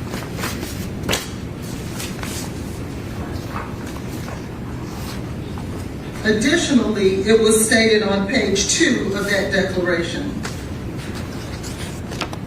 If you go to paragraph 8, line 3,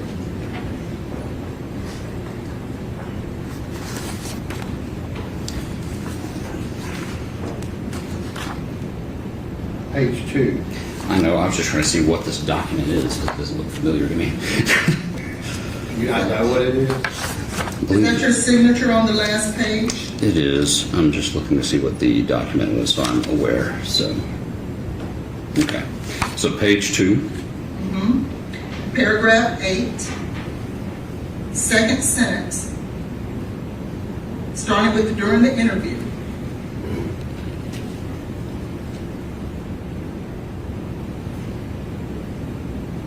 Okay. Now, you represent here that Ms. Benning invited Ms. Jackson and her guy friend over to eat. That wasn't true, was it?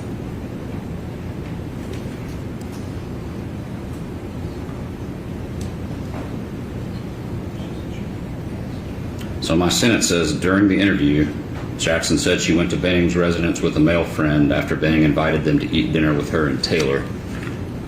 And I know from her text messages, Isaiah referenced wanting to get a plate, and Jade was inviting to her. I don't know if she said, I don't know the exact verbiage she used, but she was receptive to them coming to get a plate. But it was actually Ms. Jackson who asked Ms. Benning if she could come get a plate and if Keontae could get a plate too, correct? I don't remember the exact wording, but it seemed to be a mutual friendly invitation, sort of, you know, you're welcome to come by sort of thing to me when I read it.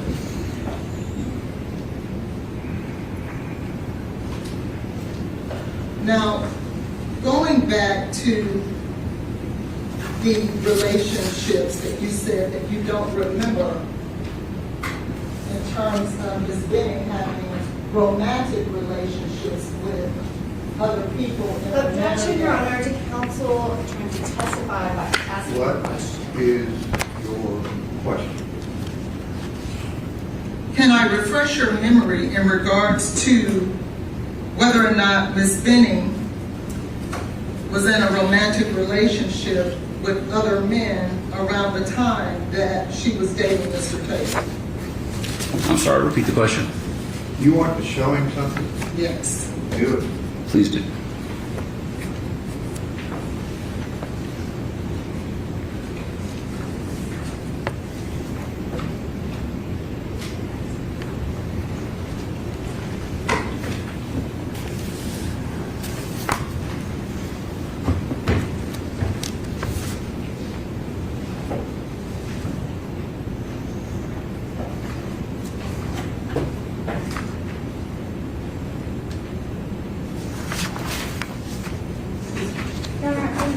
Objecting to the question asked by counsel. The text messages she submitted are not during the time frame of this incident.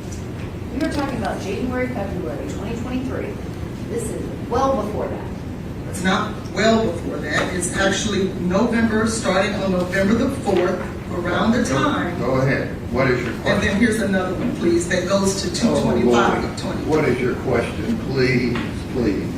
Wasn't Ms. Benning involved with other men? Having looked at that, does that change, was Ms. Benning, from your perspective, involved with other men? I don't know who these messages are between. I don't know the other person on this. On this particular chain here. So then you're stating then that you have no knowledge, although you've gone through Ms. Benning's phone, of her dating other men besides Mr. Taylor around the time that she was dating Mr. Taylor. Is that your testimony? Let's see here. So looking at this, this text thread begins about a week after it appeared that their relationship was coming to an end, or around the same time their relationship was coming to an end. But yeah, they're definitely flirtatious in nature, I would agree. They're a little bit more than flirtatious in nature, would you agree? I would say they're flirtatious. When Mr. Taylor relocated to Utah, he didn't just up and leave and go to Utah, did he? No, it was several months after this, I believe. I don't know the exact date he moved, but I know he got a new job out there. And in fact, before he even left to go to Utah, he reached out to you through his attorney, did he not? I don't recall ever being contacted by his attorney. You don't recall Ms. Riddle contacting you, letting you know and asking if it was okay and to leave the phone number of Mr. Taylor so that if you needed him, you could contact him? I don't recall that. I recall calling her at one point to ask her a question. Did you call her in regards to Mr. Taylor? Yes. And did she answer your questions? Oh, I just was asking I was asking something about whether they were still representing him because he was no longer employed with the Titans, and she said yes. And I think I asked her something about the their defense investigator. And in fact, you learned that Ms. Jackson was worried because that investigator was reaching out to Your her. Honor, to the hearsay? I'll sustain the objection. Well, isn't it true that when you arrested Mr. Taylor, he reminded you, hey, I reached out to you and told you you could have just called me and I would have turned myself in. You remember that conversation?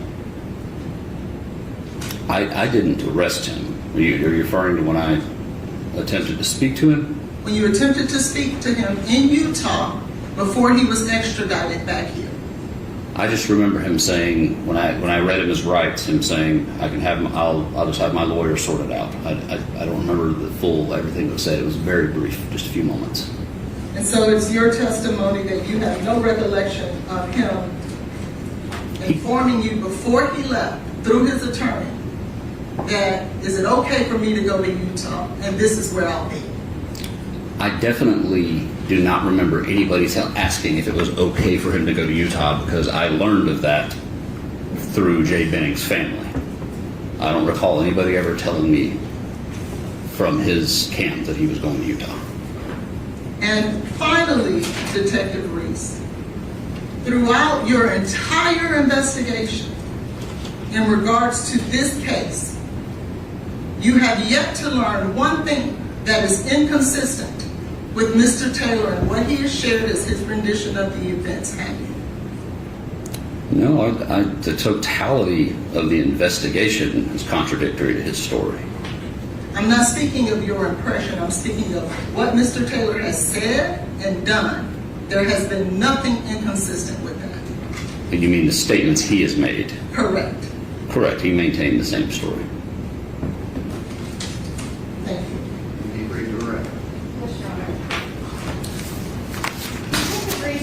Messages that were just handed to you that would infer that Ms. Benning was dating someone else, these all precede January of 2023. Is that correct? Yes, they do. And it is during the time when she is not even seeing Mr. Taylor. Is that correct? The timestamp on the first page they sent me is on September 30th. And then there's a few more messages throughout October. And then there's one on November 3rd, 4th. Again, she didn't ask you for the dates. She just asked, was it during the time frame they were It was not during the time frame that Mr. Taylor reconnected with Ms. Benning Correct. at the beginning of He said 2023. correct. Correct. Yes. And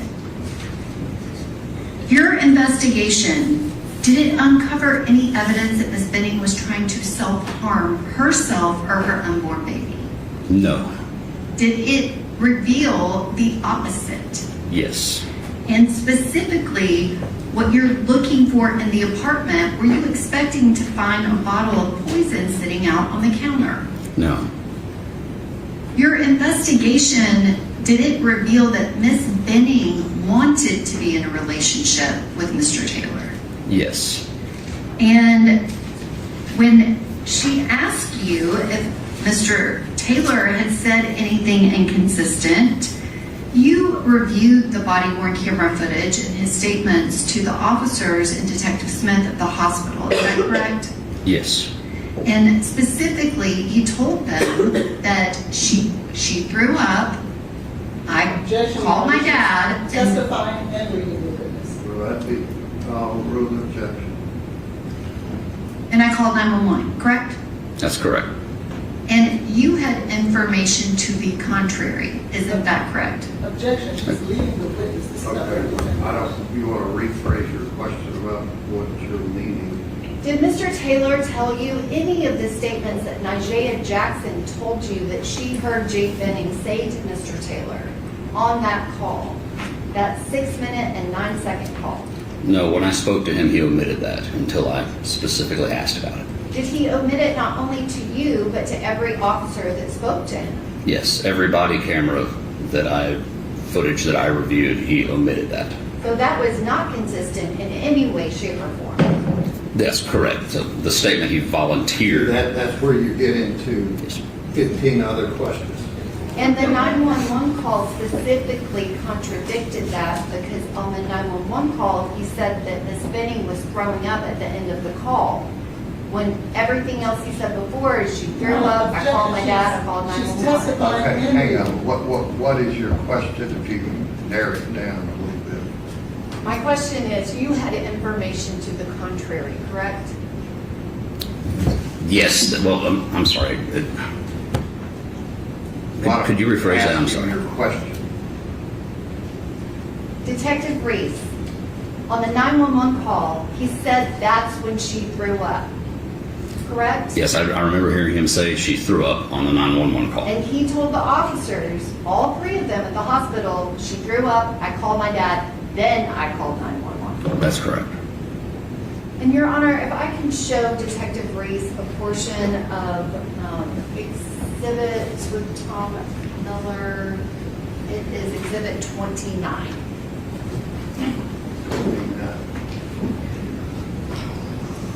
This is that 6 minute Oh, and you 9 got it up? Okay. 6 minute and 9 second call that Miss Benning calls Nigel Jackson. It ends at 9:35:36, and the 911 call is placed at 9:38:58. Correct. The next page in this exhibit, can you describe what is shown here? On that line number 427, that was a phone call placed from Mr. Taylor's phone to a number that I determined belonged to his father for a duration of about 30 seconds. And can you point to the line item and read out the last 4 digits of the phone number that Mr. Taylor's phone called? 6766. And can you read out the specific time that that call was placed? 9:38, which is 21:38.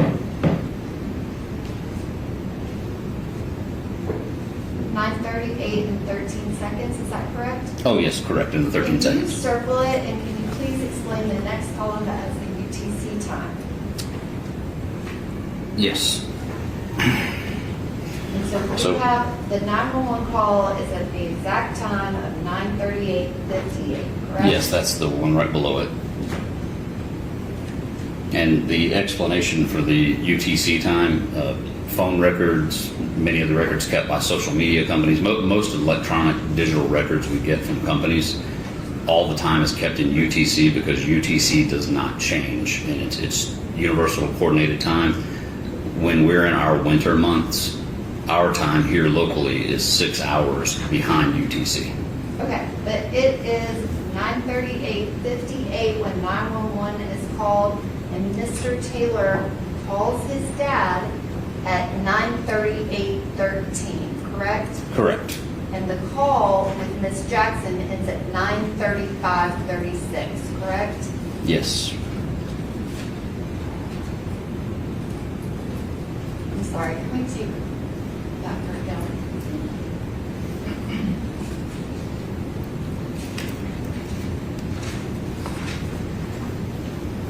Detective Reese, you were asked about different types of drugs and your conversations with the toxicologist.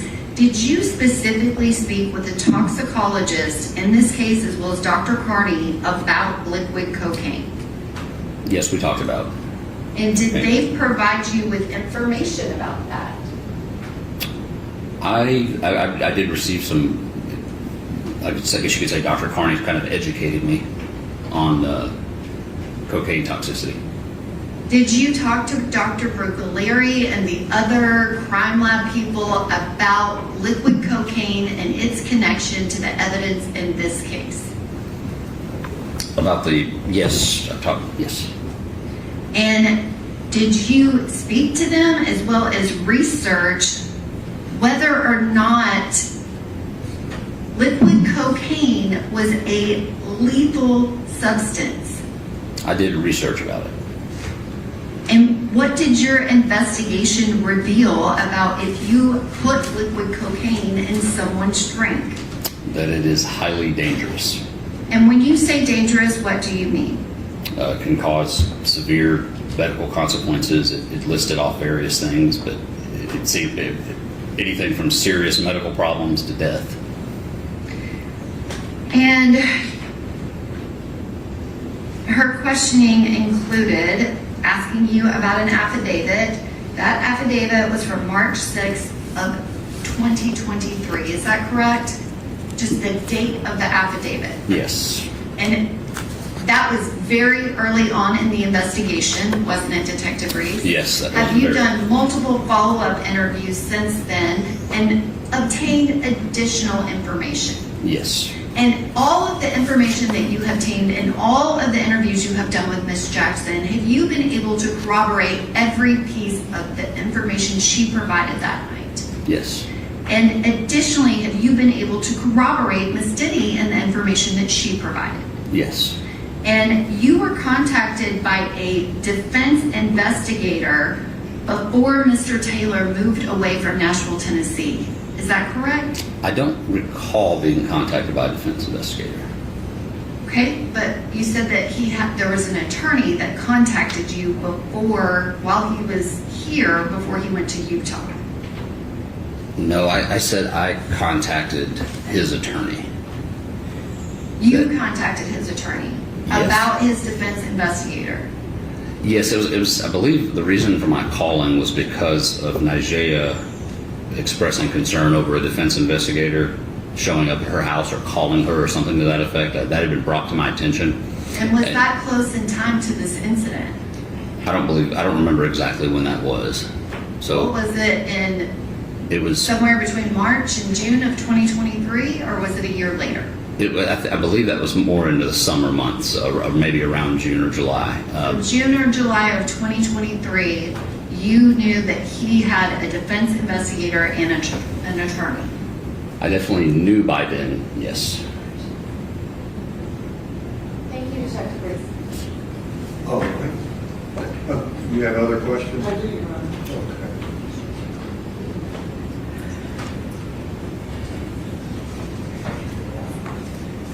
There was some talk on redirect What is about your question? the timing.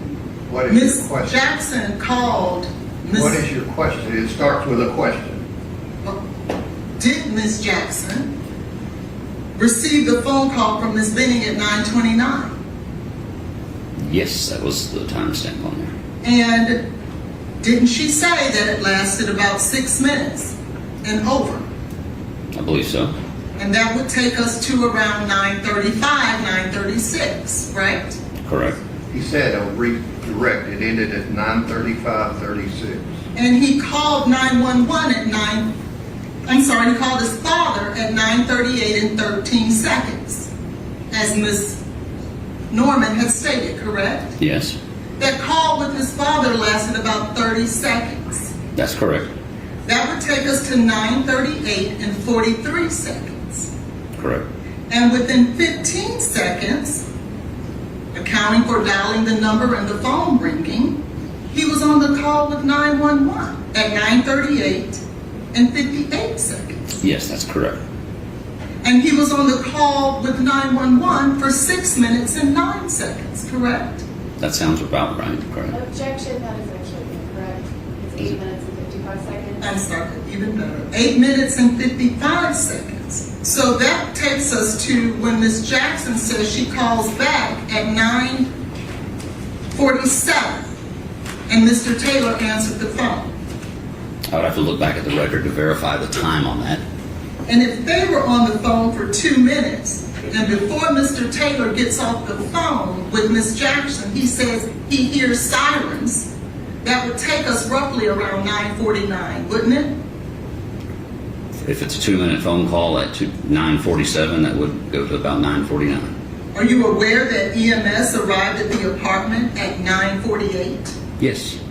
And wouldn't that be consistent with Mr. Taylor telling Ms. Jackson, I think I hear EMS? Did he? I believe he told Miss Jackson. I thought it was the 911 operator. He told him that as well, didn't he? Was he on the phone with her at the same time?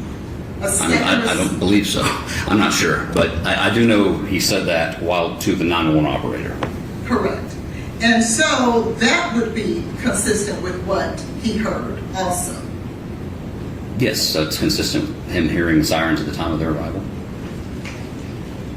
And in regards to the quote-unquote liquid cocaine, you have not found in all the devices or anything that you looked for on February 25th of the 11 devices that you saw that Mr. Taylor had in his possession on February 25th of 2023, any connection with Mr. Taylor and liquid cocaine or any drugs on that day, do you? I didn't search any of his devices. I searched the iCloud. This is iCloud connecting to his devices? Yes. And you didn't see anything, did you? Not in the iCloud, no. Thank you. Anything else?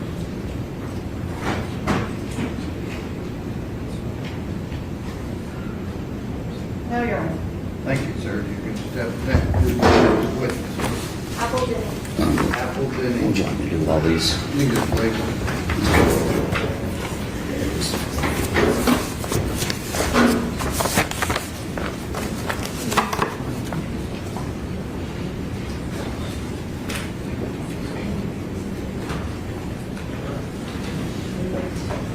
Judge, may we approach before I begin? Okay.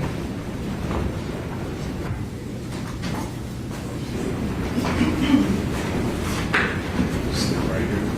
Right here. Do you swear the testimony you're about to give to be the truth?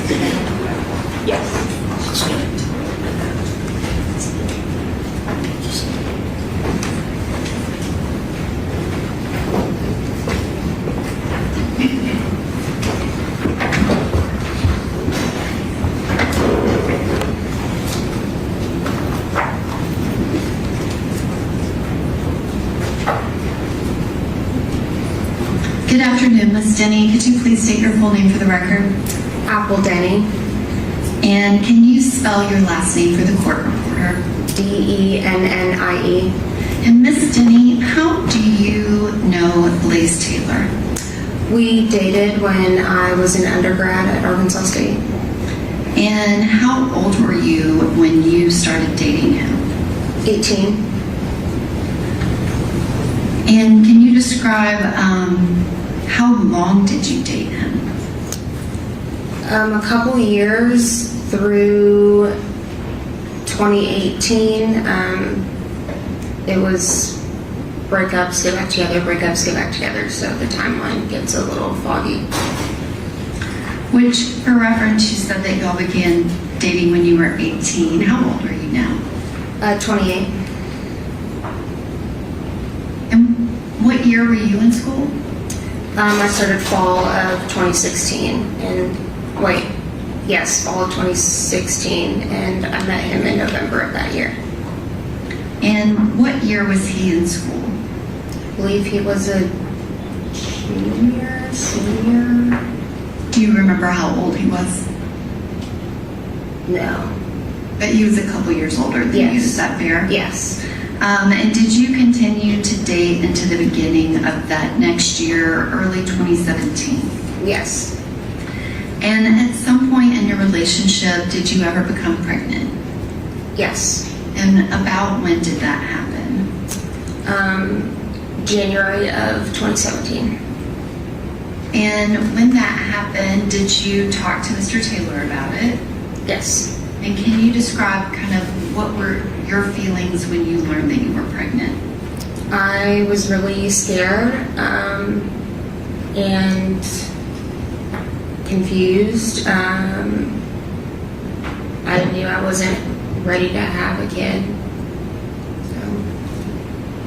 Was that your reaction kind of from the beginning, and did it stay that way?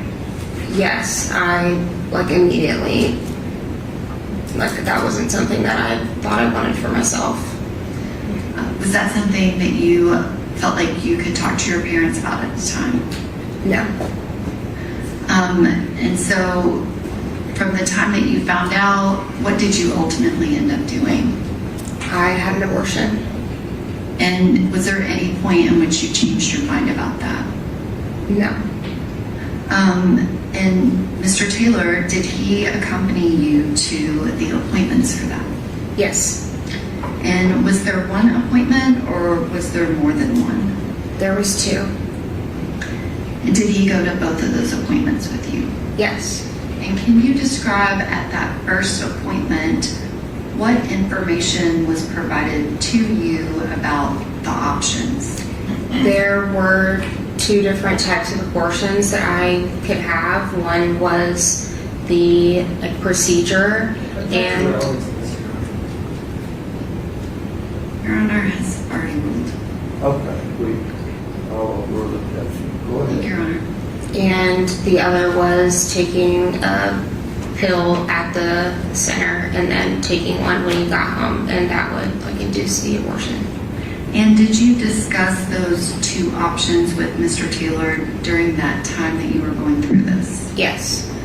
And which option did you ultimately choose? I had the procedure at the facility. And did he accompany you to that visit? Yes.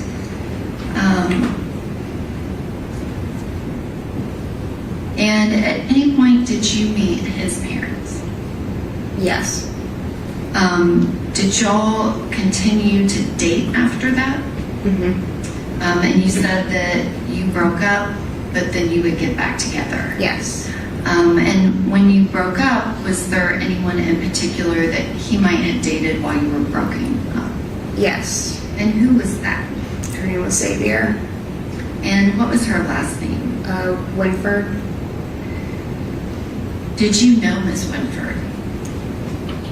Yes, and not like personally, but I knew her through him, and we had a few interactions. And can you describe what was your understanding of his relationship with her? Someone that he dated before he met me, or didn't date. He said they were never together, that he would never bring her home to his parents, and that she was crazy, and that I needed to block her, and it was kind of that situation. And at some point, did he come to you and talk to you about something that happened with her? Yes. And what was it that he came to tell you about? That he got her pregnant. And what was the time frame that this occurred? This was the summer of 2017. And what was his demeanor like when he came to you to tell you about this? Very erratic. He was upset, didn't want to have a baby with her. That's what he was telling me, that this was something that he couldn't do. Was that a different reaction than he had when you told him you were pregnant, but you did not want to keep the baby? Yes, it was flipped. Like how I was panicked the first time around, and he was freaking out when it was her. And when you say he was freaking out, how did he act when he was panicked? Really erratic, and but then he would say he could control the situation. It went on for a few days of us talking about it, but that night he was trying to figure out if there was something that he could do. He was Googling things, so he was looking stuff up to figure out how she, if there was something he could do to make her have an abortion, and asked me if I could get the abortion pills and he could make her take them or put it in her drink. And so you talked to him over a period of a couple of days, is that correct? Yes. And what was he telling you? I mean, he's telling you that he's trying to figure out something that he can give her. Yeah. Was she wanting to have an abortion based on what he said? No, he said she would go back and forth, and he would tell her, well, I'm not gonna be a part of the child's life, thinking that would convince her to not have it, because that's ultimately what he said she wanted. And then they would just go back and forth about it, and then someday he would say, I think she's gonna do it, and I think she's not gonna do it, but she didn't want to. And you said that he was telling her he would be a part of the child's life, was he also saying, like, not part of her life? Yeah, like he wouldn't have anything to do with her if she went forward with it. Kind of like an ultimatum. Yeah. And he asked you if you could get the abortion pill for him so that he could make her take it and put it in her drink. Is that right? Yes. Okay, she says acknowledging what the Lord said. Go ahead. Did you do that? Did I get the pill? Yes. No. Was that even, not saying that you would agree to do that, but is that even possible? No. And did you explain that to him? Yes. And you said that it went over a couple of days. Did he talk about anything else that he might be able to get to put in her drink? Objection. Okay, I don't know what the judge would mention. She was just asking, did he? Yes. And the things that he was mentioning, how did he get the information? He said he was looking stuff up on his phone. I couldn't like see what he was looking at, but he like had his phone in his hand. And I guess what, if anything, else did you discuss with him about Miss Winford and Miss Winford getting an abortion? He had asked me to make the appointment and said that he thinks that he could convince her by the time the appointment came to get the abortion. And what would be the reason that he would need you to call to make the appointment? Because she wouldn't call herself, but he wanted to go ahead and get an appointment set. Is there a waiting time? Sorry? Was there going to be a delay from the time you called to when the appointment would actually be scheduled? Can you rephrase that? Sorry. You said that he wanted you to schedule the appointment Yeah. because he thought he could convince her to do it and didn't want her to change her mind. Yeah. I'm asking if there was going to be like a time period. Yes. And he didn't want, like, they were booked, so he didn't want her to finally decide to and then not be able to get it. And did you agree and call and schedule that appointment? Yes. And did you pretend to be her? Yes. And do you know if she went to the appointment that you scheduled? Yes. I assume it was that appointment. And you said you assume. I guess, do you know what ultimately happened with that pregnancy? Yes, that she had an abortion. That's what I was told. And do you know, did Mr. Taylor continue to see Ms. Winford after that time frame? That would have been summer of 2017. Yes. And do you have any knowledge if he's continued to see her since then? Yes, I have assumed so. Objection. No basis for that. She's personal. Okay, I'll strike that if she just thinks so. Do you have any knowledge about that? I saw a post of her at a game, Objection. and I was. Okay, hang on just a second. You carry me first.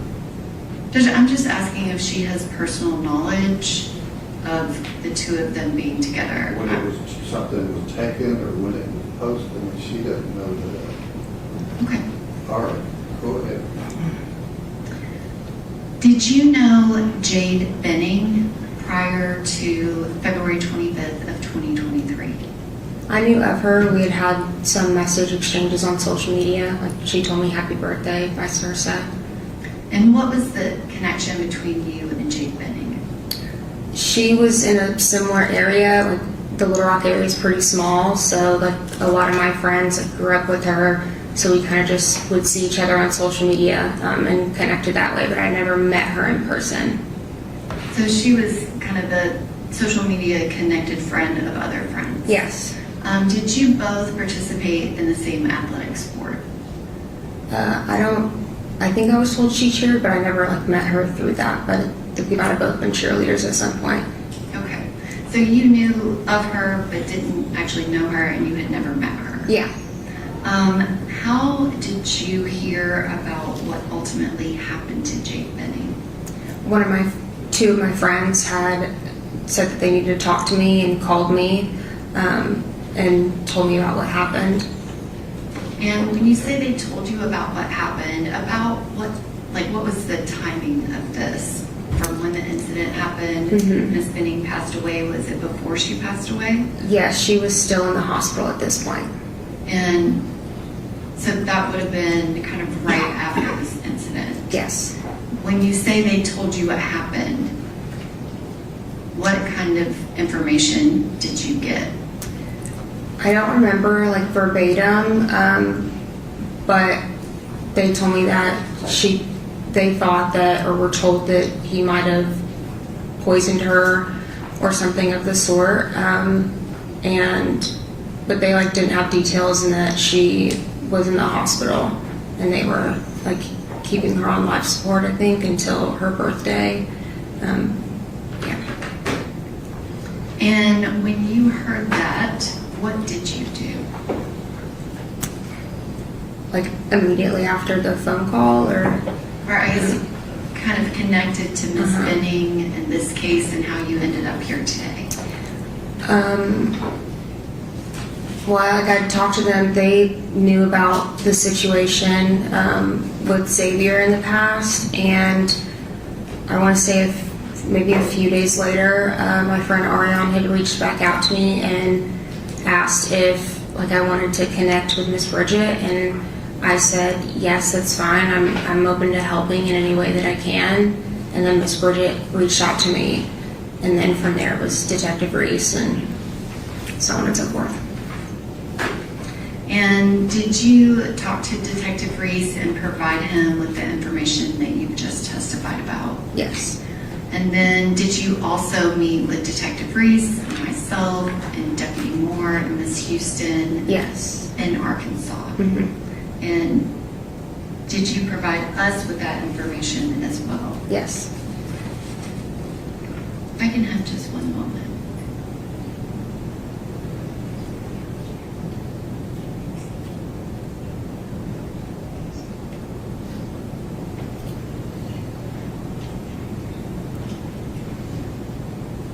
And I'm sorry, Miss Dennie, I feel like you said that they told you about Jade. When they told you about Jade, what was your understanding of what her condition was? That she was pregnant, and you mean like her physical state, or just the fact that she was pregnant? The information that you got from the friends was that she was pregnant, and yes, there was suspicion. And something happened to her, and they were thinking that it was Blaise, and that she was in the hospital after that. And do you see Mr. Taylor in the courtroom? Yes. And could you point him out and identify him? Thank you, Ms. Dennie. Other questions you have for the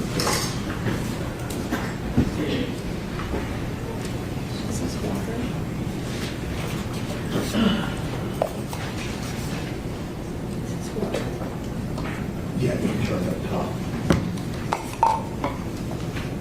There you go.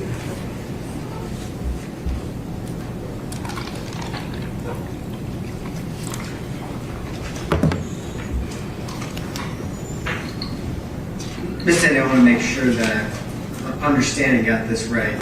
So you never put anything in anyone's drink, right? No. You never went and got an abortion pill on behalf of Mr. Taylor? No. You never got any kind of other substance from Mr. Taylor? No. You never got any cocaine? No. Never got any fentanyl? No. You guys never slipped anything in anybody's drink? No. You never saw Mr. Taylor do that either, right? No.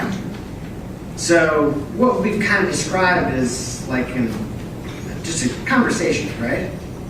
Yes. Conversation while Mr. Taylor was, as you described him, like erratic. Yes. He was panicked, I think was the word he used, and maybe that was my word, I'm sorry, but was panic a right word? Yeah. And while he's erratic, panicked, you guys are having this conversation, and he's talking about this kind of stuff? Yeah. But it wasn't something that you ever actually acted on? No. It wasn't something that he ever actually acted on? No. Okay. And just so I got the time right, so we're talking, you started school in 2016? The fall of 2016, yes. Fall of 2016. And you met Mr. Taylor, and start dating maybe the middle of that first year of your school? We met in November, yeah. Things evolved from there. Okay, so you met at the beginning of the year, is that right? We met in November of the fall of 2016, Okay. and then continued on from there. And your kind of pregnancy situation, which I know is difficult to talk about, that happened more like the middle of the year, is that right? That was in January of 2017. Which would still be your freshman year of college. Yes. Right? And you're still just 18, 19 years old? Yes. Just very young, right? Yes. And that's a very difficult thing for someone who's that young to deal with, isn't it? Yes. And during that situation, at least initially, Mr. Taylor was maybe on board with keeping the baby, wasn't he? Yes. And in fact, ultimately it was your choice, right? Yes. And you made the choice, and Mr. Taylor was supportive of that choice, wasn't he? Yes. He went with you to the appointments, right? Mm-hmm. And he did whatever needed to be done, right? Yes. And then, whatever happens with your relationship, this thing with Miss Winford comes up. Is that right? Yes. And he has a reaction to it. Is that fair? Yes. And it was a pretty extreme reaction, right? Yes. I mean, and at that age, are you still 18 or are you 19 by that time? I'm 19. 19. He's maybe 20? No, he might have been 21. I think he's a couple years older than me, but I don't remember how old he is. Okay, so maybe he's 21, right? Mm-hmm. You're both still in college, right? Is he playing sports in college at that time? Yes. And you're a cheerleader? Yes. Right? So you guys are both busy with your lives in college, Yes. right? And this pregnancy was a scary thing for him, right? Mine? Or Xavier's. Yes. And he confided in you in a way that he was really terrified, right? Yes. So that conversation, the words that I wrote down is the conversation you had where he's asking you about getting an abortion pill, where that night, was there something we could do? So that was the first night that he finds out about it, right? It might have been the first night. I'm not 100% sure if it was that very first night or the second night. But I know it was shortly after, like, this was unfolding and he found out. Sure, really a quick, immediate reaction right after he finds out, right? Yes. And so he's talking about these kind of crazy things like, can you go get an abortion pill, right? Yes. And this says something else crazy like, is there something we can put in her drink, right? Yes. That's what you're saying. And then that was kind of the end of it. Like, you have a couple crazy conversations and there's no more, right? That I remember, yeah. Okay. And certainly this, I mean, you're here 10 years later talking about it. You might have, if you had done something, if someone had acted on it, if it had been a big deal, this would have been kind of seared into your brain, right? Yeah, I suppose so. Okay. You're doing your best here to give us your recollection, right? Yes. You guys were so young at that time, right? Yes. And that was at least 6-7 years before 2023. Mm-hmm. Long before that. Okay. Thank you, Mr. Right.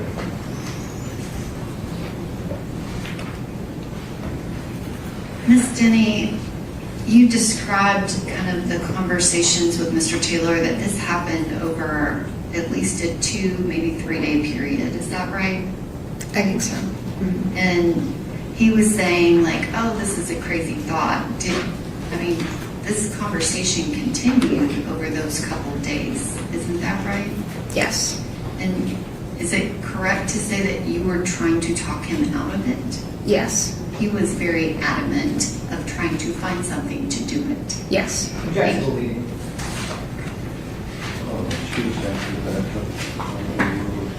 Any other questions? No. Okay. Thank you. We can step down and be excused.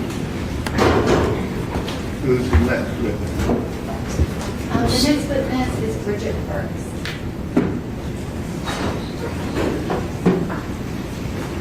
Bridget Burks.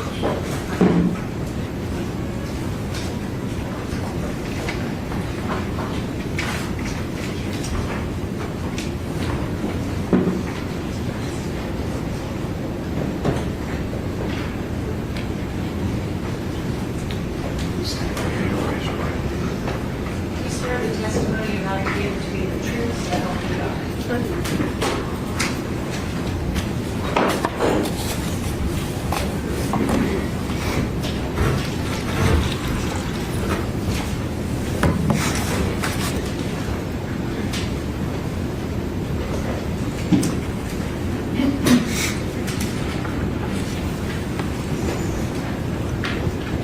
Good afternoon, Ms. Burks.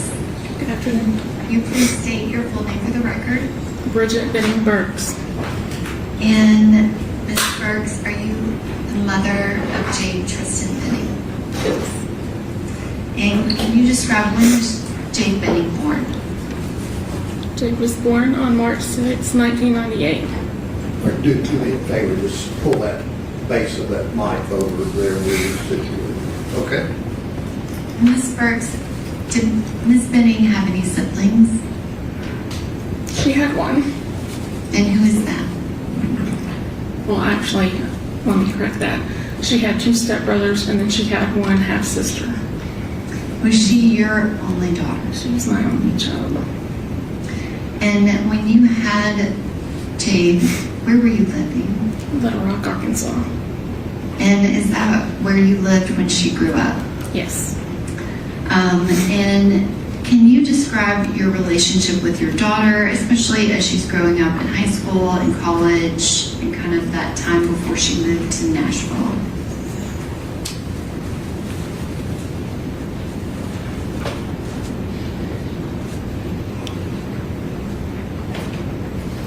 It was my life.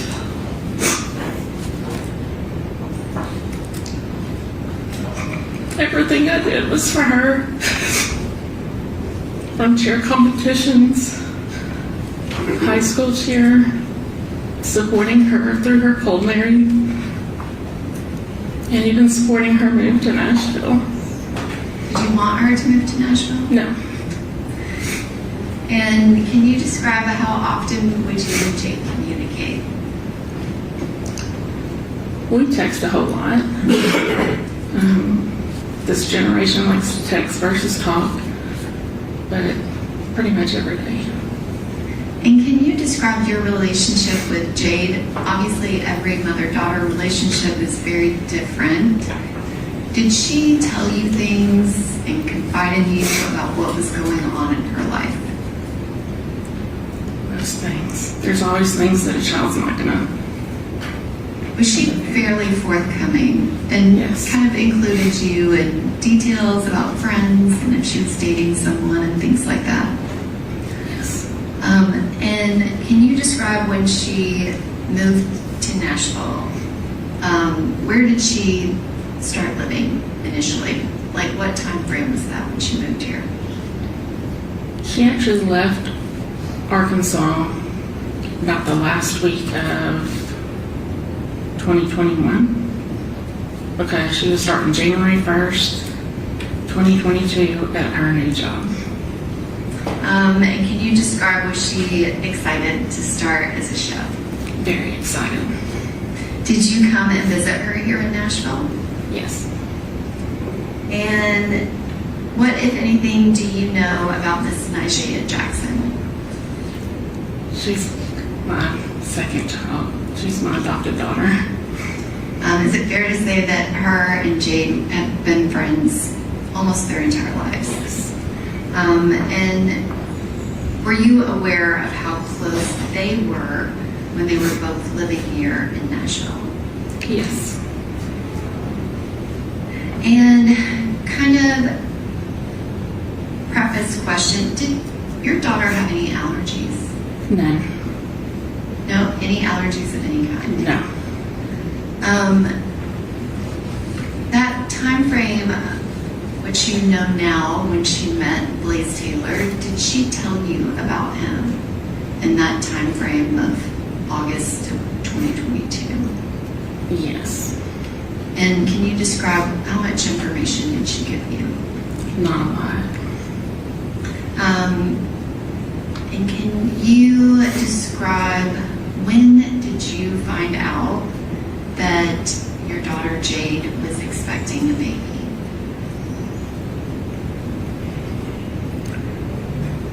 I believe it was November 3rd or 4th when I'm not exactly sure the exact date, but it was right after she found out. So within 24 hours of that first ultrasound that Ms. Jackson and her went to. And can you describe, how did she tell you?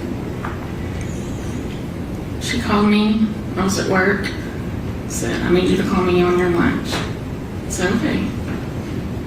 Then I took my lunch, went outside, I called her, she said, hold on, I gotta send you a picture I need you to look at. So while I'm on the phone with her, she sends the picture of the pregnancy test. And what was your reaction? Shock. I said, wow, is this yours? And she said, yep. I said, I guess we're having a baby. And can you describe what was your daughter's reaction?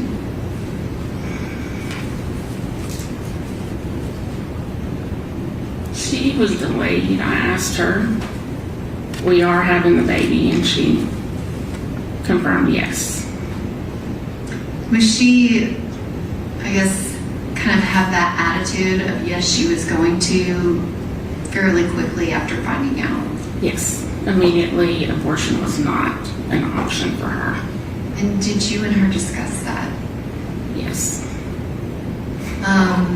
What, if anything, did she tell you about the father of the baby when she told you she was pregnant? When she told me, she had not told him yet. And did you guys discuss kind of that process of her telling him? Very vaguely, because she was working, and I mean, she just said she was going to tell him. And did she contact you and let you know what happened? I texted her because I work days, she worked nights, and asked, how did it go? And she said, not good. And did you continue to communicate with her about kind of what was going on with her pregnancy, as well as if she was having any contact with him? Yes. When she told me that he did not want the baby, then that's when they quit communicating. And when you say she told you he did not want the baby, what did she say? That he wanted her to have an abortion. Did he kind of give her, I guess, did she feel like she had some choice, or was that a definitive? If she had the baby, he wanted nothing to do with the baby. He didn't want it to have his name. He didn't want the child to ever know who he was, is what she told me. And after that was, I guess, his decision, what did Jade do? Did that change her mind at all about having her baby?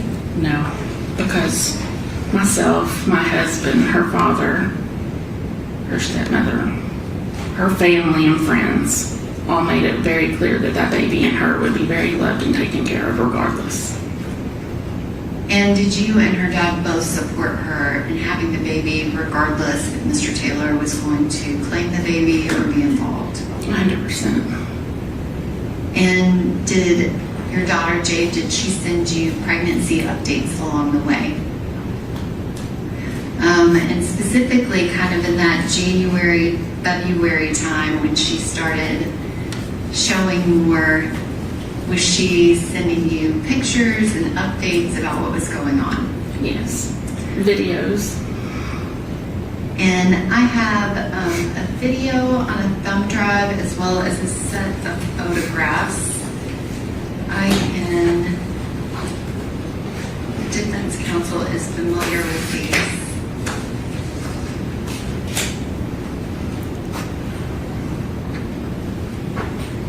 What is it you need? Oh, I'm sorry, if the witness can be handed a set of 9 photographs, and I have a video that I'll put on a thumb drive, and I have it all ready to submit. Okay.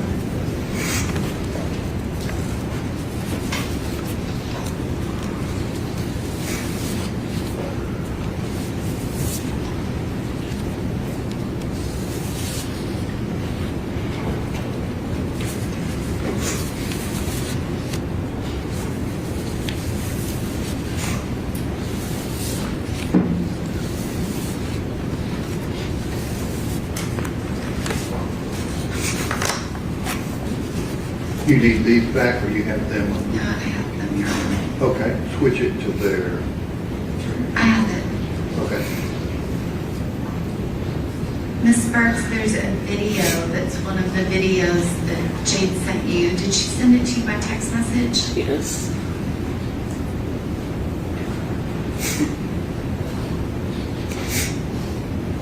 In the video, she's saying 19 weeks.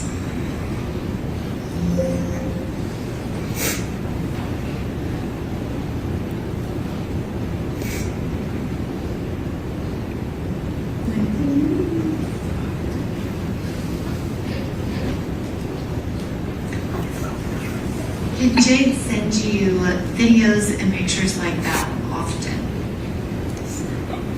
And when I say often, I mean almost at least every week, if not multiple times a week. Yes. And can you describe what all was she doing to prepare to have the baby in that kind of January, February, those last few weeks? We spent a lot of time texting, looking at Facebook Marketplace, making purchases. She would make purchases here in Nashville, and I was doing the same in Little Rock.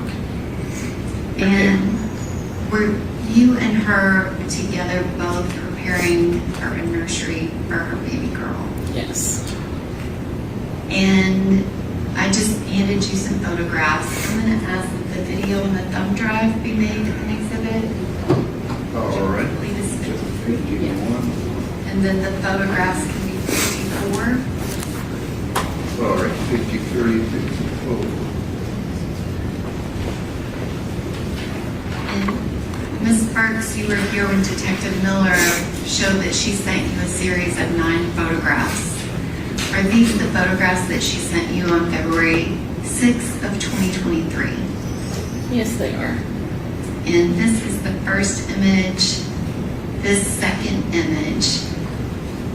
Did you recognize where she was in this picture? In her kitchen. And specifically, there is a camera to the left of the stove. Were you familiar with that camera? Yes, I purchased it for her. And were you aware, is that where she typically kept that camera? Yes. And this next image is 3. Is that another picture that she took that day? Correct. And the next image is number 4. And then this photograph is number 5. Can you describe what's in it? Her with the ultrasound. And had she just found out that she was having a baby girl? Yes. And this next picture, do you recognize that picture specifically? Yes. And was that a picture that she kind of kept? And this next photograph, can you describe what's in that one? She's holding ultrasound and some Ben & Jerry's half-baked ice cream. And she was about halfway through her Correct. pregnancy. And then this last photograph, Just holding the Ben & Jerry's half-baked ice cream. and then this last one is kind of a collage pic that she sent you of multiple things. Is that right? Correct. That time frame right then when she was sending you those photographs, she had just had the appointment about the gender, and was there something going on with her pregnancy where she was going to have some more appointments that week? Yes, when they did the ultrasound, they spotted something on the heart, and so they wanted to do some testing to make sure the baby did not have any kind of Down syndrome or anything else wrong with it. When you talked to your daughter about that, was she upset about it, or was that a huge concern for her? Of course she was nervous, but stayed very positive. We And- both were positive. And did she find out soon after that everything was fine? Yes. Those pictures that she took, which she took a lot of pictures that day in the kitchen, I guess, were you aware of her social media? Did you guys communicate on social media sometimes? Yes. With Instagram and other platforms? Yes. Did she post any of those pregnancy photos to her social media? No. And do you know why?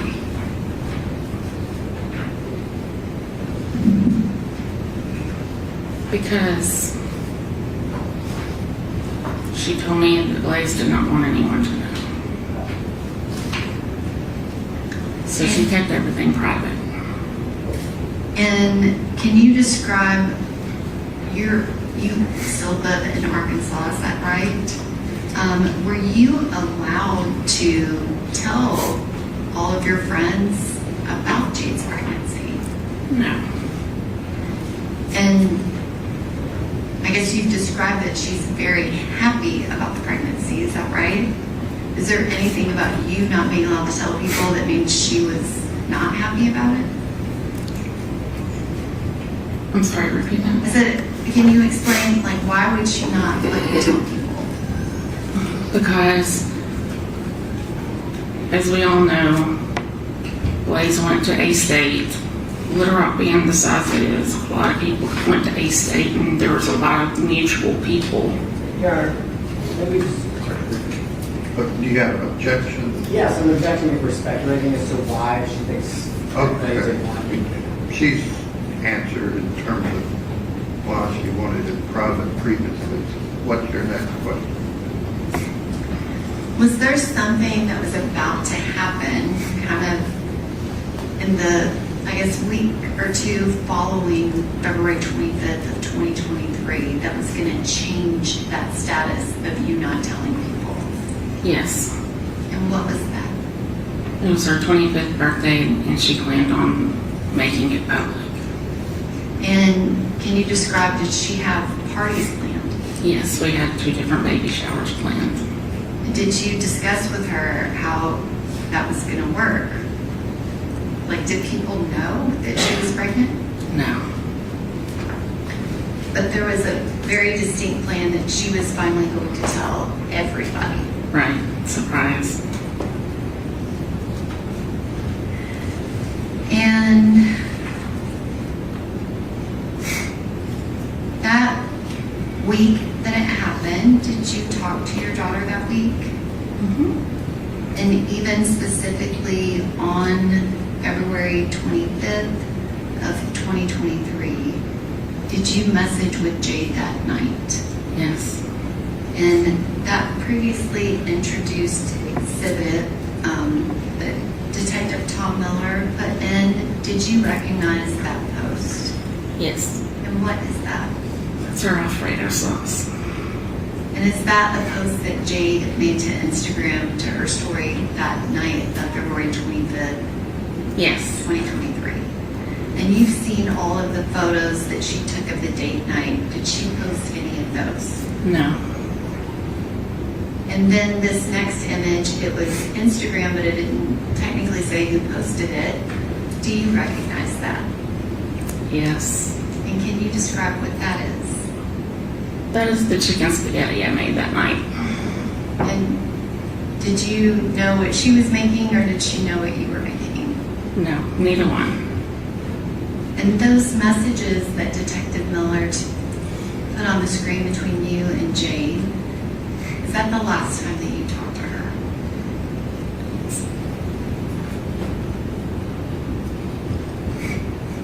Yes. you describe how you found out? I received a phone call from Jade Jackson. And can you describe how Miss Jackson sounded on that phone call? She was crying. She was frantic. Just said, something's happening. I'm on my way. I can't get to her fast enough. And did Miss Jackson tell you what she heard Jade say? Yes. And what did you do when she called?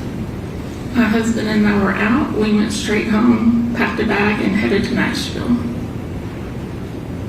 And what time did you get here? Approximately 3:30 in the morning. And when you arrived, who was at the hospital? Her stepmom stayed by her side until I could get here. And was Miss Jackson still there? No. Were any of her other friends there? No. Was this? She was in ICU and was not allowed to have visitors at the time. Did you at any point see Mr. Taylor there? Yes, when we arrived. He was in the parking garage because he'd been asked to leave once they moved her to ICU. Had you ever seen him before? Never. That was the first night I ever spoke to him. And did he speak to you? Yes. And did he tell you what happened to Jade? That he thought she had an allergic reaction. Did he tell you anything about what Jade said on that 6-minute and 9-second call? No. That was not mentioned. And after that moment, did you see him again? No. Can you describe that time frame of being at the hospital? Who was there and kind of what was going on? For the first few days, only her parents were allowed in the room. And then once we determined. Which Ms. Burks, I'm going to get to that part. But before that, when you first got there, were there still police there at the hospital? No. Was anyone there to interview you and tell you about a criminal investigation? No. How did that make you feel? At that point, I just wanted to get to my job. At some point when you're at the hospital, I guess, can you describe what's going on as far as any police activity that first day? I did not see a police officer during the day. Before I arrived, her stepmother was the one in contact with, I guess it was the detective. And I guess at some point, did you get your daughter's phone? Yes. And when was that? Once I got there, her stepmother gave me her phone and her keys. And when you got her phone, what did you do with it? Put it in my purse at first. At some point, did you look at her phone? Yes. And did you have your daughter's passcode? Yes. That kind of shows how close you guys are. So you had her passcode to get in her phone. We had the same passcode. And when you got in her phone, what, if anything, did you do? I went directly to her Blink camera. And that's that camera that we saw that should have been to the left of the stove. Correct. I guess kind of based off of everything you know, did she have a current subscription? No. Do you have Blink cameras? Yes. Are you familiar with how they work? Yes. If you don't have a subscription, can you still see a live feed? Yes. And can you describe when you looked in her phone, what was it an image of? Her balcony with her blinds open, looking out the back, her window off onto her balcony in her bedroom. Can you describe, did that seem normal, or what did you think when you saw I that? immediately went into a panic asking why her camera had been moved, because I knew my child had her camera in her kitchen facing her door. And at that point, did you know whether or not Mr. Taylor had access to that apartment? Whether or not he had a key? I know he did not have a key Okay. because she only had one key. And what was your involvement, if any, in people going over to the apartment? As soon as I got off the phone with Miss Jackson and I realized that they were headed to the hospital, I immediately called her friend Lauren and said, I don't know what's going on. I need you to go straight to Jay's apartment and lock it up. It does not need to be left unlocked. I said, I need you to get her apartment key and take it to Andrea at the hospital. And that's what she did. And you know that friends, Miss Franklin, they went back to the apartment. Was that something that you directed them to do? After discussing the whole camera situation and not knowing, the detective called her stepmother, Andrea Brown. She asked, could we go to the apartment? And we were told yes. And was that the detective that was there the first night, or Detective Reese?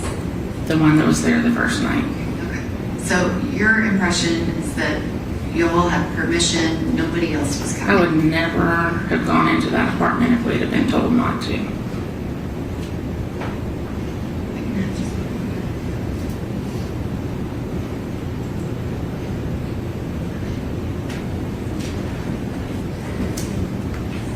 And Ms. Burks, at some point Detective Reese showed up and things started moving in the investigation phase. But can you describe what was happening at the hospital?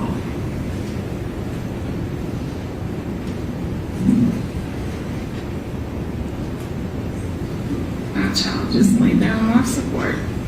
When we got there, she was having seizure-like activity. They were pumping her with medications, but ultimately we were told her brain had herniated and there was nothing they could do.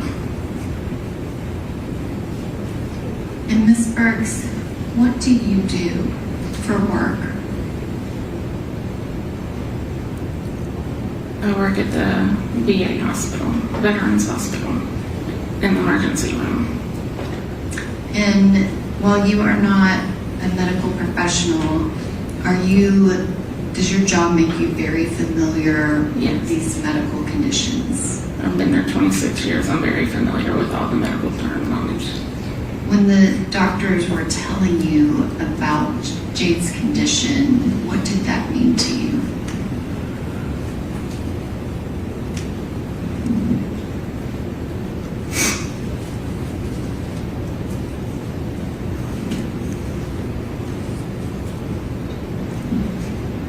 That there was nothing that could be done to bring my baby back.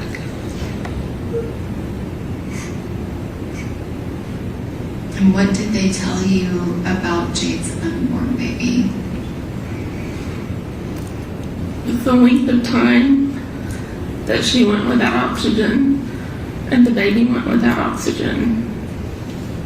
And she's in that condition, therefore, the baby wouldn't have been viable. And did you even consult with a doctor at your hospital about what they were saying? I did. And based on everything that the doctors were telling you about whether her baby could survive, what decision did you all have to make?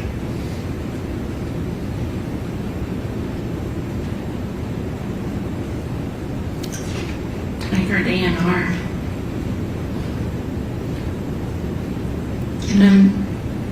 to ultimately decide when we wanted to take her off of life support. And when did that happen? On her 25th birthday. Thank you, Ms. Burks. I don't have anything else.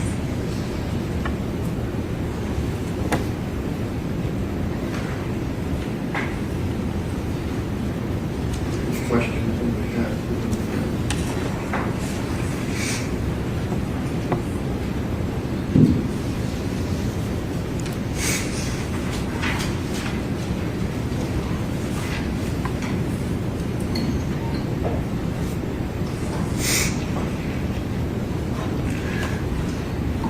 Ms. Burks, I know this has been very difficult. You've been here all week, longer than a week, so I just have a few questions for you, okay? I think you mentioned this, I want to make sure I understood it. Before the 25th and the 26th, you never met Mr. Taylor, right? Correct. And you've never talked to him on the phone? Correct. Your daughter, Jade, had maybe mentioned to him that was kind of the extent of your contact with Mr. Taylor? Correct. He was around her one time, and I said to him, I said hi. Like a video call or a phone call or something?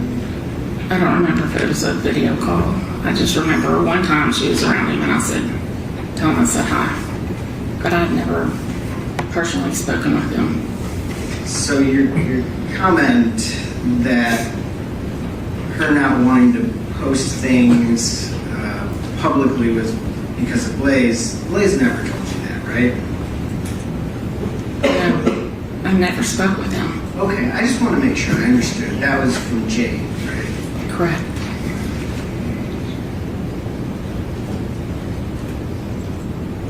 And I know you and your daughter were very close, right?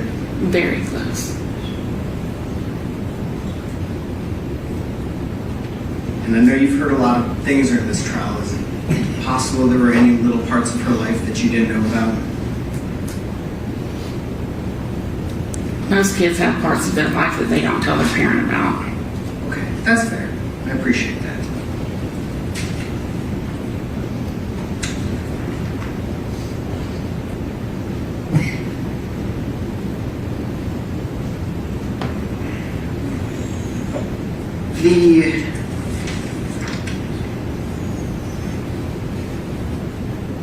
Before you, actually, I'm sorry. Before you got, so, let me get this right. The party that you were going to have on the 25th birthday, where she was going to have a baby shower and all that stuff. We weren't having a baby shower on her birthday. We were having a birthday dinner. Oh, was the baby shower around then? The baby shower was going to be in April. Okay, I'm sorry. I thought you were having like a joint birthday party baby shower. No. Do you know if Blaise was invited to that? No, it was here in Little Rock. Okay. So far as you know, he maybe didn't even know about that, right? I'm not sure if he knew or not. Okay. So you don't have any information that Mr. Taylor was even aware that Jade was going to go public about her pregnancy on her 25th birthday? I'm not sure. Okay. Thank you.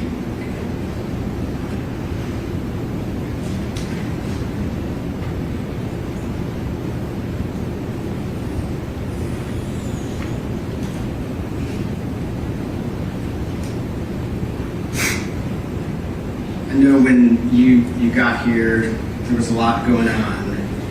And when did you get Jade's phone? As soon as I got to the hospital. So like 3:30, 4 in the morning? Yes. And you got that from Ajay?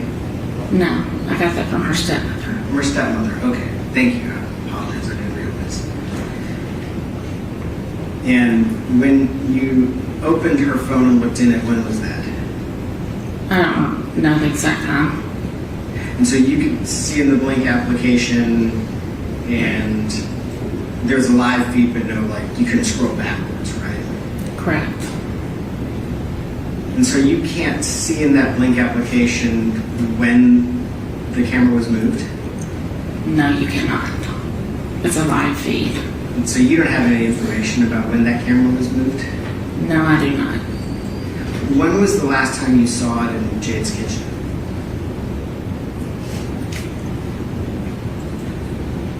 Possibly in those photos. She didn't call me a lot from her kitchen. Okay, that's fair. Okay.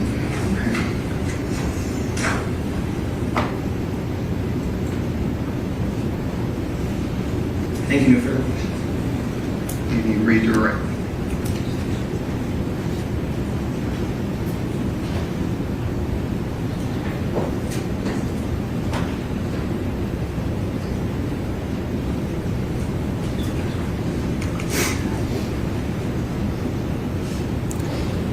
Ms.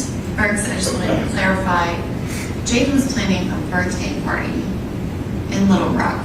She had a dinner, y'all had reservations, she picked out the place.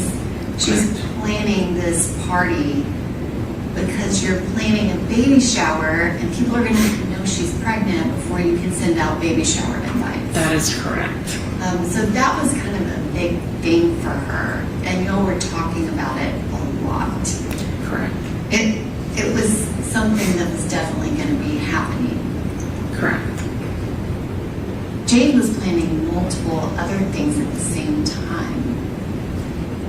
Specifically, she had a catering event that was coming up, and she was messaging you with menus and things about that, and she was really excited about it.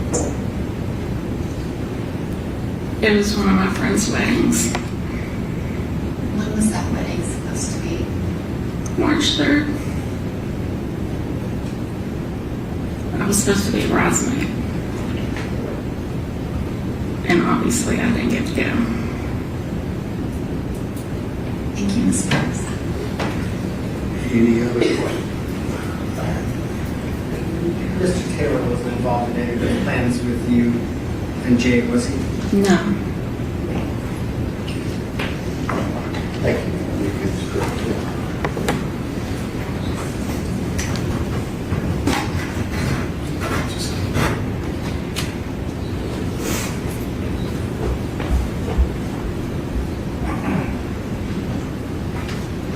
Any further proof from the state? No, Your Honor. The state rests.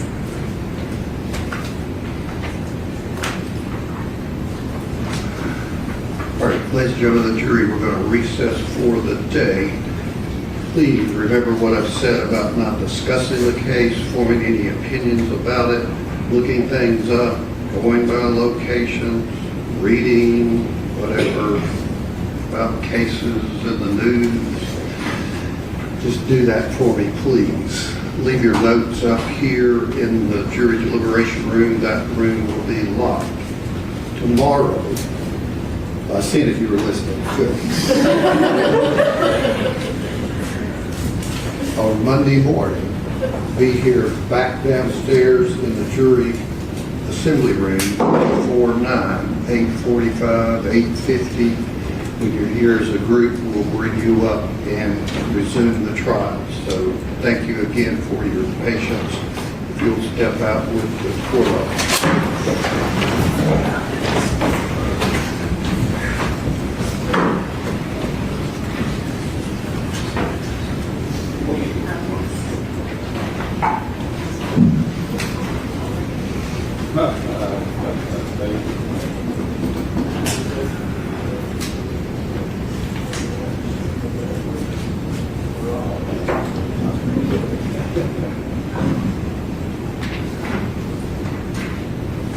Okay, you have a seat. And as far as you know, Mr. Graham, Ms. Hollins, you plan on calling these 10 witnesses? Some of them, probably not all 10, I would say. Okay. And do you plan on recalling Dr. Krakowski? No. Okay. Anything else before we recess till Monday? Your Honor, counsel, Dr. Bertolari has an on-call schedule, and they were asking if she is still under subpoena. The state is not intending to call her. Do you know that yet, Mr. Brand? If, I'll talk with Ms. Bowman if, I don't know, I know she needs to know as soon as possible. I don't know if there's any way we can like talk and get to you like first thing tomorrow morning. I with, mean, like, if any you can, that'd be good, or, I mean, I'm obviously not controlling what order of witnesses you call, but would you know that first thing Monday? I think we would probably know, I mean, we can maybe call them first, probably. Right, that's what I was asking. Yes. So I guess, She has a on-call schedule where she has to change the nights because she's one of 2 toxicologists that can cover the on-call. So this whole time she's been moving it around based off of when she gets okay, I guess tell her what I'm gathering, that if she's needed at all, it'd be first thing Monday, but she may get an update that she's not needed. Thank you, Ron. All right, thank you. We'll be in recess until Monday.